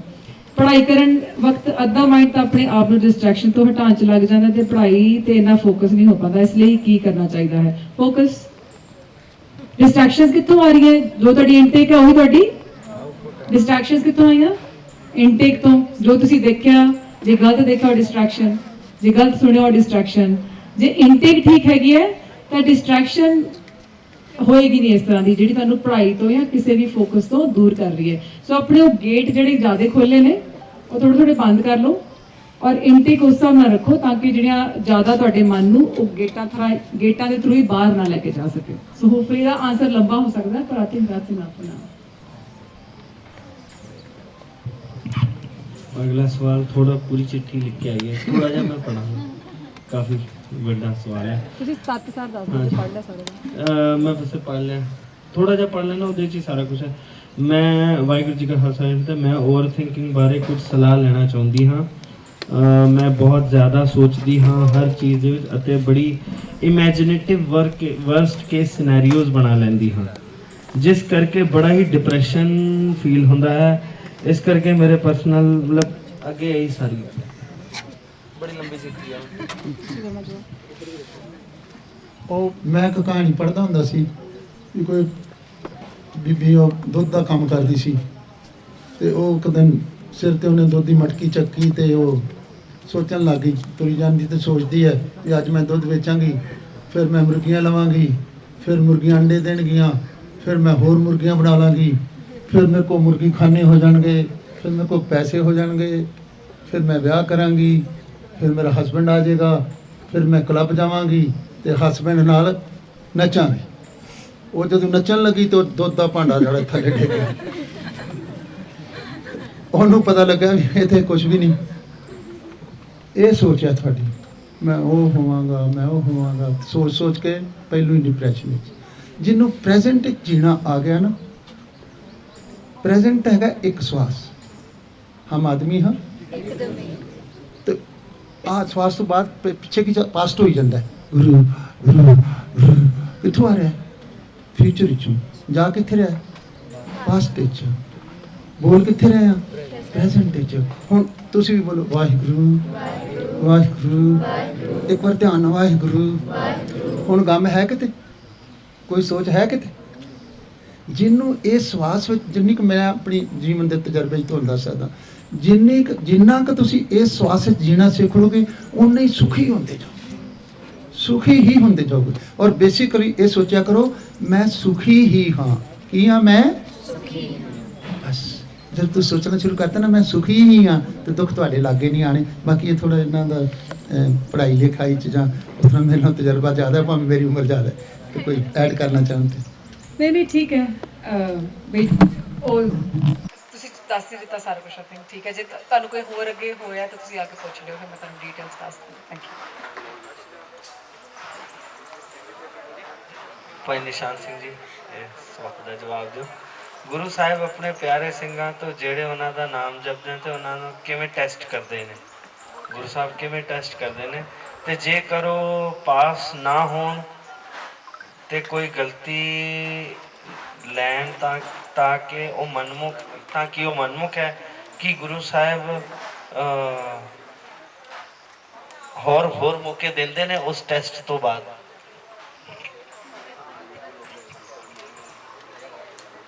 ਗੁਰੂ ਸਾਹਿਬ ਤੇ ਸਦਾ ਹੀ ਬਖਸ਼ਣਹਾਰ ਹਨ। ਠੀਕ ਹੈ ਜੀ, ਡਿਪੈਂਡ ਇਹ ਕਰਦਾ ਕਿ ਅਸੀਂ ਕਿੰਨੀਆਂ ਕੁ ਭੁੱਲਾਂ ਕਰਕੇ ਤੇ ਫਿਰ ਉਸ ਟੈਸਟ ਨੂੰ ਪਾਸ ਕਰਨਾ। ਆਪਾਂ ਲਾਈਫ ਦੇ ਵਿੱਚ ਵੀ ਆ, ਤੁਸੀਂ ਆਪਣਾ ਸਕੂਲ 'ਚ ਐਗਜ਼ਾਮ ਦਿੰਦੇ ਆ, ਸਾਡੀ ਟਰਾਈ ਹੋਣੀ ਚਾਹੀਦੀ ਕਿ ਅਸੀਂ ਫਸਟ ਟਾਈਮ ਉਸ ਨੂੰ ਕਲੀਅਰ ਕਰੀਏ। ਪਰ ਜਦੋਂ ਐਗਜ਼ਾਮ ਹੁੰਦਾ ਉਸ ਤੋਂ ਪਹਿਲਾਂ ਸਾਨੂੰ ਪਤਾ ਹੁੰਦਾ ਕਿ ਸਾਡਾ ਐਗਜ਼ਾਮ ਹੋਣ ਵਾਲਾ, ਸਮਝੇ ਕਿ ਨਹੀਂ? So there is always time for preparation. ਹੁਣ ਬਾਕੀ ਜਿਹੜੀ ਖੇਡ ਹੈ, ਦੁੱਖ ਵਿੱਚ ਜੰਮਣ, ਦੁੱਖ ਮਰਨ, ਦੁੱਖ ਵਰਤਣ ਸੰਸਾਰ, ਅਸਲ 'ਚ ਹੁੰਦਾ ਕੀ ਹੈ, ਜਿਹੜੇ ਗੁਰੂ ਦੇ ਸਿੱਖ ਨਹੀਂ ਵੀ ਹੈ ਦੁਖੀ ਤੇ ਉਹ ਵੀ ਬਹੁਤ ਹੈ। ਉਹ ਜਦੋਂ ਫਿਰ ਸਾਡੇ ਤੇ ਆ ਕੇ ਦੁੱਖ ਪੈਂਦਾ, ਅਸੀਂ ਉਹਨੂੰ ਹੋਰ ਹੀ ਕਿਸੇ ਕੰਟੈਸਟ 'ਚ ਲੈ ਲੈਂਦੇ ਹਾਂ। ਜੰਮਣਾ ਵੀ ਦੁੱਖ ਹੈ, ਮਰਨਾ ਵੀ ਦੁੱਖ ਹੈ, ਜਿਉਣਾ ਵੀ ਦੁੱਖ ਹੈ ਪੁੱਤਰ। ਉਹਦੇ ਵਿੱਚ ਸੁੱਖ ਸਿਰਫ ਪਰਮੇਸ਼ਰ ਦਾ ਨਾਮ ਹੈ। ਠੀਕ ਹੈ ਜੀ, ਇਹ ਗੱਲਾਂ ਨਾ ਨਿੱਕੀਆਂ ਨਿੱਕੀਆਂ ਭਾਵੇਂ ਆ, ਪਰ ਘੁੰਮ ਕੇ ਉੱਥੇ ਇੱਕ ਜਿਹੀ ਹੀ ਆ ਜਾਂਦੀਆਂ ਨੇ। ਪਿੱਛੇ ਬੱਚੀ ਨੇ ਕਿਹਾ ਸੀਗਾ ਕਿ ਸਟੂਡੈਂਟ ਲਾਈਫ ਪਲੱਸ ਸਿਮਰਨ ਜਿਹੜਾ ਵਾ ਉਹ ਔਖਾ ਕਰਨਾ। ਐਕਚੁਅਲੀ ਮੇਰਾ ਓਪੀਨੀਅਨ ਕੰਪਲੀਟਲੀ ਡਿਫਰੈਂਟ ਹੈ ਤੋਂ। ਜੇ ਤੁਸੀਂ ਸਿਮਰਨ ਕਰੋਗੇ ਤੁਹਾਡੀ ਕਨਸੈਂਟਰੇਸ਼ਨ ਪਾਵਰ ਵੱਧ ਜਾਏਗੀ, you will study much better. ਤੁਸੀਂ ਥੋੜਾ ਟਾਈਮ ਪੜ੍ਹ ਕੇ ਬਹੁਤ ਵਧੀਆ ਆਪਣੇ ਮਾਰਕਸ ਲਓਗੇ। And that was the case with me van I was in school and college. ਬਹੁਤ ਘੱਟ ਪੜ੍ਹਦੇ ਸੀ, ਪਰ ਜ਼ਿਆਦਾ ਬਾਣੀ ਵੱਲ ਧਿਆਨ ਹੋਣ ਕਰਕੇ, ਕਿਉਂਕਿ ਚਿੱਤ ਲੱਗਾ ਨਾ ਤੁਹਾਡਾ, ਤੁਹਾਨੂੰ ਟਿਕਾਉਣਾ ਆ ਗਿਆ ਆਪਣਾ ਮਨ ਪੁੱਤਰ ਜੀ। ਸਾਰੀ ਗੇਮ ਇੱਥੇ ਹੈ। ਲੋੜ ਤੋਂ ਬਹੁਤ ਵੱਧ ਸੋਚਦੇ ਤੁਸੀਂ ਤੇ ਆਹ ਕੁਐਸਚਨ ਜਿਹੜੇ ਤੁਸੀਂ ਪੁੱਛੀ ਜਾਂਦੇ ਸਾਡੇ ਤੇ ਕਦੀ ਮਨ 'ਚ ਨਹੀਂ ਆਏ। ਤੇ ਇਹ ਜਿਹੜੀ ਚੀਜ਼ਾਂ ਤੁਸੀਂ ਪੁੱਛ ਰਹੇ ਨਾ ਪੁੱਤਰ, ਆਪਣੇ ਹੁਣ ਤੇ ਕਨਸੈਂਟਰੇਟ ਕਰੋ। ਹੁਣ ਹੀ ਸੋਚੀ ਜਾਈਏ ਮੈਂ 40 ਸਾਲ ਦਾ ਹੋ ਕੇ ਕੀ ਕਰਾਂਗਾ, 50 ਦਾ ਕੀ ਕਰਾਂਗਾ। ਏਮ ਰੱਖਣਾ ਬਹੁਤ ਜ਼ਰੂਰੀ ਹੈ, ਪਰ ਉਹਦੇ ਉੱਤੇ ਓਵਰ ਥਿੰਕ ਕਰਨਾ ਉਹ ਜਿਹੜਾ ਉਹ ਬਹੁਤ ਜ਼ਿਆਦਾ ਬੈਨੀਫੀਸ਼ੀਅਲ ਨਹੀਂ ਤੁਹਾਡੀ ਫਿਜ਼ੀਕਲ ਐਂਡ ਮੈਂਟਲ ਸਟੇਟ ਵਾਸਤੇ। ਤੁਸੀਂ ਆਪਣੇ ਆਪ ਨੂੰ ਇਹਨਾਂ ਚੀਜ਼ਾਂ ਤੋਂ ਕਨਸੈਂਟਰੇਟ ਕਰੋ ਪੁੱਤਰ। ਐਗਜ਼ਾਮ ਹੋਏਗਾ, ਜੇ ਗੁਰੂ ਸਾਹਿਬ ਐਗਜ਼ਾਮ ਪਾਉਂਦੇ ਆ ਨਾ, ਉਹ ਮਲਟੀਪਲ ਚੋਇਸ ਵਾਂਗੂ ਨਾ ਥੋੜੀ ਥੋੜੀ ਤੁਹਾਨੂੰ ਚੋਇਸ ਵੀ ਦਿੰਦੇ, ਨਾਲ ਤੁਹਾਨੂੰ ਉਹ ਕੋਸ਼ਿਸ਼ ਕਰਦੇ ਮੇਰਾ ਪੁੱਤਰ ਪਾਸ ਹੋਵੇ। ਕਦੀ ਕਿਸੇ ਟੀਚਰ ਦੀ ਇੰਟੈਂਸ਼ਨ ਹੁੰਦੀ ਕਿ ਮੇਰਾ ਸਟੂਡੈਂਟ ਫੇਲ ਹੋਵੇ, ਮਾਂ ਪਿਓ ਦੀ ਇੰਟੈਂਸ਼ਨ ਹੁੰਦੀ ਕਿ ਮੇਰਾ ਪੁੱਤਰ ਨਲਾਇਕ ਹੋਵੇ। ਗੁਰੂ ਦੀ ਇੰਟੈਂਸ਼ਨ ਕਦੀ ਨਹੀਂ ਹੈ ਕਿ ਮੇਰਾ ਸਿੱਖ ਨਲਾਇਕ ਹੋਵੇ। ਉਹ ਜ਼ਰੂਰ ਓਪਰਚੁਨਿਟੀਜ਼ ਕ੍ਰੀਏਟ ਕਰਦੇ ਆ। In case worse case scenario ਅਸੀਂ ਉਸ ਓਪਰਚੁਨਿਟੀਜ਼ ਨੂੰ ਯੂਜ਼ ਨਹੀਂ ਕਰ ਪਾਉਂਦੇ and we think we fail. we will definitely get a second chance। ਪਰ ਉਹਦਾ ਮਤਲਬ ਇਹ ਨਹੀਂ ਹੈ ਕਿ let's give exam next time, ਉਹ ਨਹੀਂ ਹੈਗਾ। ਕੱਲ ਵੀ ਅਸੀਂ ਗੱਲ ਕੀਤੀ ਸੀ ਪੁੱਤਰ, ਇੱਕ ਗਲਤੀ ਤੁਸੀਂ ਕਰਦੇ ਨੇ ਨਾ, ਉਹ ਤੁਹਾਡੀ ਆਤਮਾ ਦੇ ਉੱਤੇ, ਮਨ ਦੇ ਉੱਤੇ ਇੱਕ ਬਹੁਤ ਵੱਡੀ ਛਾਪ ਛੱਡ ਜਾਂਦੀ ਹੈ। ਕਈ ਵਾਰ ਤੁਸੀਂ ਪੰਜ ਪਿਆਰੇ ਕੋ ਪੇਸ਼ ਵੀ ਹੋ ਆਓਗੇ, ਤੁਸੀਂ ਗਲਤੀ ਵੀ ਉਸ ਦੀ ਮੰਨ ਲਓਗੇ, ਤੁਸੀਂ ਸਾਰਾ ਕਰ ਲੋਗੇ, ਬਟ ਗੁਰੂ ਸਾਹਿਬ ਨੇ ਭਾਵੇਂ ਮਾਫ ਕਰ ਦਿੱਤਾ, you may not even able to get over that. ਇਹ ਬਹੁਤ ਇੰਪੋਰਟੈਂਟ ਹੁੰਦਾ। ਇਹ ਗੱਲ ਕੱਲ ਹੋਈ ਸੀਗੀ, ਇੱਥੇ ਵੀ ਹੋਈ ਸੀਗੀ ਕਿ ਅਸੀਂ ਉਸ ਚੀਜ਼ ਤੋਂ ਮੁੜ ਕੇ ਗੈਟ ਓਵਰ ਨਹੀਂ ਹੋ ਸਕਦੇ। ਇਸ ਕਰਕੇ ਪੁੱਤਰ save your self for your self. ਠੀਕ ਹੈ ਜੀ।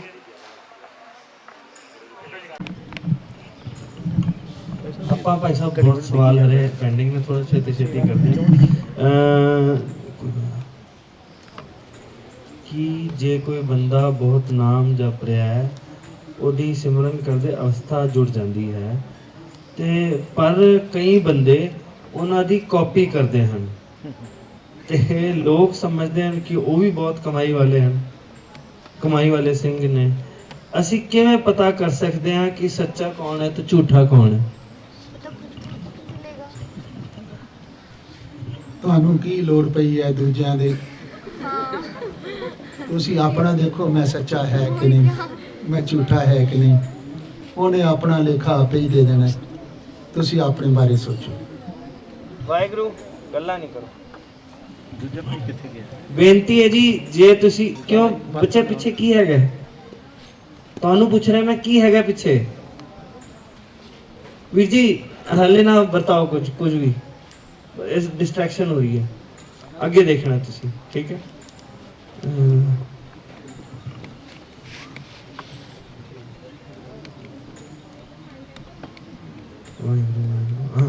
ਵਾਹਿਗੁਰੂ ਜੀ, ਮੇਰਾ ਸਵਾਲ ਹੈ ਕਿ ਬਚਪਨ ਵਿੱਚ ਮੈਂ ਬਹੁਤ ਮੌਤਾਂ ਦੇਖੀਆਂ ਹਨ ਤੇ ਇੱਕ ਵਾਰ ਜਦੋਂ ਮੋਹ ਪੈ ਜਾਂਦਾ ਹੈ ਤਾਂ ਸੈਪਰੇਸ਼ਨ ਬੜਾ ਔਖਾ ਹੋ ਜਾਂਦਾ ਹੈ।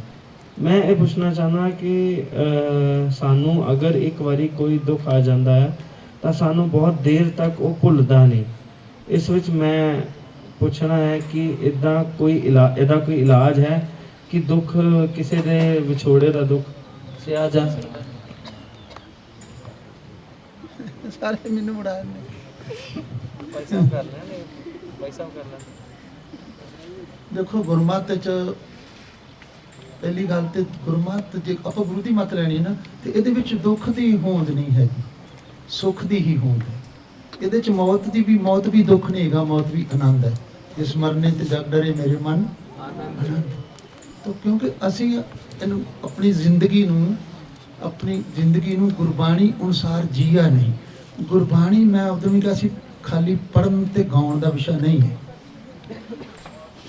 ਗੁਰਬਾਣੀ ਮੰਨਣ ਦਾ ਵਿਸ਼ਾ ਆ, ਚੱਲਣ ਦਾ ਵਿਸ਼ਾ ਆ। ਤਾਂ ਜਦੋਂ ਤੁਸੀਂ ਗੁਰਬਾਣੀ ਨੂੰ ਜੀਓਗੇ ਨਾ, ਇਹ ਸਾਰੇ ਦੁੱਖ ਤਕਲੀਫਾਂ ਆਪਣੇ ਆਪ ਦੂਰ ਹੋ। ਸੁੱਖ ਕਿੱਥੇ, ਦੁੱਖ ਕਿੱਥੇ ਆ, ਸੈਪਰੇਸ਼ਨ ਕਿੱਥੇ ਆ? ਮੌਤ ਹੈ ਹੀ ਨਹੀਂ ਤੇ ਮੈਂ ਉਹਦੇ ਬਾਰੇ ਦੱਸਦਾ। ਜਿਹੜੀ ਚੀਜ਼ ਹੈ ਹੀ ਨਹੀਂ, ਮੈਂ ਜੋ ਪੜਿਆ, ਜੋ ਮੈਂ ਸਮਝਿਆ, ਮੈਨੂੰ ਤੇ ਪਤਾ ਮੌਤ ਹੈ ਹੀ, ਮਰਨਾ ਕਿਸੇ ਨੇ ਨਹੀਂ। ਉਹਨੇ ਫਿਰ ਜਨਮ ਲੈ ਲੈਣਾ, ਸਰੀਰ ਨੂੰ ਸਾੜ ਦੇਣਾ। ਆ ਜਿਹੜਾ ਬੋਲਦਾ ਪਿਆ ਨੇ ਫਿਰ ਜਨਮ ਲੈ ਲੈਣਾ, ਤਾਂ ਮਰਿਆ ਤਾਂ ਕੋਈ ਵੀ ਨਹੀਂ, ਨਾ ਕੁਛ ਜਨਮੇ ਨਾ ਕੁਛ ਮਰੇ, ਆਪਨ ਚਲਤ ਆਪ ਹੀ ਕਰੇ। ਤਾਂ ਇਸ ਕਰਕੇ ਤੁਸੀਂ ਜ਼ਿਆਦਾ ਅਟੈਚ ਹੋ ਗਏ ਕਿਸੇ ਨਾਲ ਨਹੀਂ। ਜਿੰਨਾ ਸਾਡੀ ਮਾਂ ਆ, ਮਾਂ ਨੂੰ ਥਾਂ ਦੇਣੀ, ਪਿਓ ਆ ਪਿਓ ਦੀ ਥਾਂ ਦੇਣੀ ਹੈ, ਘਰ ਵਾਲੀ ਆ ਘਰ ਥਾਂ ਰੱਖਣਾ, ਭਰਾ ਨੇ ਉਹਨਾਂ ਨੂੰ ਉਹ ਥਾਂ ਦੇਣੀ ਹੈ। ਪਰ ਗੁਰਮਤਿ ਦਾ ਜੀਣਾ ਇਹ ਆ ਵੀ ਹਾਏ ਨਾ ਨਿਕਲੇ। ਜੇ ਨਿਕਲ ਗਈ ਹਾਏ ਫਿਰ ਤੁਸੀਂ ਫਸ ਗਏ।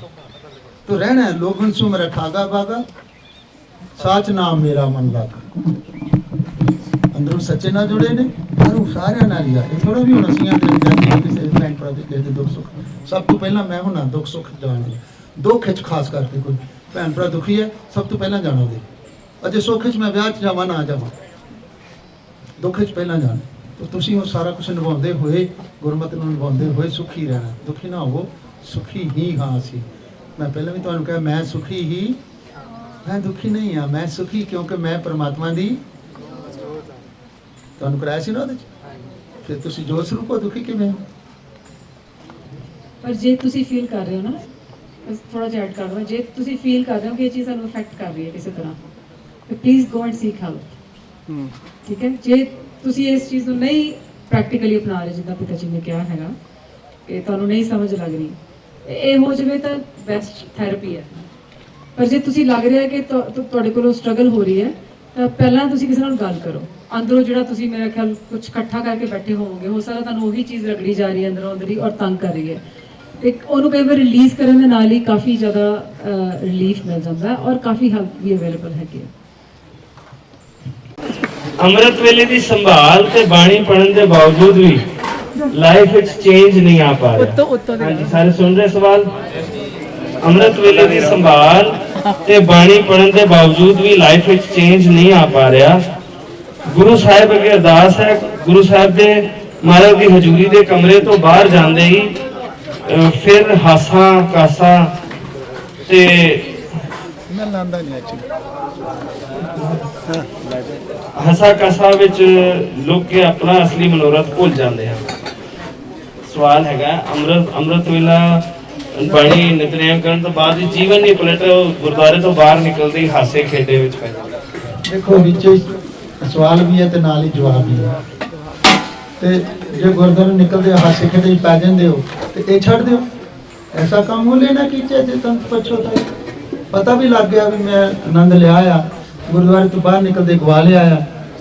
ਰਾਤੀ ਮੇਰੇ ਕੋਲ ਜਿਹੜੇ 10-12 ਇੱਥੇ ਸੀਗੇ, ਉਹਨਾਂ ਨੂੰ ਕੀ ਕਿਹਾ ਸੀ ਮੈਂ ਵੀ ਹੁਣ ਚੱਲੇ ਹੋ ਤੇ ਇਦਾਂ ਹੀ ਜਾ ਕੇ ਸੌਂ ਜਾਓ, ਇਹੋ ਹੀ ਆਨੰਦ 'ਚ ਸੌਂ ਜਾਓ ਤੇ ਇਸੇ ਹੀ ਆਨੰਦ 'ਚ ਉੱਠ ਪਓਗੇ। ਜਿਹਨੇ ਕਿਤੇ ਪ੍ਰੈਕਟੀਕਲ ਕਿਸੇ ਇੱਕ ਨੇ ਵੀ ਕੀਤਾ ਹੋਵੇ ਜ਼ਰੂਰ ਹੋਇਆ ਹੋਵੇਗਾ ਉਹਦੇ ਨਾਲ। ਤੇ ਜੇ ਤੁਸੀਂ ਇੱਥੇ ਹੀ ਗੱਲਾਂ ਬਾਤਾਂ ਲੱਗ ਗਏ ਤੇ ਤੁਸੀਂ ਫਿਰ ਲੁਟਾ ਲਿਆ। ਤਾਂ ਭਾਈ ਆਪੇ ਤੇ ਕੋਈ ਕੁਐਸਚਨ ਵੀ ਹੈਗਾ ਤਾਂ ਉਹਦਾ ਜਵਾਬ ਵੀ ਹੈਗਾ। ਆਏਗਾ ਆਨੰਦ ਜੇ ਸਾਹਮਣੇਗਾ, ਸਾਹਮਣੇ ਵੀ ਪੈਣਾ ਨਾ, ਕਮਾਈ ਕਰਕੇ ਸਾਹਮਣੇ ਪੈਣੀ ਨਾ। ਮੈਂ 50,000 ਰੁਪਏ ਮੇਰੀ ਤਨਖਾਹ ਆ, ਮੰਨ ਲਓ ਮੇਰੀ ਤਨਖਾਹ 50,000 ਰੁਪਏ, ਵਾਹਿਗੁਰੂ ਤੇ ਮੈਂ ਘਰ ਨੂੰ ਜਾਂਦਾ ਨਹੀਂ, ਜੂਏ 'ਚ ਹੀ ਖੇਡਾਉਣਾ, ਜੂਏ 'ਚ ਹੀ ਹਾਰ ਆਉਣਾ। ਫਿਰ ਮੈਂ ਕਹਿੰਦਾ ਯਾਰ ਬੜਾ ਮਾੜਾ ਹੋਇਆ, ਤਨਖਾਹ ਤੇ 50,000 ਮਿਲੀ ਸੀ, ਪਤਾ ਨਹੀਂ ਕਿੱਥੇ ਗਈ ਹੈ। ਪਤਾ ਤਾਂ ਹੈਗਾ ਤੈਨੂੰ ਕਿੱਥੇ ਗਈ ਹੈ, ਉਹ ਸਭ ਕਿਸੇ ਨੂੰ ਪਤਾ ਆ, ਮੈਨੂੰ ਆਪਣਾ ਪਤਾ ਹੈ, ਸਭ ਕਿਸੇ ਨੂੰ ਪਤਾ ਆ ਵੀ ਮੈਂ ਕਿੱਥੇ ਗਵਾਇਆ। ਉਹਨੇ ਵੀ ਪੁੱਛਣਾ ਹੈ ਕਹਾਂ ਤੈ ਖੱਟਿਆ, ਕਹਾਂ ਗਵਾਇਆ, ਚਲੋ ਸਿਤਾਬ ਦੀਵਾਨ ਬੁਲਾਇਆ, ਹਰ ਫਰਮਾਨ ਦਰਗਾਹ ਕਾ ਆਇਆ। ਉਹਨੇ ਵੀ ਪੁੱਛਣਾ ਭਾਈ ਕਿੱਥੇ ਖੱਟਿਆ ਸੀ, ਕਿੱਥੇ ਗਵਾਇਆ ਸੀ। ਮੈਨੂੰ ਇਹਨਾਂ ਨੂੰ ਪਤਾ ਜਿਹੜੇ ਬੰਦੇ ਆਪਣਾ ਲੇਖਾ ਆਪ ਕਰ ਲੈਂਦੇ ਨੇ, ਉਹਨਾਂ ਦਾ ਲੇਖਾ ਧਰਮਰਾਜ ਨਹੀਂ ਕਰਦਾ। 1-2 ਮਿੰਟ ਤੇ ਲੱਗ ਜਾਣਗੇ ਪੁੱਤਰ ਜੀ, ਮੈਂ ਥੋੜਾ ਜਿਹਾ ਇਹਦੇ ਉੱਤੇ ਗੱਲ ਕਰਨਾ ਚਾਹੁੰਦਾ ਹਾਂ, ਧਿਆਨ ਨਾਲ ਸੁਣਿਓ। ਜਦੋਂ ਅਸੀਂ ਸਿਮਰਨ ਕਰਦੇ ਜਾਂ ਬਾਣੀ ਪੜ੍ਹਦੇ ਸਾਨੂੰ ਲੱਗਦਾ देयर इज नो ਚੇਂਜ। ਅਸਲ 'ਚ ਕੁਛ ਨਾ ਕੁਛ ਤੇ ਚੇਂਜ ਹੋ ਰਿਹਾ ਨਾ, ਪਰ ਸਾਨੂੰ ਪਤਾ ਨਹੀਂ ਲੱਗ ਰਿਹਾ। ਪਿਛਲੇ ਕੈਂਪ 'ਚ ਅਸੀਂ ਡਿਟੇਲ 'ਚ ਐਕਸਪਲੇਨ ਕੀਤੀ ਸੀ। ਮੈਂ ਤੁਹਾਨੂੰ ਸਿਰਫ 1-2 ਮਿੰਟਾਂ 'ਚ ਗੱਲ ਕਰਨੀ ਚਾਹੁੰਦਾ। ਆ ਮਨ ਹੈ ਸਾਡਾ, ਮੰਨ ਲਓ ਮਨ ਹੈ, ਇਹਦੇ ਉੱਤੇ ਮੈਂ ਲੱਗੀ ਜਨਮਾਂ ਦੀ, there is a thick layer. ਹੁਣ ਕੀ ਹੁੰਦਾ, ਅਸੀਂ ਸਿਮਰਨ ਜਦੋਂ ਕਰਦੇ ਵਾਹਿਗੁਰੂ ਬੋਲਦੇ ਆ, ਉੱਪਰੋਂ ਇੱਕ ਬੂੰਦ ਡਿੱਗਦੀ ਹੈ, ਉਹ ਉੱਤੇ ਡਿੱਗੀ ਹੈ ਮੈਲ ਦੇ, ਸਾਨੂੰ ਪਤਾ ਨਹੀਂ ਲੱਗਾ। ਥੱਲੇ ਮਨ ਨੂੰ ਤਾਂ ਪਤਾ ਹੀ ਨਹੀਂ ਲੱਗਾ, ਮਨ ਲੱਗਦਾ ਉਹਨੂੰ ਲੱਗਦਾ ਕੋਈ ਚੇਂਜ ਨਹੀਂ ਆ ਰਹੀ, ਪਰ ਉੱਪਰੋਂ ਕੀ ਹੋਇਆ, ਮੈਲ ਦੀ ਇੱਕ ਲੂਜ਼ਨ ਅਪ ਹੋਣ ਲੱਗ ਪਈ, ਉਹ ਲੇਅਰ ਟੌਪ ਵਨ। ਹੁਣ ਉੱਥੇ ਬਾਰ-ਬਾਰ ਵਾਹਿਗੁਰੂ ਜਾਂ ਬਾਣੀ ਰੂਪ ਜਾਂ ਸਿਮਰਨ ਰੂਪ ਜਦੋਂ ਬੂੰਦਾਂ ਡਿੱਗਦੀਆਂ ਰਹਿੰਦੀਆਂ ਨਾ, ਉਹ ਡਿਪੈਂਡ ਕਰਦਾ ਸਾਡੀ ਮੈਲ ਕਿੰਨੀ ਲੰਮਾ ਸਮਾਂ ਲੱਗੇਗਾ, ਜਾਂ 2 ਮਹੀਨੇ 2 ਸਾਲ 2 ਜਨਮ, ਇਹ ਪਰਮੇਸ਼ਰ ਜਾਣੇ। ਇੱਕ ਦਿਨ ਉਹ ਜਦੋਂ ਬੂੰਦ ਤੁਹਾਡੇ ਮੈਲ ਦੇ ਵਿੱਚ ਸ਼ੇਕ ਕਰਕੇ ਤੁਹਾਡੇ ਟੱਚ ਕਰੇਗੀ ਨਾ ਸਕਿਨ ਨੂੰ, ਤੁਹਾਨੂੰ ਫੀਲ ਹੋਏਗੀ ਠੰਡੀ ਬੂੰਦ, ਉਸ ਦਿਨ ਤੁਹਾਨੂੰ ਵਾਹਿਗੁਰੂ ਤੁਹਾਨੂੰ ਲੱਗੇਗਾ ਮੈਨੂੰ ਸਾਰੇ ਜਨਮ ਦਾ ਹੀ ਫਲ ਮਿਲ ਗਿਆ, ਜਿਹੜਾ ਤੁਸੀਂ ਕਹਿੰਦੇ ਨਾ ਸਾਨੂੰ ਮਿਲਦਾ ਨਹੀਂ। ਬਾਕੀ ਉਹ ਪੁਆਇੰਟ ਬਹੁਤ ਹੈ, ਵੈਸੇ ਵੀ ਅਸੀਂ ਪਹਿਲਾਂ ਵੀ ਥੋੜਾ ਜਿਹਾ ਗੁੱਸੇ 'ਚ ਵੀ ਡਿਸਕਸ ਕੀਤਾ ਸੀਗਾ ਕਿ ਤੁਸੀਂ ਸੀਰੀਅਸ ਨਹੀਂ ਹੁੰਦੇ। ਪੁੱਤਰ ਜੀ, ਸਟੂਡੈਂਟ ਹੋਵੋ, ਜੌਬ ਤੇ ਹੋਵੋ, ਲਾਈਫ ਦੇ ਵਿੱਚ ਕਿਤੇ ਵੀ ਕੁਝ ਕਰਨਾ ਹੈ, you have to be serious. ਇੱਕ ਮੈਂ ਨਾ ਰੀਅਲ ਕਹਾਣੀ ਪੜ੍ਹੀ ਸੀ, ਕੋਈ ਗੁਰਸਿੱਖ ਦੀ, ਇੰਗਲਿਸ਼ ਸਿੱਖ ਸੀਗਾ, ਤੇ ਉਹ ਆਪਣੇ ਬੱਚੇ ਨੂੰ ਕਹਿੰਦਾ ਵੀ ਜਿਵੇਂ ਨਦੀ ਵਗਦੀ ਨਾ, ਉਹਨਾਂ ਦੇ ਘਰ ਦੇ ਲਾਗੇ ਤਾਂ ਨਦੀ ਵਗਦੀ ਸੀ, ਤੇ ਆਪਣੇ ਗ੍ਰੈਂਡਸਨ ਨੂੰ ਕਹਿੰਦਾ ਵੀ ਕਾਕਾ ਆ ਟੋਕਰੀ ਪਈ ਆ, ਉਹਦੇ 'ਚ ਕੋਲੇ ਪਏ ਨੇ, ਇਹ ਟੋਕਰੀ ਜਿਹੜੀ ਇਹਨਾਂ ਨੂੰ ਖਾਲੀ ਕਰ ਤੇ ਛੇਤੀ ਜਾ ਦੌੜ ਕੇ ਉੱਥੋਂ ਇਸ ਟੋਕਰੀ 'ਚ ਪਾਣੀ ਭਰ ਕੇ ਲਿਆ। ਉਹ ਦੌੜ ਕੇ ਜਾਂਦਾ, ਪਾਣੀ ਤੇ ਟੋਕਰੀ 'ਚ ਆਉਣਾ ਨਹੀਂ, ਉੱਥੇ ਵਗ ਗਿਆ। ਉਹ ਕਹਿੰਦਾ ਵੀ ਇੱਥੇ ਪਾਣੀ ਆਇਆ ਨਹੀਂ, ਰਹਿਣ ਦੇ, ਇੱਕ ਵਾਰੀ ਹੋਰ ਦੌੜ ਕੇ ਜਾ। ਉਹ ਦੁਬਾਰਾ ਗਿਆ, ਉਹ ਪਾਣੀ ਫੇਰ ਨਹੀਂ ਆਇਆ। ਉਹਨੂੰ ਫਿਰ ਕਹਿੰਦਾ ਤੀਜੀ ਵਾਰੀ ਫੇਰ ਜਾ। ਉਹ ਕਹਿੰਦਾ ਪਾਪਾ ਵੀ ਮੈਂ ਤੈਨੂੰ ਪਤਾ ਵੀ ਪਾਣੀ ਤਾਂ ਚਾਹ ਨਹੀਂ ਰਿਹਾ, ਤੁਸੀਂ ਮੈਨੂੰ ਵਾਰ-ਵਾਰ ਕਹਿ ਰਹੇ ਹੋ। ਕਹਿੰਦਾ ਨਹੀਂ, ਇੱਕ ਵਾਰੀ ਮੇਰੇ ਆਖੇ ਲਾ ਕੇ ਹੋਰ ਜਾ। ਪਾਇਆ, ਕਹਿੰਦਾ ਦੇਖਿਆ ਮੈਂ ਤੁਹਾਨੂੰ ਕਿਹਾ ਸੀ ਵੇਸਟ ਪਾਣੀ ਤਾਂ ਆਉਣਾ ਨਹੀਂ, ਕਹਿੰਦਾ ਜਰਾ ਟੋਕਰੀ ਵੱਲ ਵੇਖ, 4 ਵਾਰੀ ਪਾਣੀ ਚ ਪਾਈ ਤੇ ਟੋਕਰੀ ਸਾਫ਼ ਹੋ ਗਈ। ਬਾਣੀ ਤੁਹਾਡੇ ਮਨ ਨੂੰ ਸਾਫ਼ ਕਰੇਗੀ। ਬਾਣੀ ਦਾ ਸੁਭਾਅ ਹੀ ਹੈ ਪਾਪਾਂ ਨੂੰ ਸਾੜਨਾ, ਨਾਮ ਦਾ ਸੁਭਾਅ ਹੀ ਹੈ ਤੁਹਾਨੂੰ ਤਾਰਨਾ। ਜਿਹੜੀ ਚੀਜ਼ ਦਾ ਸੁਭਾਅ ਹੀ ਹੈ ਵੀ ਤਾਰਨਾ ਹੀ ਇੰਨੇ ਤੇ ਉਹ ਤੁਹਾਨੂੰ ਡੋਬੇਗੀ ਕਿਵੇਂ? ਗੁਰੂ ਦਾ ਸੁਭਾਅ ਹੀ ਹੈ ਤਾਰਨਾ, ਗੁਰੂ ਦਾ ਸੁਭਾਅ ਮਾਰਨਾ ਹੈ ਹੀ ਨਹੀਂ।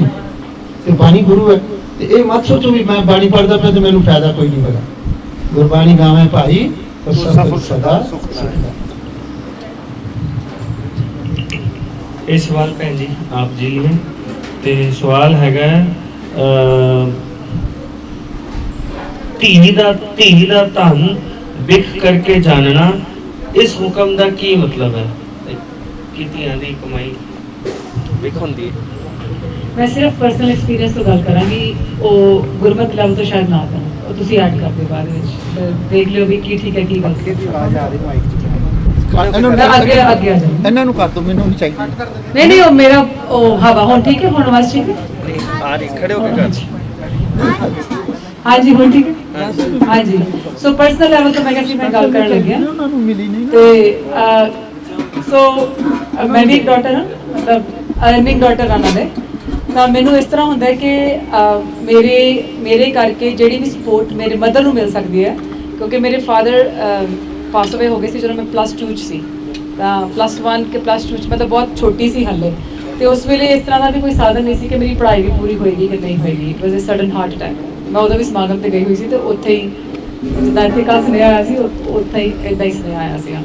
ਚਲੋ, ਤੇ ਉਦੋਂ ਹੀ ਮੈਂ ਸੋਚ ਲਿਆ ਸੀਗਾ ਕਿ ਕਿਸੇ ਤੇ ਡਿਪੈਂਡ ਨਹੀਂ ਹੋਣਾ, ਕਿਉਂਕਿ ਮੈਨੂੰ ਇਹ ਪਤਾ ਕਿ ਮੇਰੇ ਮਦਰ ਨੇ ਮੇਰੀ ਪੜ੍ਹਾਈ ਕਿਵੇਂ, ਉਸ ਤੋਂ ਬਾਅਦ ਸਿਰਫ +1 +2 ਨਹੀਂ, ਗ੍ਰੈਜੂਏਸ਼ਨ ਵੀ, ਮਾਸਟਰਸ ਵੀ, PhD ਲਈ ਵੀ ਮੈਨੂੰ ਭੇਜਿਆ। ਉਹ ਪੈਸੇ ਤਾਂ ਚਾਹੀਦੇ ਹੀ ਨੇ ਨਾ, ਕਿੱਥੋਂ ਆਣਗੇ?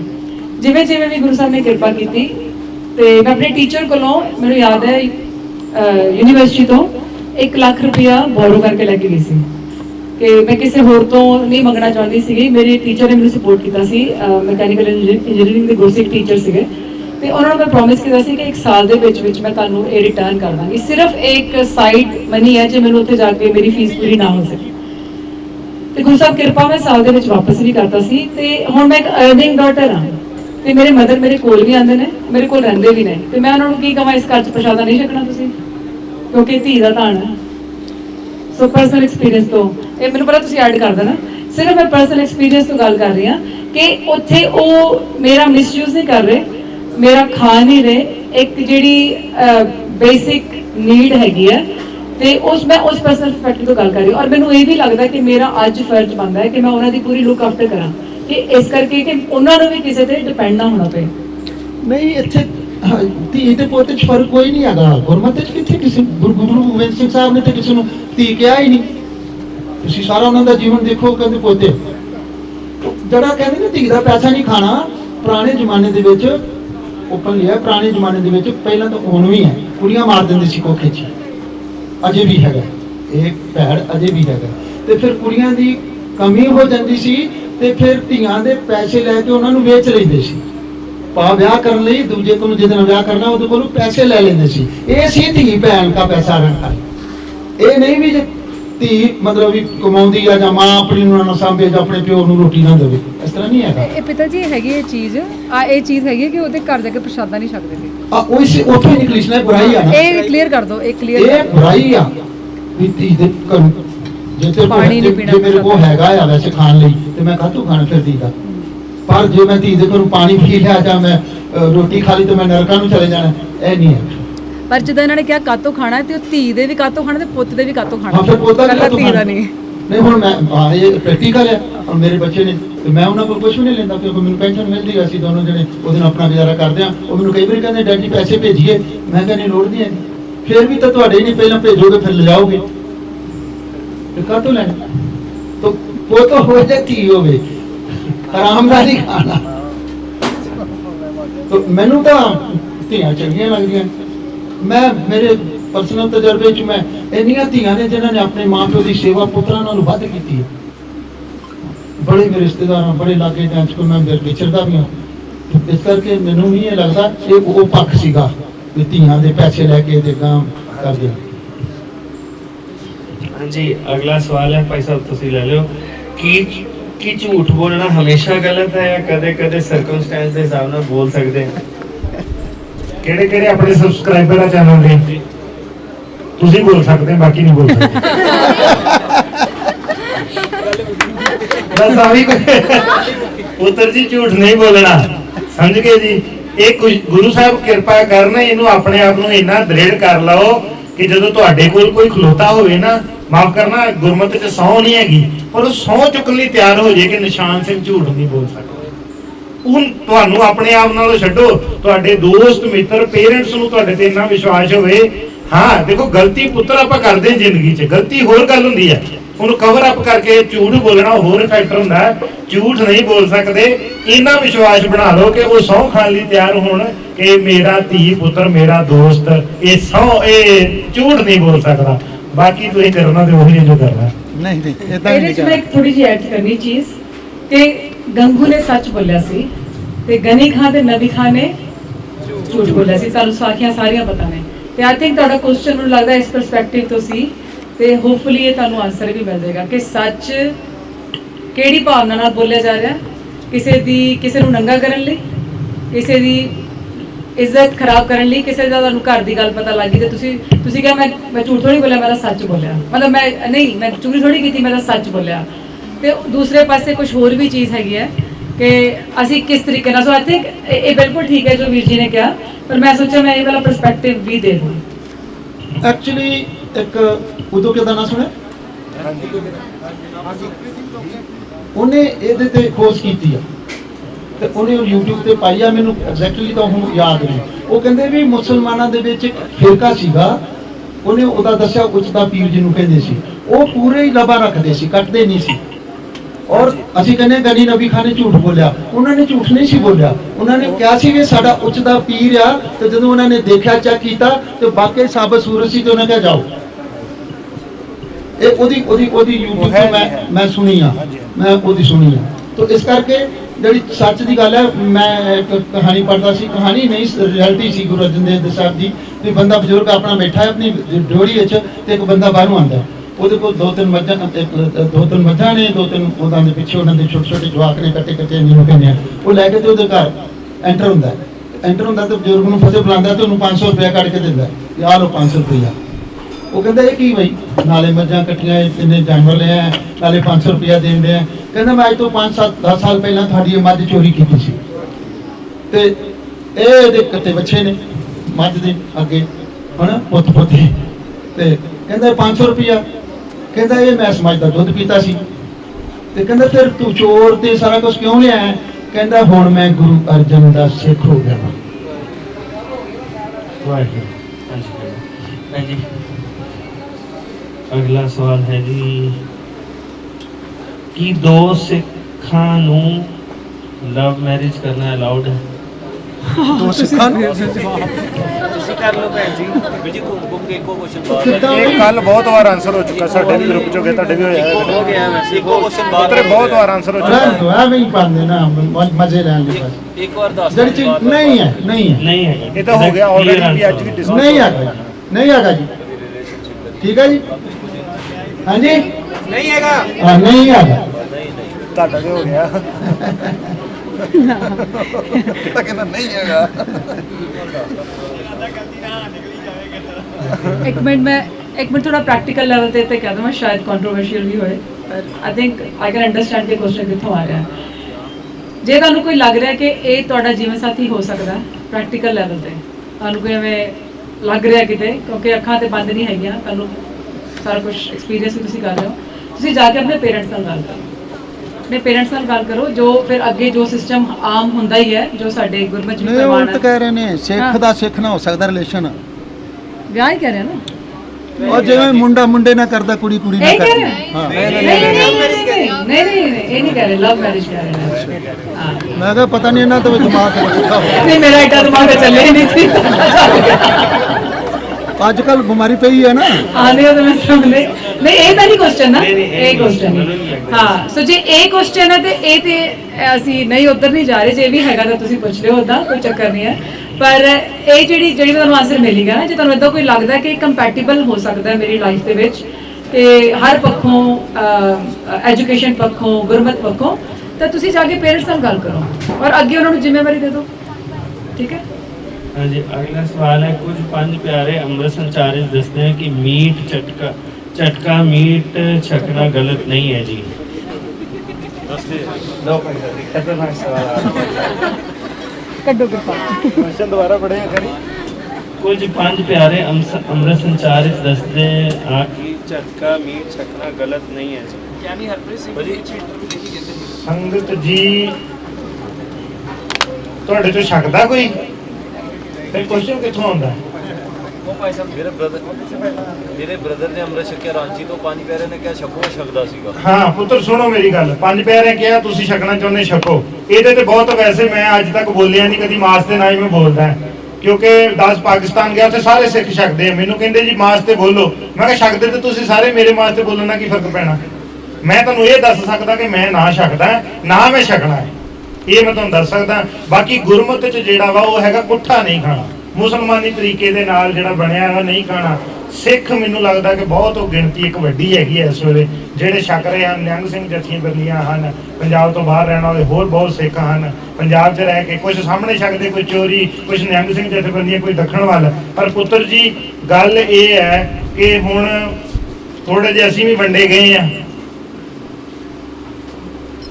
ਮੈਂ ਹੁਣ ਕਈ ਗੱਲਾਂ ਜਿਹੜੀਆਂ ਨਹੀਂ ਕੱਢਣਾ ਚਾਹੁੰਦਾ ਮੂੰਹ ਦੇ ਵਿੱਚੋਂ ਸਮਝ ਗਏ ਕਿ ਨਹੀਂ ਅਸੀਂ ਵੀ ਵੰਡੇ ਗਏ ਆ ਔਰ ਕਈ ਚੀਜ਼ ਥਾਵਾਂ ਤੇ ਮਰਿਆਦਾ ਵੀ ਬਦਲ ਗਈਆਂ ਹਨ ਭਾਈ ਸਾਹਿਬ ਵੀ ਮੈਨੂੰ ਲੱਗਦਾ ਕੁਝ ਕਹਿਣਾ ਚਾਹੁੰਦੇ ਮੈਂ ਤਾਂ ਇੰਨਾ ਹੀ ਕਹਿਣਾ ਚਾਹੁੰਦਾ ਮਿਲਣਾ ਹੈ ਰੱਬ ਨੂੰ ਕਿ ਮਾਸ ਖਾਣਾ ਤੇ ਜਿਨ੍ਹਾਂ ਨੇ ਮਿਲਣਾ ਹੈ ਨਾ ਫਿਰ ਉਹਨਾਂ ਨੂੰ ਪੁੱਛੋ ਕੀ ਖਾਂਦੇ ਹੋ ਠੀਕ ਹੈ ਮੇਰੀ ਗੱਲ ਪਹਿਲਾਂ ਅੰਡਰਸਟੈਂਡ ਕਰ ਲਈ ਨਹੀਂ ਮਿਲਿਆ ਹੋਇਆ ਹੀ ਦੱਸੇਗਾ ਨਾ ਕੀ ਖਾਣਾ ਤੇ ਕੀ ਨਹੀਂ ਖਾਣਾ ਤੇ ਗੁਰੂ ਅਰਜਨ ਨੂੰ ਪੁੱਛੋ ਕੀ ਖਾਣਾ ਚਾਹੀਦਾ ਉਹ ਕਹਿੰਦੇ ਨੇ ਪਾਣੀ ਅੰਨ ਨਾ ਭਾਵੈ ਮਰੀਏ ਬਿਨ ਫਿਰ ਕਿਉਂ ਸੁਖ ਪਾਈ ਉਹਦਾ ਤੇ ਪਾਣੀ ਵੀ ਨਹੀਂ ਲੰਘਦਾ ਪਿਆ ਤੇ ਮਾਸ ਕਿੱਥੋਂ ਆ ਗਿਆ ਵਿੱਚ ਲੰਘਦਾ ਪਿਆ ਉਹ ਕਹਿੰਦਾ ਹਰ ਰੁੱਖੀ ਰੋਟੀ ਖਾਏ ਸਮਾਲੀ ਅੰਤਰ ਬਾਹਰ ਹਰ ਨਦਰ ਨਿਹਾਲੀ ਖਾਏ ਖਾਏ ਕਰੇ ਵੱਧ ਫੈਲੀ ਜਾਨ ਵਿਸੂ ਕੀ ਬਾੜੀ ਜੀ ਇਹ ਗੁਰੂ ਅਰਜਨ ਕਹਿੰਦੇ ਨੇ ਬਾਬੇ ਫਰੀਦ ਨੂੰ ਪੁੱਛ ਲਓ ਫਰੀਦਾ ਰੋਟੀ ਮੇਰੀ ਕਾਟ ਕੀ ਲਾਵਣ ਮੇਰੀ ਭੁੱਖ ਜਿਨ੍ਹਾਂ ਖਾਦੀ ਚੋਪੜੀ ਤੇ ਮਾਸ ਖਾਣ ਵਾਲੇ ਨਹੀਂ ਸਹਿਣਦੇ ਦੋ ਤੇ ਜਾ ਕੇ ਪੁੱਛ ਲਿਓ ਉਹਨਾਂ ਨੂੰ ਪ੍ਰੈਕਟੀਕਲੀ ਪੁੱਛ ਲਿਓ ਮੈਂ ਪੁੱਛਿਆ ਮੇਰੇ ਆਪਣਿਆਂ ਨੂੰ ਜ਼ਿੰਦਗੀ 'ਚ ਕੋਈ ਨਹੀਂ ਸੁਖੀ ਅਸੀਂ ਮਾਸ ਮੂਸ ਦਾ ਕੋਈ ਝਗੜਾ ਨਹੀਂ ਉਹਨਾਂ ਕੋਲ ਬੜੀਆਂ ਦਲੀਲਾਂ ਨੇ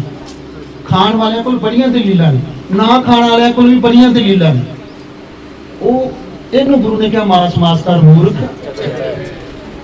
ਜਿਹਨੇ ਖਾਣਾ ਖਾ ਲੈ ਨਾ 100 ਜਨ 200 ਜਨ ਮਾਸ ਹੀ ਖਾ ਲੈ ਕੀ ਉਹ ਚੱਲਾ ਖਾ ਲੈ ਸਾਡੇ ਨਾਲ ਇਸ ਵਿਸ਼ੇ ਤੇ ਗੱਲ ਤੁਸੀਂ ਉਹ ਕਰੋ ਵੀ ਰੱਬ ਨੂੰ ਮਿਲਣਾ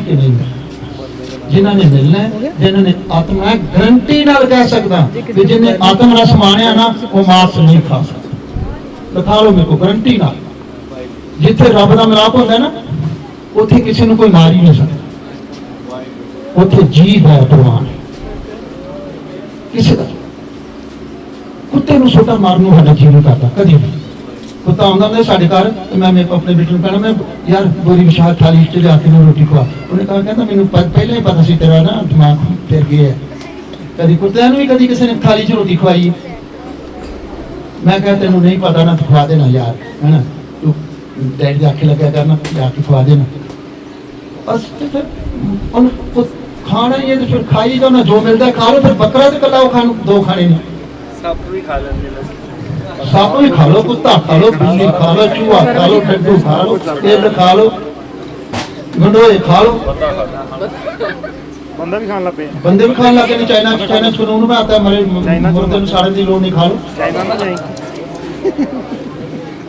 ਬੈਟਰੀ ਯੂਜ਼ ਨਹੀਂ ਹਾਂ ਜਿਹੜੀ ਬੜੀ ਬੈਟਰੀ ਯੂਜ਼ ਹੈ ਆਪਾਂ ਰੱਬ ਪ੍ਰਭੂ ਨੂੰ ਮਿਲਿਆ ਰੱਬ ਨੂੰ ਮਿਲਿਆ, ਠੀਕ ਹੈ ਸਹੀ ਗੱਲ ਪਰ ਨਹੀਂ ਉਹ ਜਿੱਦਾਂ ਮਾਰ ਮੈਂ ਗੁਰੂ ਮਹਾਰਾਜ ਜੀ ਦੇ ਜੰਗਲ 'ਚ ਸੀਗੇ ਹਾਂ ਤੇ ਉਹਨਾਂ ਨੇ ਮੀਟ ਛਕਿਆ ਸੀ ਘੋੜੇ ਦੇ ਪੱਟਣ ਅੱਛਾ ਗੁਰੂ ਮਹਾਰਾਜ ਜਦੋਂ ਜੰਗਲੇ ਸੀ ਜਾਂ ਬੜੀ ਪਹਾੜੀ ਭੀਂਡ ਪਈ ਸੀ ਜਾਂ 10 ਲੱਖ ਨੇ ਘੇਰਾ ਪਾਇਆ ਹੋਇਆ ਸੀ ਤੇ ਤੁਹਾਨੂੰ ਕਿਹਨੇ ਘੇਰਾ ਪਾਇਆ ਤੁਸੀਂ ਤਾਂ ਫ੍ਰਿਜ 'ਚ ਰੱਖ ਕੇ ਖਾਈ ਜਾਂਦੇ ਇਹ ਸਵਾਲ ਮੈਨੂੰ ਕੀਤਾ ਸੀ ਉੱਥੇ ਇੰਗਲੈਂਡ 'ਚ। ਤੇ ਮੈਂ ਕਿਹਾ ਤੂੰ ਇੱਥੇ ਤੇ ਇੰਗਲੈਂਡ 'ਚ ਤਾਂ ਸਾਰਾ ਹਲਾਲ ਹੀ ਹੈ, ਝਟਕਾ ਹੈ ਹੀ ਕੋਈ ਨਹੀਂ। ਕਹਿੰਦੇ ਗੁਰੂ ਸਾਹਿਬ ਸ਼ਿਕਾਰ ਕਰਕੇ ਖਾ ਲੈਂਦੇ ਸੀ। ਤੇ ਮੈਂ ਕਿਹਾ ਤੂੰ ਵੀ ਕਰ ਲਿਆ ਕਰ ਸ਼ਿਕਾਰ, ਤੂੰ ਫਰਿੱਜ 'ਚ ਸ਼ਿਕਾਰ ਕਰਕੇ ਲਿਆਉਂਦਾ। ਹੁਣ ਸ਼ਿਕਾਰ ਵੀ ਸ਼ੁਰੂ ਹੋ ਗਿਆ ਇੰਗਲੈਂਡ 'ਚ। ਜਿਨ੍ਹਾਂ ਨੇ, ਮੈਂ ਤੁਹਾਨੂੰ ਪਹਿਲਾਂ ਦੱਸਿਆ, ਜਿਨ੍ਹਾਂ ਨੇ ਤਰਕਾਂ ਦੇਣੀਆਂ ਨੇ ਖਾਣ ਵਾਲਿਆਂ ਨੇ, ਉਹਨਾਂ ਨੇ ਦੇਈ ਜਾਣੀਆਂ ਨੇ। ਜਿਨ੍ਹਾਂ ਨੇ ਰੱਬ ਨੂੰ ਮਿਲਣਾ ਆ ਉਹ ਬਿਰਲੇ ਬਿਰਲੇ ਹੀ ਹੁੰਦੇ ਨੇ। ਕੋਈ ਕੋਈ ਕੋਈ ਕੋਈ ਪਿਆਰ ਵਾਲੀ ਗਲੀ ਵਿੱਚੋਂ ਕੋਈ ਕੋਈ ਲੰਘਦਾ।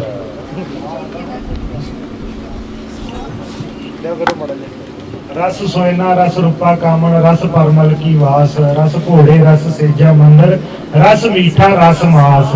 ਇਹਦੇ ਵਿੱਚ ਗੁਰੂ ਸਾਹਿਬ ਨੇ ਕਈ ਰਸ ਗਿਣੇ ਆ। ਸਾਰੇ ਬਾਣੀ ਪੜ੍ਹਨ ਵਾਲੇ ਹੋ, ਜ਼ਿਆਦਾ ਡਿਟੇਲ 'ਚ ਜਾਣ ਦੀ ਲੋੜ ਨਹੀਂ। ਜਿਉਂ-ਜਿਉਂ ਤੁਹਾਡਾ ਸਿਮਰਨ ਵੱਲ ਧਿਆਨ ਵਧੇਗਾ, ਤੁਹਾਡੇ ਆਪਣੇ ਆਪ ਇਹ ਰਸ ਜਿਹੜੇ ਫਿੱਕੇ ਹੋਣੇ ਸ਼ੁਰੂ ਹੋ ਜਾਣਗੇ। ਤੇ ਉਹਦੇ ਵਿੱਚ ਤਾਂ ਵੇਖੋ ਨਾ ਰਸ, ਕਿੰਨੇ ਰਸ ਗਿਣੇ ਹੋਏ ਆ। ਔਰ ਜਿਵੇਂ ਭਾਈ ਸਾਹਿਬ ਜੀ ਕਹਿ ਰਹੇ, ਕੱਲ ਵੀ ਗੱਲਾਂ ਕਰਦੇ ਸੀ, ਉਹ ਮੱਛਰ ਮਰਨ ਦੇ ਉੱਤੇ ਵੀ ਬੰਦੇ ਨੂੰ ਦਇਆ ਹੁੰਦੀ ਵੀ ਮਰ ਕੇ ਉਹ ਗਿਆ ਹੈ। ਮਾਰ ਤੇ ਆਪਾਂ ਦਿੰਦੇ ਹੀ ਆ, ਹੁਣ ਨਹੀਂ ਆਏ ਤੇ ਏਦਾਂ ਮਾਰ ਦੇਣਾ, 1 ਮਿੰਟ ਨਹੀਂ ਲਾਉਣਾ। ਹੈ ਤੇ ਆਤਮਾ ਬੰਦੇ ਵਾਲੀ ਹੈ ਨਾ ਉਹ 'ਚ। ਪਰ ਵੇਖੋ ਇਹ ਜਿਹੜਾ ਨਾ, ਇਹ ਠੀਕ ਹੈ, ਕੁਝ ਖਾਲਸੇ ਦਾ ਸਿਪਾਹੀ ਪੱਖ ਹੈਗਾ ਵਾ, ਜਿਹੜੇ ਛਕਦੇ ਵੀ ਹੈ ਜਾਂ ਜਿੱਦਾਂ ਵੀ ਹੈ। ਸ਼ਿਕਾਰ ਕਰਦੇ ਸੀ ਸਿੱਖ, ਉਹਨਾਂ ਦਾ ਇੱਕ ਐਕਸਰਸਾਈਜ਼ ਦਾ ਪੱਖ ਵੀ ਸੀਗਾ। ਉਹਨਾਂ ਨੂੰ ਜੰਗਾਂ ਲਈ ਪ੍ਰਪੇਅਰ ਵੀ ਕਰਨਾ ਸੀ। ਬਹੁਤ ਸਾਰੇ ਡਿਫਰੈਂਟ ਫੈਕਟਰਸ ਹੈਗੇ ਆ। ਪਰ ਤੁਸੀਂ ਪੁੱਤ ਆਪਣਾ ਫੋਕਸ ਰੱਖੋ, ਜਿਹੜਾ ਨਾ ਆਪਣੇ ਫੋਕਸ ਆ। ਇਹੋ ਜਿਹੇ ਕੁਐਸਚਨ ਜਿਹੜੇ ਨਾ, ਕਈ ਨਾ, ਇਹ ਨਹੀਂ ਕਿ ਮੈਂ ਕਹਿ ਰਿਹਾ ਤੁਸੀਂ ਨਾ ਪੁੱਛੋ, ਗੁੱਡ ਆ ਕਿ ਤੁਸੀਂ ਪੁੱਛਿਆ, ਪਰ ਇਹਨਾਂ ਨੂੰ ਆਪਣੇ ਮਨ ਦੇ ਵਿੱਚ ਬਾਰ-ਬਾਰ ਨਾ ਹੋਣ ਦਿਓ ਕਿ ਤੁਸੀਂ ਬੈਠੇ ਆ ਤੇ ਤੁਹਾਨੂੰ ਇਹੀ ਚੀਜ਼ਾਂ ਡਿਸਟਰਬ ਕਰੀ ਜਾ ਰਹੀਆਂ। ਨਾ ਤੁਸੀਂ ਖਾਣਾ ਨਾ ਖਵਾਉਣਾ ਤੇ ਬੈਠੇ ਤੰਗ ਹੋਈ ਜਾ ਰਹੇ, ਯਾਰ ਮਾਸ ਖਾਣਾ ਚਾਹੀਦਾ ਕਿ ਨਹੀਂ ਖਾਣਾ ਚਾਹੀਦਾ, ਮਾਸ ਖਾਣਾ ਚਾਹੀਦਾ ਕਿ ਨਹੀਂ ਖਾਣਾ ਚਾਹੀਦਾ, ਜਦੋਂ ਅਸੀਂ ਖਾਣਾ ਹੀ ਨਹੀਂ ਆ। ਸਮਝੇ? ਆਪਣੇ ਆਪ ਨੂੰ make it easy for yourself, make it easy for yourself. ਸਮਝੇ ਜੀ? ਚਲੋ ਵਾਹਿਗੁਰੂ। ਹਾਂਜੀ ਵਾਹਿਗੁਰੂ ਜੀ, ਇੱਥੇ ਸਾਡਾ ਇਸ ਸੈਸ਼ਨ ਜਿਹੜਾ ਲਾਸਟ ਸੈਸ਼ਨ ਸੀ ਖਾਲਸਾ ਕੈਂਪ ਦਾ, ਇਹਦੀ ਸਮਾਪਤੀ ਹੁੰਦੀ ਹੈ। ਤੇ ਜੇ ਕਿਸੇ ਦਾ ਕੋਈ ਸਵਾਲ ਹੈ, ਇੱਥੇ ਹੀ ਆ ਜਾਓ, ਇੱਥੇ ਆ ਜਾਓ, ਇੱਥੇ ਆ ਕੇ ਪੁੱਛ ਲਓ। ਅੱਧਾ ਨਾ ਹੁਣ ਬੜੀ ਟੌਰ ਨਾ ਦੇ ਭਾਈ ਸਾਹਿਬ ਜੀ, ਇਹਨਾਂ ਨੇ ਜਾਣ ਚਾਹੀਦੀ। ਸਾਨੂੰ ਡਰ ਲੱਗਦਾ ਯਾਰ। ਭਾਈ ਸਾਹਿਬ ਬਥੇਰੇ ਗੁਰਸਿੱਖ ਜਿੱਦਾਂ ਰਾਤੀ 12 ਤੋਂ 2 ਅੰਮ੍ਰਿਤ ਵੇਲਾ ਕਰ ਲੈਂਦੇ ਆ। ਉਹ ਜਾਇਜ਼ ਹੈ। ਕਈ ਕਹਿੰਦੇ ਕਿ 2 ਵਜੇ ਤੋਂ ਬਾਅਦ ਅੰਮ੍ਰਿਤ ਵੇਲਾ ਸ਼ੁਰੂ ਹੁੰਦਾ, ਉਦੋਂ ਕਰੋ। ਝਗੜਾ ਨਹੀਂ ਕਰਨਾ। ਕਿਸੇ ਨੂੰ 12 ਵਜੇ ਸੂਟ ਕਰਦਾ, ਕਿਸੇ ਨੂੰ 2 ਵਜੇ ਸੂਟ ਕਰਦਾ।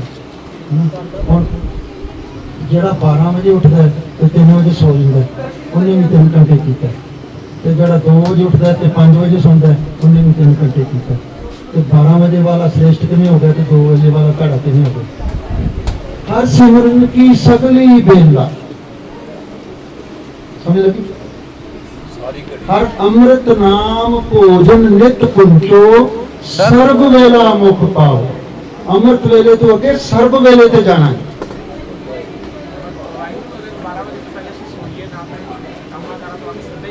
पर गुरु साहब ने इतना लिखा बाणी च, असीं तां उत्थे दस सकते हैं। ਭਲ ਕੇ ਉੱਠ हाँ, ਹਰਨਾਮ। भल के उठ, भल के उठ। इसका मतलब पहला सुता ते फिर उठिया।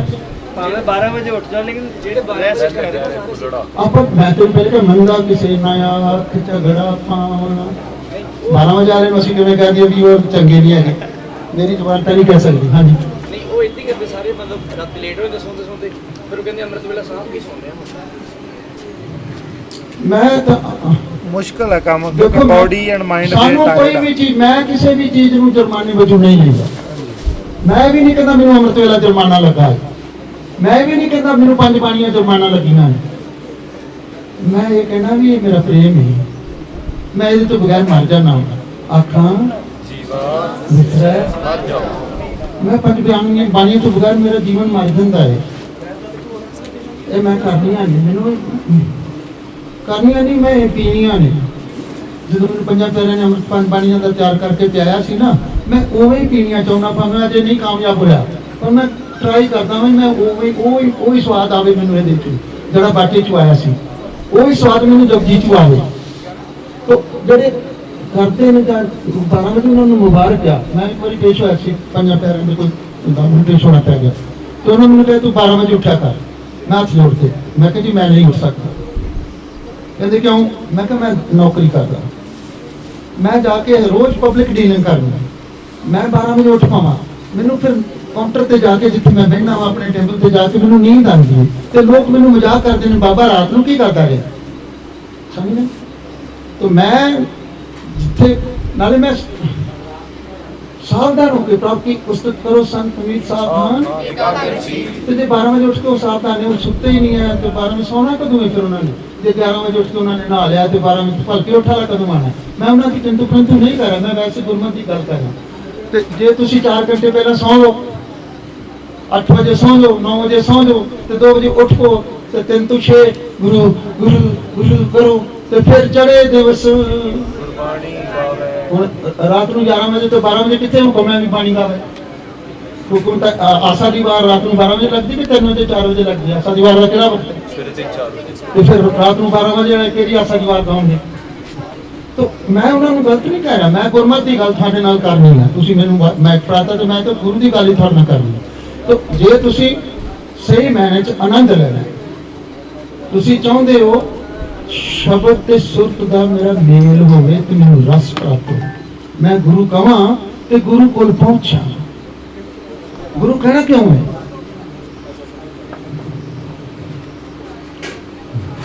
तुमरे गुण क्या कहा मेरे सतगुरा जब गुर बोलना तो बिस्म हो जाए जब मैं रसना तो बोलता ना गुरु तो मैं समाधि चले जाना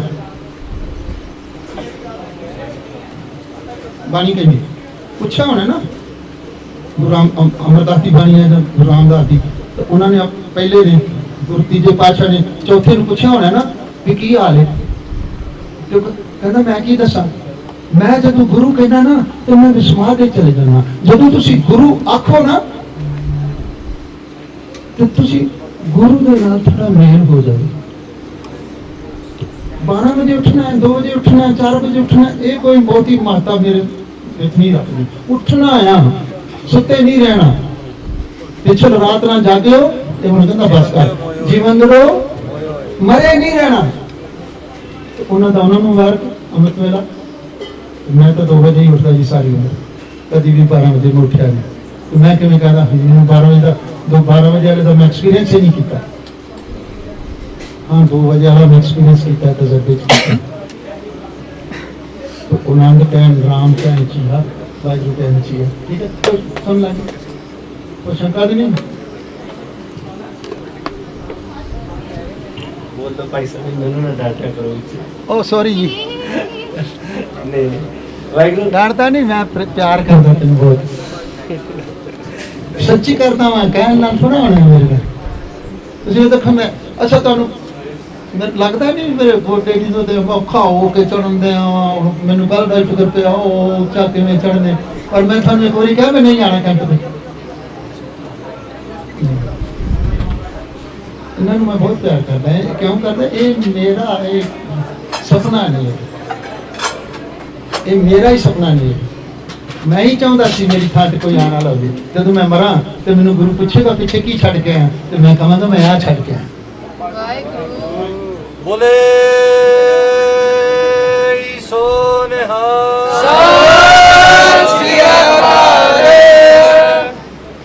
वाहिगुरू जी का खालसा वाहिगुरू जी की फतेह आप सारे ने हुण अपने बैग लैने ने ते अपने अपने बैग पैक करके कमरे तो बाहर एक सवाल है आज क्या एक बच्चे का हौसला कोई गल बाकी उन्हें पैसे कमाने का बड़ा शौक है क्योंकि लैविश लाइफस्टाइल कई बार कई कहते हैं कि जिवें गुरमत च 2-3 टाइम की रोटी जिन्ना कमाओ ते जिन्ने आम अस्तर पाओ पर मैनू कल थोड़ा लैविश लाइफ वड्डियां गड्डियां वड्डा करते वो गुरमत हिसाब नाल ठीक है जी ਤੁਸੀਂ ਦੱਸੋ ਤੁਸੀਂ ਵੱਡੇ ਦਿਲ ਚ ਰਹਿੰਦੇ ਹੋ ਮੇਰਾ ਤੇ ਜਵਾਬ ਰਲਣਾ ਨਹੀਂ ਕਿਸੇ ਨਾਲ ਤੇ ਔਖਾ ਹੋ ਜਾਣਾ ਕੰਮ नहीं दसो दसो अपना पर्सपेक्टिव ਮੇਰਾ ਤੇ ਪਰਸਪੈਕਟਿਵ ਇਹ ਹੈਗਾ ਕਿ ਗੁਰਸਿੱਖ ਨੂੰ ਹਮੇਸ਼ਾ ਸਭ ਤੋਂ ਉੱਪਰ ਹੋਣਾ ਚਾਹੀਦਾ ਹਰ ਪੱਖੋਂ ਹਰ ਲੈਵਲ ਤੋਂ ਉਹਦੇ ਚ ਗਰੀਡ ਨਹੀਂ ਹੋਣਾ ਚਾਹੀਦਾ ਪਰ ਭੁੱਖ ਨਹੀਂ ਹੋਣੀ ਚਾਹੀਦੀ ਸ਼ੌਕ ਵੀ ਖਾਏ ਨਾ ਤੁਹਾਨੂੰ ਸ਼ੌਕ ਮਤਲਬ ਖਾਏ ਨਾ ਤੁਹਾਨੂੰ ਸ਼ੌਕ ਮੰਨ ਲਓ ਤੁਹਾਨੂੰ BMW ਦਾ ਸ਼ੌਕ ਹੈ ਮੰਨ ਲਓ ਤਾਂ ਇਹ ਕਿਹੜੀ ਗੱਡੀ ਦਾ ਸ਼ੌਕ ਹੈ हाँ नहीं बोलो आप उसी गल करेंगे केड़ी केड़ी का शौक है खोल के बोलो संगत की पता सीधी दे दो बोलो बोलो सारियां ते फिर इत्थे फिर एक गड्डी सारियां नहीं चलाओगे हां जी जिन्हें गुस्सा देने ਜਿਵੇਂ ਗੁਰੂ ਸਾਹਿਬ ਨੇ ਦੇਣੀਆਂ। ਕਿਉਂਕਿ ਜਿਹੜੀ ਮੇਰੀ ਮਿਹਨਤ ਨਾਲ ਦੇਖੋ ਅੱਛਾ ਆਪਾਂ ਨੂੰ ਗੱਡੀ ਕਿਉਂ ਚਾਹੀਦੀ ਹੈ? ਤਾਂ ਕਿ ਅਸੀਂ A to B ਜਾ ਸਕੀਏ। ਅੱਛਾ ਗੱਡੀ ਮੰਨ ਲਓ ਅੱਛੀ ਗੱਡੀ ਕਿਉਂ ਚਾਹੀਦੀ ਹੈ? ਤਾਂ ਕਿ ਅਸੀਂ ਥੋੜਾ ਕੰਫਰਟੇਬਲੀ ਜਾ ਸਕੀਏ। ਤੇ ਥੋੜੀ ਵੱਡੀ ਕਿਉਂ ਚਾਹੀਦੀ ਹੈ? ਸਾਨੂੰ ਜੇ ਅਸੀਂ ਦੂਰ ਜਾਣਾ ਪਏ ਬੰਦੇ ਸੰਗਤ ਬਿਠਾ ਸਕੀਏ। ਜੇ ਅਸੀਂ ਕਿਸੇ ਨੂੰ 에어ਪੋਰਟ ਤੇ ਵੀ ਛੱਡਣ ਜਾਈਏ, ਮੈਨੂੰ ਤੁਹਾਨੂੰ ਛੱਡਣ ਦੀ ਲੋੜ ਪੈ ਜਾਵੇ, ਤੁਸੀਂ ਮੇਰਾ ਲਗੇਜ ਰੱਖ ਸਕੋ। ਹਾਂ ਹੋਰ ਕੀ ਇਹ ਫੈਕਟਰਸ, ਇਹ ਸਾਰੀਆਂ ਚੀਜ਼ਾਂ ਆ ਗਈਆਂ ਨਾ। ਇੱਕ ਲਗਜ਼ੂਰੀਅਸ ਸਪੇਸ਼ੀਅਸ ਕੰਫਰਟੇਬਲ ਕਾਰ, ਪ੍ਰੀਮੀਅਮ ਕਾਰ ਆ ਗਈ। ਹੁਣ ਜੇ ਤੁਹਾਡੇ ਕੋਲ ਆ ਗਈ, ਹੁਣ ਤੁਹਾਡੇ ਗੁਆਂਢੀ ਕੋਲ ਇਸ ਤੋਂ ਜ਼ਿਆਦਾ ਵੀ, ਇਸ ਤੋਂ ਵੀ, ਕਿਉਂਕਿ ਹਰ ਇੱਕ ਜਿਹੜੀ ਇਹ ਚੀਜ਼ਾਂ ਨੇ ਨਾ, ਦਿਸ ਆਲਵੇਜ਼ ਅ ਨੈਕਸਟ ਮਾਡਲ। ਜੇ ਹੁਣ ਆ ਗਿਆ ਅਗਲਾ ਬਣ ਰਿਹਾ, ਜੇ ਐਗਜ਼ਿਸਟ ਨਹੀਂ ਕਰਦਾ 6 ਮਹੀਨੇ ਬਾਅਦ ਅਗਲਾ ਮਾਡਲ ਆ ਜਾਣਾ। ਹੁਣ ਉਹ ਤੁਹਾਡੇ ਗੁਆਂਢੀ ਨੇ ਤੁਹਾਡੇ ਤੋਂ ਪਹਿਲਾਂ ਲੈ ਲਿਆ ਜਾਂ ਤੁਹਾਡੇ ਦੋਸਤ ਮਿੱਤਰ ਨੇ, ਤੇ ਤੁਸੀਂ ਹੁਣ ਉਹ ਕਾਰ ਚਾਹੁੰਦੇ ਹੋ। ਕਿਉਂ? ਕਿਉਂਕਿ ਤੁਸੀਂ ਇਹ ਪ੍ਰੂਵ ਕਰਨਾ ਕਿ ਆਈ ਐਮ ਦ ਮੈਨ। ਹਾਂ ਇਹ ਚੀਜ਼ ਨਹੀਂ ਹੋਣੀ ਚਾਹੀਦੀ। ਆਪਣੀ ਨੀਡ ਪੂਰੀ ਕਰਨੀ ਔਰ ਇਸ ਤਰ੍ਹਾਂ ਦਾ ਆਪਣੇ ਆਪ ਨੂੰ ਸਸਟੇਨੇਬਲ ਬਣਾ ਲੈਣਾ ਕਿ ਕਿਸੇ ਤੋਂ ਮੰਗਣ ਦੀ ਲੋੜ ਨਾ ਪਏ, ਸਿਰਫ ਅਸੀਂ ਵੰਡ ਹੀ ਸਕੀਏ ਔਰ ਦੇ ਸਕੀਏ। ਇਹ ਅੱਛੀ ਚੀਜ਼ ਹੈ। ਜੇ ਤੁਹਾਡੇ ਕੋਲ ਇਨਫ ਹੋਏਗਾ ਤਾਂ ਤੁਸੀਂ ਦਸਵੰਧ ਦੋਗੇ, ਵੰਡੋਗੇ ਅੱਗੇ ਜਾ ਕੇ, ਉਹ ਸਭ ਠੀਕ ਹੈ। ਪਰ ਜਿੱਥੇ ਗ੍ਰੀਡ ਔਰ ਖੋਣ ਵਾਲੀ ਬਿਰਤੀ ਆ ਗਈ, ਸੰਤੋਖ ਨਹੀਂ ਹੈਗਾ ਅੰਦਰ, ਫਿਰ ਵੀ ਕੁੜੀ ਜਾ ਰਿਹਾ, ਉੱਥੇ ਫਿਰ ਜਾ ਕੇ ਗੜਬੜ ਹੋ ਜਾਏਗੀ। ਉਸ ਚੀਜ਼ ਤੇ ਪੈਰਾ ਦੇਣਾ ਪਏਗਾ। ਹਾਂ ਇਹਦਾ ਧਿਆਨ ਰੱਖਣਾ। ਇੱਕ ਥੋੜਾ ਜਿਹਾ ਨਾ ਮੈਂ ਮਾਫ ਕਰਨਾ ਪੁੱਤਰ, ਮੈਂ ਮੇਰੇ ਕੋਲ 2005 ਦੀ ਜੈਨ ਗੱਡੀ ਮਰੂਤੀ ਜੈਨ 2005 ਮਾਡਲ ਹੈ, ਠੀਕ ਹੈ। ਹਾਂ ਅਜੇ ਵੀ ਹੈਗੀ ਚਲਾਉਣਾ ਮੈਂ ਉਹਨੂੰ ਚਲਾਉਣਾ ਮੈਂ। ਤੇ ਮੈਨੂੰ ਇੱਕਦਮ ਜਥੇਦਾਰ ਸਾਹਿਬ ਮੇਰੀ ਗੱਡੀ 'ਚ ਬਹਿ ਗਏ, ਸਾਡੇ ਜਥੇਦਾਰ ਕਣਕੀ ਨੂੰ ਜਥੇਦਾਰ, ਤੇ ਮੈਨੂੰ ਕਹਿੰਦੇ ਸੁਰਜੀਤ ਸਿੰਘ, ਉਹਨਾਂ ਦੇ ਬੋਲ ਦੱਸਣ ਲੱਗਾ ਤੁਹਾਨੂੰ ਵੀ ਤੂੰ ਸਾਰੇ ਦੇਸ਼ ਲੁੱਟ ਲਿਆਂਦੇ ਨੇ ਤੇ ਗੱਡੀ ਤੇਰੇ ਕੋਲ ਹੋਈ ਹੈ। ਤੇ ਮੈਂ ਕਿਹਾ ਜਥੇਦਾਰ ਜੀ ਕੰਮ ਨਹੀਂ ਕਰਦਾ ਲੱਗਦਾ, ਜੇ ਲੁੱਟ ਕੇ ਲਿਆਂਦੇ ਹੁੰਦੇ ਤਾਂ ਸਭ ਤੋਂ ਪਹਿਲਾਂ BMW ਹੀ ਹੋਣੀ ਸੀ, ਪਰ ਮੈਨੂੰ ਲੋੜ ਨਹੀਂ ਲੱਗੀ। ਜਿਨ੍ਹਾਂ ਨੇ ਕਿਹਾ ਨਾ A ਤੋਂ B ਤੇ ਹੀ ਜਾਣਾ, ਉਹ ਮੈਨੂੰ ਥੱਲੇ ਨਹੀਂ ਉਹਨੇ ਕਦੇ ਸੁੱਟਿਆ। ਅਮਰ ਸਿੰਘਣੀ ਤੇ ਮੇਰੀ ਡਾਟਰ ਉਹ ਕਹਿੰਦੀ ਵੀ ਸੋਫਾ ਡੈਡ ਜੀ ਵੱਡਾ ਲਿਆਣਾ, ਕਿਤੇ ਵੇਖਿਆ ਉਹਨੇ ਕਿਸੇ ਘਰ ਗਈ ਵਿਚਾਰੇ। ਤੇ ਮੈਂ ਕਿਹਾ ਪੁੱਤਰ ਇਹਨੇ ਕਦੇ ਸੁੱਟਿਆ ਤੇ ਹੈ ਨਹੀਂ ਸਾਨੂੰ ਥੱਲੇ। ਆਪਾਂ ਪਹਿਲਾਂ ਤਾਂ ਅਸੀਂ ਕਦੀ ਬੈਠੇ ਹੀ ਨਹੀਂ ਉੱਤੇ, ਸਮਾਂ ਹੀ ਨਹੀਂ ਬਹਿਣਾ ਕਿੱਥੇ ਆ। ਤੇ ਦੂਜੀ ਗੱਲ, ਕਦੀ ਇਹਨੇ ਮਾੜਾ ਜਿਹਨੂੰ ਤੂੰ ਮਾੜਾ ਕਹਿੰਦੀ ਵੀ ਇਹਨੇ ਕਦੀ ਥੱਲੇ ਤਾਂ ਸਾਨੂੰ ਸੁੱਟਿਆ ਨਹੀਂ। ਮੈਂ ਕਿਹਾ ਹੁਣ ਬਹਿ ਕੇ ਵੇਖ ਕਾਕਾ, ਜੇ ਵੱਡੀਆਂ ਗੱਡੀਆਂ ਲੈਣੀਆਂ ਨੇ ਤੇ ਪਾਪ ਵੀ ਕਰਨੇ ਪੈਣੇ। ਪਾਪਾਂ ਬਾਝੋਂ ਹੋਵੇ ਨਹੀਂ, ਮੋਇਆ ਸਾਥ ਨਾ ਜਾਏ। ਨਹੀਂ ਹੁਣ ਸਵਾਲ ਇਹਦਾ ਇੱਕ ਦਾ ਆ, ਤੇ ਜੇ ਅਸੀਂ ਇੱਕ ਨੂੰ ਕਹਿ ਦਿੰਦੇ ਨਾ ਚੱਲ ਕੋਈ ਨਹੀਂ ਲੈ ਲੈ, ਤੈਨੂੰ ਲੋੜ ਹੈ ਵੱਡੀਆਂ ਗੱਡੀਆਂ, ਤੂੰ ਝੂਠ ਲੈ, ਇਹਨਾਂ ਸਾਰਿਆਂ ਨੇ ਕਹਿਣਾ ਅਸੀਂ ਵੱਡੀਆਂ ਗੱਡੀਆਂ ਝੂਠੀਆਂ। ਇਮਾਨਦਾਰੀ ਦੀ ਰੋਟੀ ਖਾਣੀ ਕਿ ਇੱਕ ਬੜਾ ਔਖਾ ਸਵਾਲ ਹੈ। ਗੁਰੂ ਨਾਨਕ ਸਾਹਿਬ ਲਾਲੋ ਦੇ ਘਰ ਬੈਠੇ ਸੀ ਕਿ ਭਾਗੋ ਦੇ ਘਰ? ਲਾਲੋ ਦੇ ਘਰ। ਗੱਡੀਆਂ ਕਿਹਦੇ ਘਰ ਸੀ? ਪਰੌਂਠੇ ਕਿਹਦੇ ਘਰ ਸੀ? ਮਾਲਪੂੜੇ ਕਿਹਦੇ ਘਰ ਸੀ? ਲਾਲੋ ਦੇ ਘਰ ਤੇ ਕੁਦਰਤ ਦੀ ਰੋਟੀ ਸੀ। ਲਾਲੋ ਸੁਖੀ ਸੀ ਕਿ ਮਾਲਕ ਭਾਗੋ ਸੁਖੀ ਸੀ? ਮੈਂ ਆਸਟ੍ਰੇਲੀਆ ਗਿਆ ਸੀ, ਆਉਂਦੇ ਨੇ ਸਾਡੇ ਉਹਨੇ $10,000 ਕੱਟ ਕੇ ਮੇਰੀ ਜੇਬ 'ਚ ਪਾ ਦਿੱਤਾ। ਮੈਂ ਉਹਨੂੰ ਕਿਹਾ ਵੀ ਆ ਤੂੰ ਕੀ ਕਰਦਾ ਪਿਆ? ਲੈ ਜਾਓ ਭਾਈ ਸਾਹਿਬ ਲੈ ਜਾਓ। ਮੈਂ ਕਿਹਾ ਆਪਣਾ ਸੱਪ ਕੱਢ ਕੇ ਮੇਰੀ ਜੇਬ 'ਚ ਪਾਈ ਜਾਣਾ, ਇੰਨਾ ਮੂਰਖ ਨਹੀਂ ਹੈਗਾ ਮੈਂ ਵੀ ਤੇਰਾ ਸੱਪ ਪਾ ਕੇ ਮੈਂ ਆਪਣੀ ਜੇਬ 'ਚ ਪਾ ਕੇ ਲੈ ਜਾਵਾਂ। ਇਹਨੇ ਤੈਨੂੰ ਸੁੱਖ ਨਹੀਂ ਦਿੱਤਾ ਤੇ ਮੈਨੂੰ ਕਿਵੇਂ ਦੇ ਦੇਗੀ? ਮੈਨੂੰ ਕਿਵੇਂ ਦੇ ਦੇਗੀ?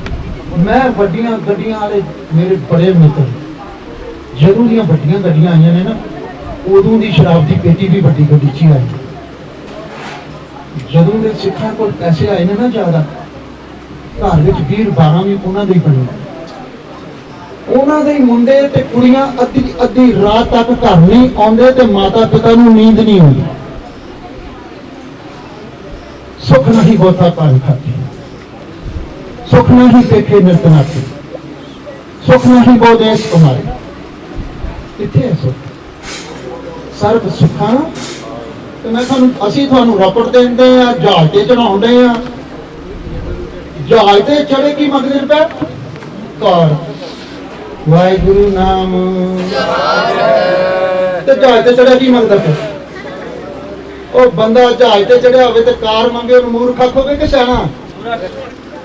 ਤੇ ਅਸੀਂ ਮੂਰਖ ਬਣਨਾ ਕਿ ਸਿਆਣੇ? ਅਸੀਂ ਸੁਰਤ ਦੇ ਹਵਾਈ ਜਹਾਜ਼ ਤੇ ਚੜ ਕੇ ਪ੍ਰੀਤਮ ਦੇ ਦੇਸ਼ ਜਾਣਾ। ਉਹਦੇ ਵਿੱਚ ਸਾਨੂੰ BMW ਮਿਲ ਜਾਏ ਸ਼ੁਕਰ ਹੈ, ਜਹਾਜ਼ ਮਿਲ ਜਾਏ ਸ਼ੁਕਰ ਹੈ, ਰੇਲ ਗੱਡੀ ਮਿਲ ਜਾਏ ਸ਼ੁਕਰ ਹੈ। ਸਹਿਜ ਸੁਭਾਏ, ਸਹਿਜ ਸੁਭਾਏ, ਪਾਪ ਕਰ ਕਰਕੇ ਨਹੀਂ। ਮੇਰੀ ਜੇਬ ਕੱਟੋਗੀ ਨਹੀਂ ਨਾ ਤੇ ਇਹਦੀ ਜੇਬ ਜਾਣੀ ਨਹੀਂ, ਇਹਦੀ ਜੇਬ ਕੱਟਾਂਗਾ ਨਹੀਂ ਮੇਰੀ ਜੇਬ ਚ ਆਣੀ ਨਹੀਂ।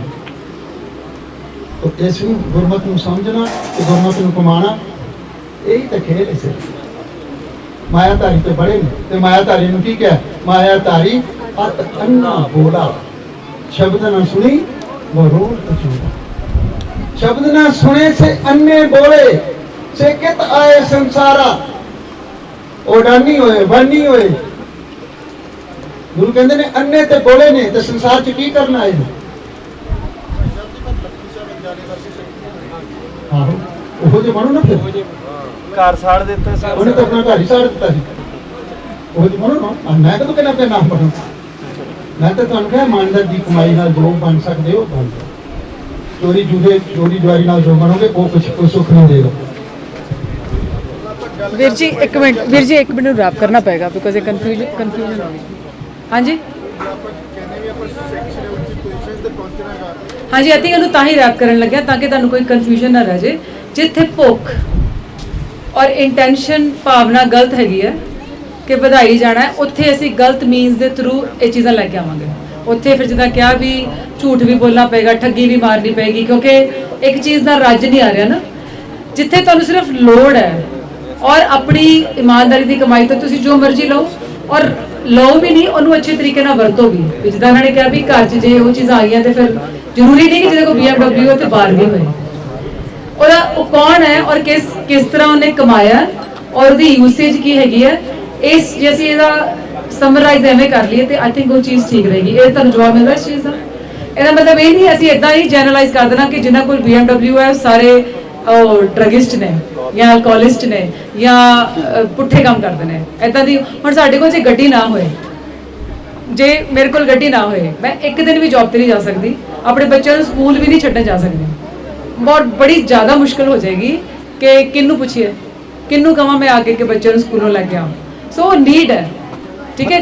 ਕਮਾਈ ਗੁਰਮਤਿ ਹਾਸੋ। ਹਾਂ, ਕਮਾਈ ਜਿਹੜੀ ਹੈਗੀ ਹੈ ਉਹ ਕੋਈ ਇਦਾਂ ਦੀ ਨਹੀਂ ਹੈ ਕਿ ਠੱਗੀ ਮਾਰ ਕੇ ਲਈ ਹੈ, ਠੀਕ ਹੈ। ਔਰ ਮੈਂ ਤੇ ਕਹਾਂਗੀ ਕਿ ਗੁਰਸਿੱਖਾਂ ਕੋਲ ਇਹੋ ਜਿਹੀਆਂ ਗੱਡੀਆਂ, ਇਹੋ ਜਿਹੇ ਘਰ, ਇਹੋ ਜਿਹੇ ਸਾਰੀਆਂ ਸੁਵਿਧਾ ਹੋਣੀਆਂ ਚਾਹੀਦੀਆਂ ਜਿੱਥੇ ਤੁਸੀਂ ਦੂਸਰਿਆਂ ਨੂੰ ਵੀ ਲਿਆ ਕੇ ਉਹਨਾਂ ਦੀ ਸੇਵਾ ਕਰ ਸਕੋ ਔਰ ਉਹਨਾਂ ਨੂੰ ਟਰਾਂਸਪੋਰਟ ਦੀ ਵੀ ਹੈਲਪ ਕਰ ਸਕੋ। ਜੇ ਇੱਥੇ ਵੀ ਕੁਝ ਲਿਆਉਣਾ ਹੈ ਤੁਸੀਂ ਆਪਣੀ ਗੱਡੀਆਂ ਦੇ ਬੂਟਸ 'ਚ ਲਿਆ ਕੇ, ਪਰ ਕਮਾਈ ਕਿਸ ਤਰ੍ਹਾਂ ਉਹ ਚੀਜ਼ ਦੈਟ ਮੈਟਰਸ ਅ ਲੋਟ, ਕਿ ਭੁੱਖ ਰੱਖ ਕੇ ਦੂਜੇ ਕੋਲ ਜਾਦੇ ਤੇ ਮੈਨੂੰ ਚਾਹੀਦੀ ਹੈ, ਜਾਂ ਜਿਸ ਤਰ੍ਹਾਂ ਤੁਸੀਂ ਐਥੀਕਲੀ ਉਸ ਚੀਜ਼ ਨੂੰ ਅਰਨ ਕੀਤਾ ਤੇ ਉਹਦੇ 'ਚੋਂ ਦੌੜ ਤੁਹਾਡਾ ਮਤਲਬ ਰੀਸੀ ਨਾ ਹੋਏ। ਇਹ ਬੜਾ ਲੰਬਾ ਵਿਸ਼ਾ ਹੈ। ਹਾਂ, ਬੜਾ ਲੰਬਾ ਵਿਸ਼ਾ ਹੈ। ਇੱਥੇ ਮੈਂ ਮੈਲਬੌਰਨ ਗਿਆ ਸੀ, ਗੁਰਦੁਆਰੇ ਕੈਡੀਬਰਨ ਨੇ ਸ਼ਾਦਾ ਮਨਾਇਆ, ਉੱਥੇ ਗੁਰਦੁਆਰੇ ਗਿਆ ਸੀ। ਇੱਕ ਬੱਚਾ ਬੈਠਾ ਕਾਰਪੈਟ ਤੇ ਉਹ ਹੱਥ ਏਦਾਂ ਫਿਰਦਾ ਪਿਆ ਤੇ ਰੋਂਦਾ, ਉਹਦੀ ਅੱਖਾਂ 'ਚ ਹੰਝੂ ਡਿੱਗਦੇ ਪਏ। ਮੈਂ ਵੀ ਬਾਈ ਚਾਂਸ ਉੱਥੇ ਚੱਲ ਗਿਆ, ਮੱਥਾ ਟੇਕਿਆ। ਮੈਂ ਉਹ ਬੱਚੇ ਦੇ ਕੋਲ ਜਾ ਕੇ ਬਹਿ ਗਿਆ। ਮੈਂ ਉਹਨੂੰ ਪੁੱਛਿਆ, ਪੁੱਤਰ ਰੋਂਦਾ ਕਿਉਂ ਪਿਆ? ਕਹਿੰਦਾ ਅੰਕਲ ਜੀ ਆਹ ਕਾਰਪੈਟ ਸਾਡੇ ਪੈਸਿਆਂ ਦੀ ਆਈ ਹੈ। ਬੱਚਾ ਕਹਿੰਦਾ? ਆਹੋ, ਬੱਚਾ ਕਹਿੰਦਾ ਕਾਰਪੈਟ ਸਾਡੇ ਪੈਸਿਆਂ ਦੀ ਆਈ ਹੈ। ਮੈਂ ਕਿਹਾ ਮੈਂ ਅੰਡਰਸਟੈਂਡ ਨਹੀਂ ਕੀਤਾ ਵੀ ਤੇਰੇ ਪੈਸਿਆਂ ਦੀ ਆਈ ਹੈ ਤੇ ਫਿਰ ਰੋਣ ਦੀ ਕੀ ਲੋੜ ਹੈ? ਵਧੀਆ ਹੈ ਨਾ ਤੇਰੇ ਪੈਸਿਆਂ ਦੀ ਆਈ ਹੈ ਤੇ। ਕਹਿੰਦਾ ਨਹੀਂ ਅੰਕਲ ਜੀ, ਮੇਰੇ ਪਿਓ ਨੇ ਨਾ ਜਿਹੜੇ ਬੰਦੇ ਨੇ ਚੜਾਈ ਹੈ ਨਾ, ਮੇਰੇ ਪਿਓ ਨੇ ਜ਼ਮੀਨ ਵੇਚ ਕੇ ਮੈਨੂੰ ਪੱਕਾ ਕਰਾਉਣ ਲਈ ਉਹਨੂੰ $50,000 ਦਿੱਤਾ। ਉਸ ਕਾਰਪੈਟ ਦਾ ਕੀ ਫਾਇਦਾ ਚੜਾਉਣ ਦਾ? ਹੁਣ ਇਸ ਕਮਾਈ ਦਾ ਕੀ ਫਾਇਦਾ ਹੈ?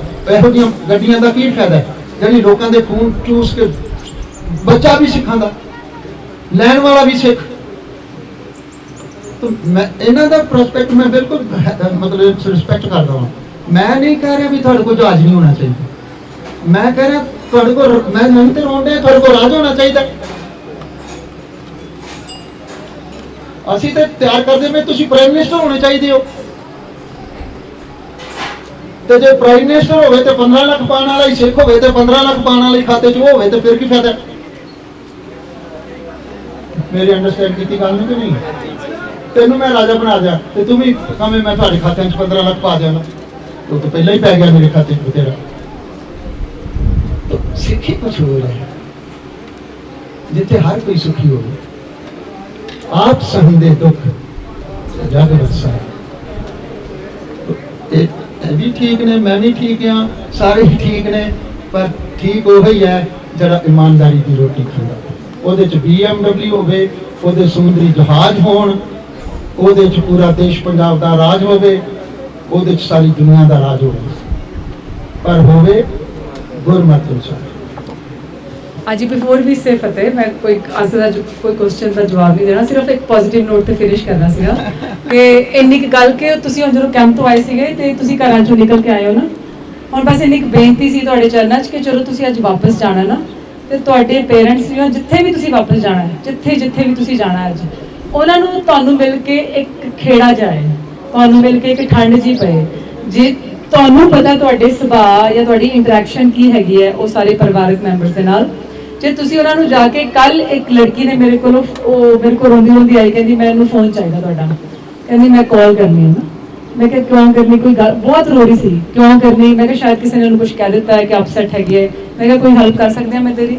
ਉਹ ਕਹਿੰਦੀ ਮੈਂ ਬਸ ਫੋਨ ਕਰਨਾ ਹੈ। ਮੈਂ ਮੈਨੂੰ ਪੁੱਛਿਆ ਪਹਿਲਾਂ ਕਾਰਨ ਦੱਸ, ਮੈਂ ਤਾਂ ਹੀ ਫੋਨ ਦੇ ਸਕਦੀ ਹਾਂ। ਉਹ ਕਹਿੰਦੀ ਮੈਂ ਸਿਰਫ ਤੇ ਸਿਰਫ ਆਪਣੇ ਮੰਮੀ ਦਾ ਥੈਂਕ ਯੂ ਬੋਲਣਾ। 20 ਸਾਲ ਦੀ ਮੈਂ ਹੈਗੀ ਹਾਂ, ਅੱਜ ਤੱਕ ਮੈਂ ਉਹਨਾਂ ਦਾ ਸ਼ੁਕਰਾਨਾ ਨਹੀਂ ਕੀਤਾ। ਮੈਂ ਹਮੇਸ਼ਾ ਉਹਨਾਂ ਨੂੰ ਗ੍ਰਾਂਟਡ ਲਿਆ ਕਿ ਤੁਸੀਂ ਮੇਰੀ ਸੇਵਾ ਲਈ ਆਏ ਹੋ, ਮੈਨੂੰ ਕੋਈ ਲੋੜ ਨਹੀਂ ਹੈ ਤੁਹਾਡਾ ਸ਼ੁਕਰਾਨਾ ਕਰਨ ਦੀ।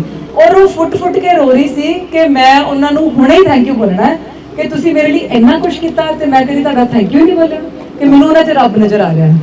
ਇਹ ਫਿਰ ਮੈਂ ਉਹਨੂੰ ਫੋਨ ਦਿੱਤਾ, ਮੈਂ ਨਾਲ ਬੈਠ ਕੇ ਉਹਨੇ ਗੱਲ ਵੀ ਕੀਤੀ, ਇੱਥੇ ਹੀ ਹੋਣੀ ਭੈਣ, ਮੈਂ ਐਵੇਂ ਨਹੀਂ ਕਿਸੇ ਨੂੰ ਪੁਆਇੰਟ ਆਊਟ ਕਰਨਾ। ਸੋ ਉਹਦੀ ਮੰਮੀ ਸੋਚ ਰਹੀ ਹੋਗੀ ਇਹਨੂੰ ਕੀ ਹੋ ਗਿਆ, ਕਮਲੀ ਹੋ ਗਈ ਹੈ, ਪਰ ਅੰਦਰੋਂ ਅੰਦਰੀ ਖੁਸ਼ ਹੋ ਰਹੀ ਹੋਗੀ ਉਹਦੀ ਮਾਂ, ਹੋ ਰਹੀ ਨਾ। ਹੁਣ ਤੁਸੀਂ ਅੱਜ ਜਾਣਾ ਨਾ, ਤੇ ਤੁਸੀਂ ਵੀ ਥੈਂਕ ਯੂ ਕਰਨਾ ਜਾ ਕੇ। ਪਹਿਲਾਂ ਤਾਂ ਥੈਂਕ ਯੂ ਇਹ ਕਰਨਾ ਕਿ ਤੁਸੀਂ ਸਾਨੂੰ ਕੈਂਪ ਤੇ ਭੇਜਿਆ, ਖਰਚਾ ਵੀ ਕੀਤਾ ਉਹਨਾਂ ਨੇ, ਤੁਹਾਡੇ ਬਿਨਾਂ ਕੋਈ ਕੰਮ ਕਰ ਵੀ ਰੁਕੇ ਹੋਣਗੇ, ਔਰ ਇੱਕ ਫਿਕਰ ਵੀ ਹੁੰਦਾ ਮਾਪਿਆਂ ਨੂੰ ਜਾਂ ਜੋ ਵੀ ਤੁਹਾਡੇ ਫੈਮਿਲੀ ਪਰਿਵਾਰਕ ਮੈਂਬਰਸ ਨੇ। ਤੇ ਦੂਜਾ ਉਹਨਾਂ ਨੂੰ ਜਾ ਕੇ ਪਿਆਰ ਦੇਣਾ। ਤਾਂ ਮੈਂ ਕੱਲ ਵੀ ਦੱਸਿਆ ਸੀ, ਇਹ ਜਾ ਕੇ ਆਪਣੇ ਕੱਪੜੇ ਗੰਦਿਆਂ ਦਾ ਢੇਰ ਉਹਨਾਂ ਸਾਹਮਣੇ ਰੱਖ ਕੇ ਵੀ ਦੇ ਦੇਣਾ ਕਿ ਮੈਂ ਤੇ ਨਾਮ ਜਪ ਕੇ ਆਲਾ ਮੇਰੇ ਕੱਪੜੇ ਧੋਵਣ। ਤਾਂ ਮੈਂ ਕੱਲ ਸਟੋਰੀ ਸੁਣਾਈ ਸੀ ਨਾ, ਬੀਬੀਆਂ ਨੂੰ ਸੁਣਾਈ ਸੀਗੀ, ਰਾਈਟ? ਐਵੇਂ ਨਹੀਂ ਹੋਣਾ ਚਾਹੀਦਾ। ਤੁਸੀਂ ਉਹਨਾਂ ਨੂੰ ਜਾ ਕੇ ਪੁੱਛੋ ਵੀ ਮੇਰੇ ਜਾਣ ਕਰਕੇ ਕੋਈ ਤੁਹਾਨੂੰ ਮੁਸ਼ਕਲ ਤਾਂ ਨਹੀਂ ਆਈ, ਕੁਛ ਮੈਂ ਕਰ ਸਕਦਾ, ਮੈਂ ਤੁਹਾਡੀ ਕੋਈ ਸੇਵਾ ਕਰ ਸਕਦੀ ਹਾਂ। ਪਹਿਲਾਂ ਜਾ ਕੇ ਗਲਵਕੜੀ ਚਲਾ ਕੇ ਮਿੱਠੇ ਬੋਲ ਕੇ ਉਹਨਾਂ ਦਾ ਥੈਂਕ ਯੂ ਜ਼ਰੂਰ ਬੋਲਿਓ, ਤੇ ਸਾਡੇ ਵੱਲੋਂ ਵੀ ਉਹਨਾਂ ਦਾ ਥੈਂਕ ਯੂ ਕਰ ਦਿਓ ਕਿ ਉਹਨਾਂ ਦੇ ਕਰਕੇ ਸਾਨੂੰ ਤੁਹਾਡੇ ਸਾਰੇ ਦੇ ਦਰਸ਼ਨ ਹੋ ਗਏ। ਥੈਂਕ ਯੂ ਜੀ। ਵਾਹਿਗੁਰੂ ਜੀ ਕਾ ਖਾਲਸਾ, ਵਾਹਿਗੁਰੂ ਜੀ ਕੀ ਫਤਿਹ।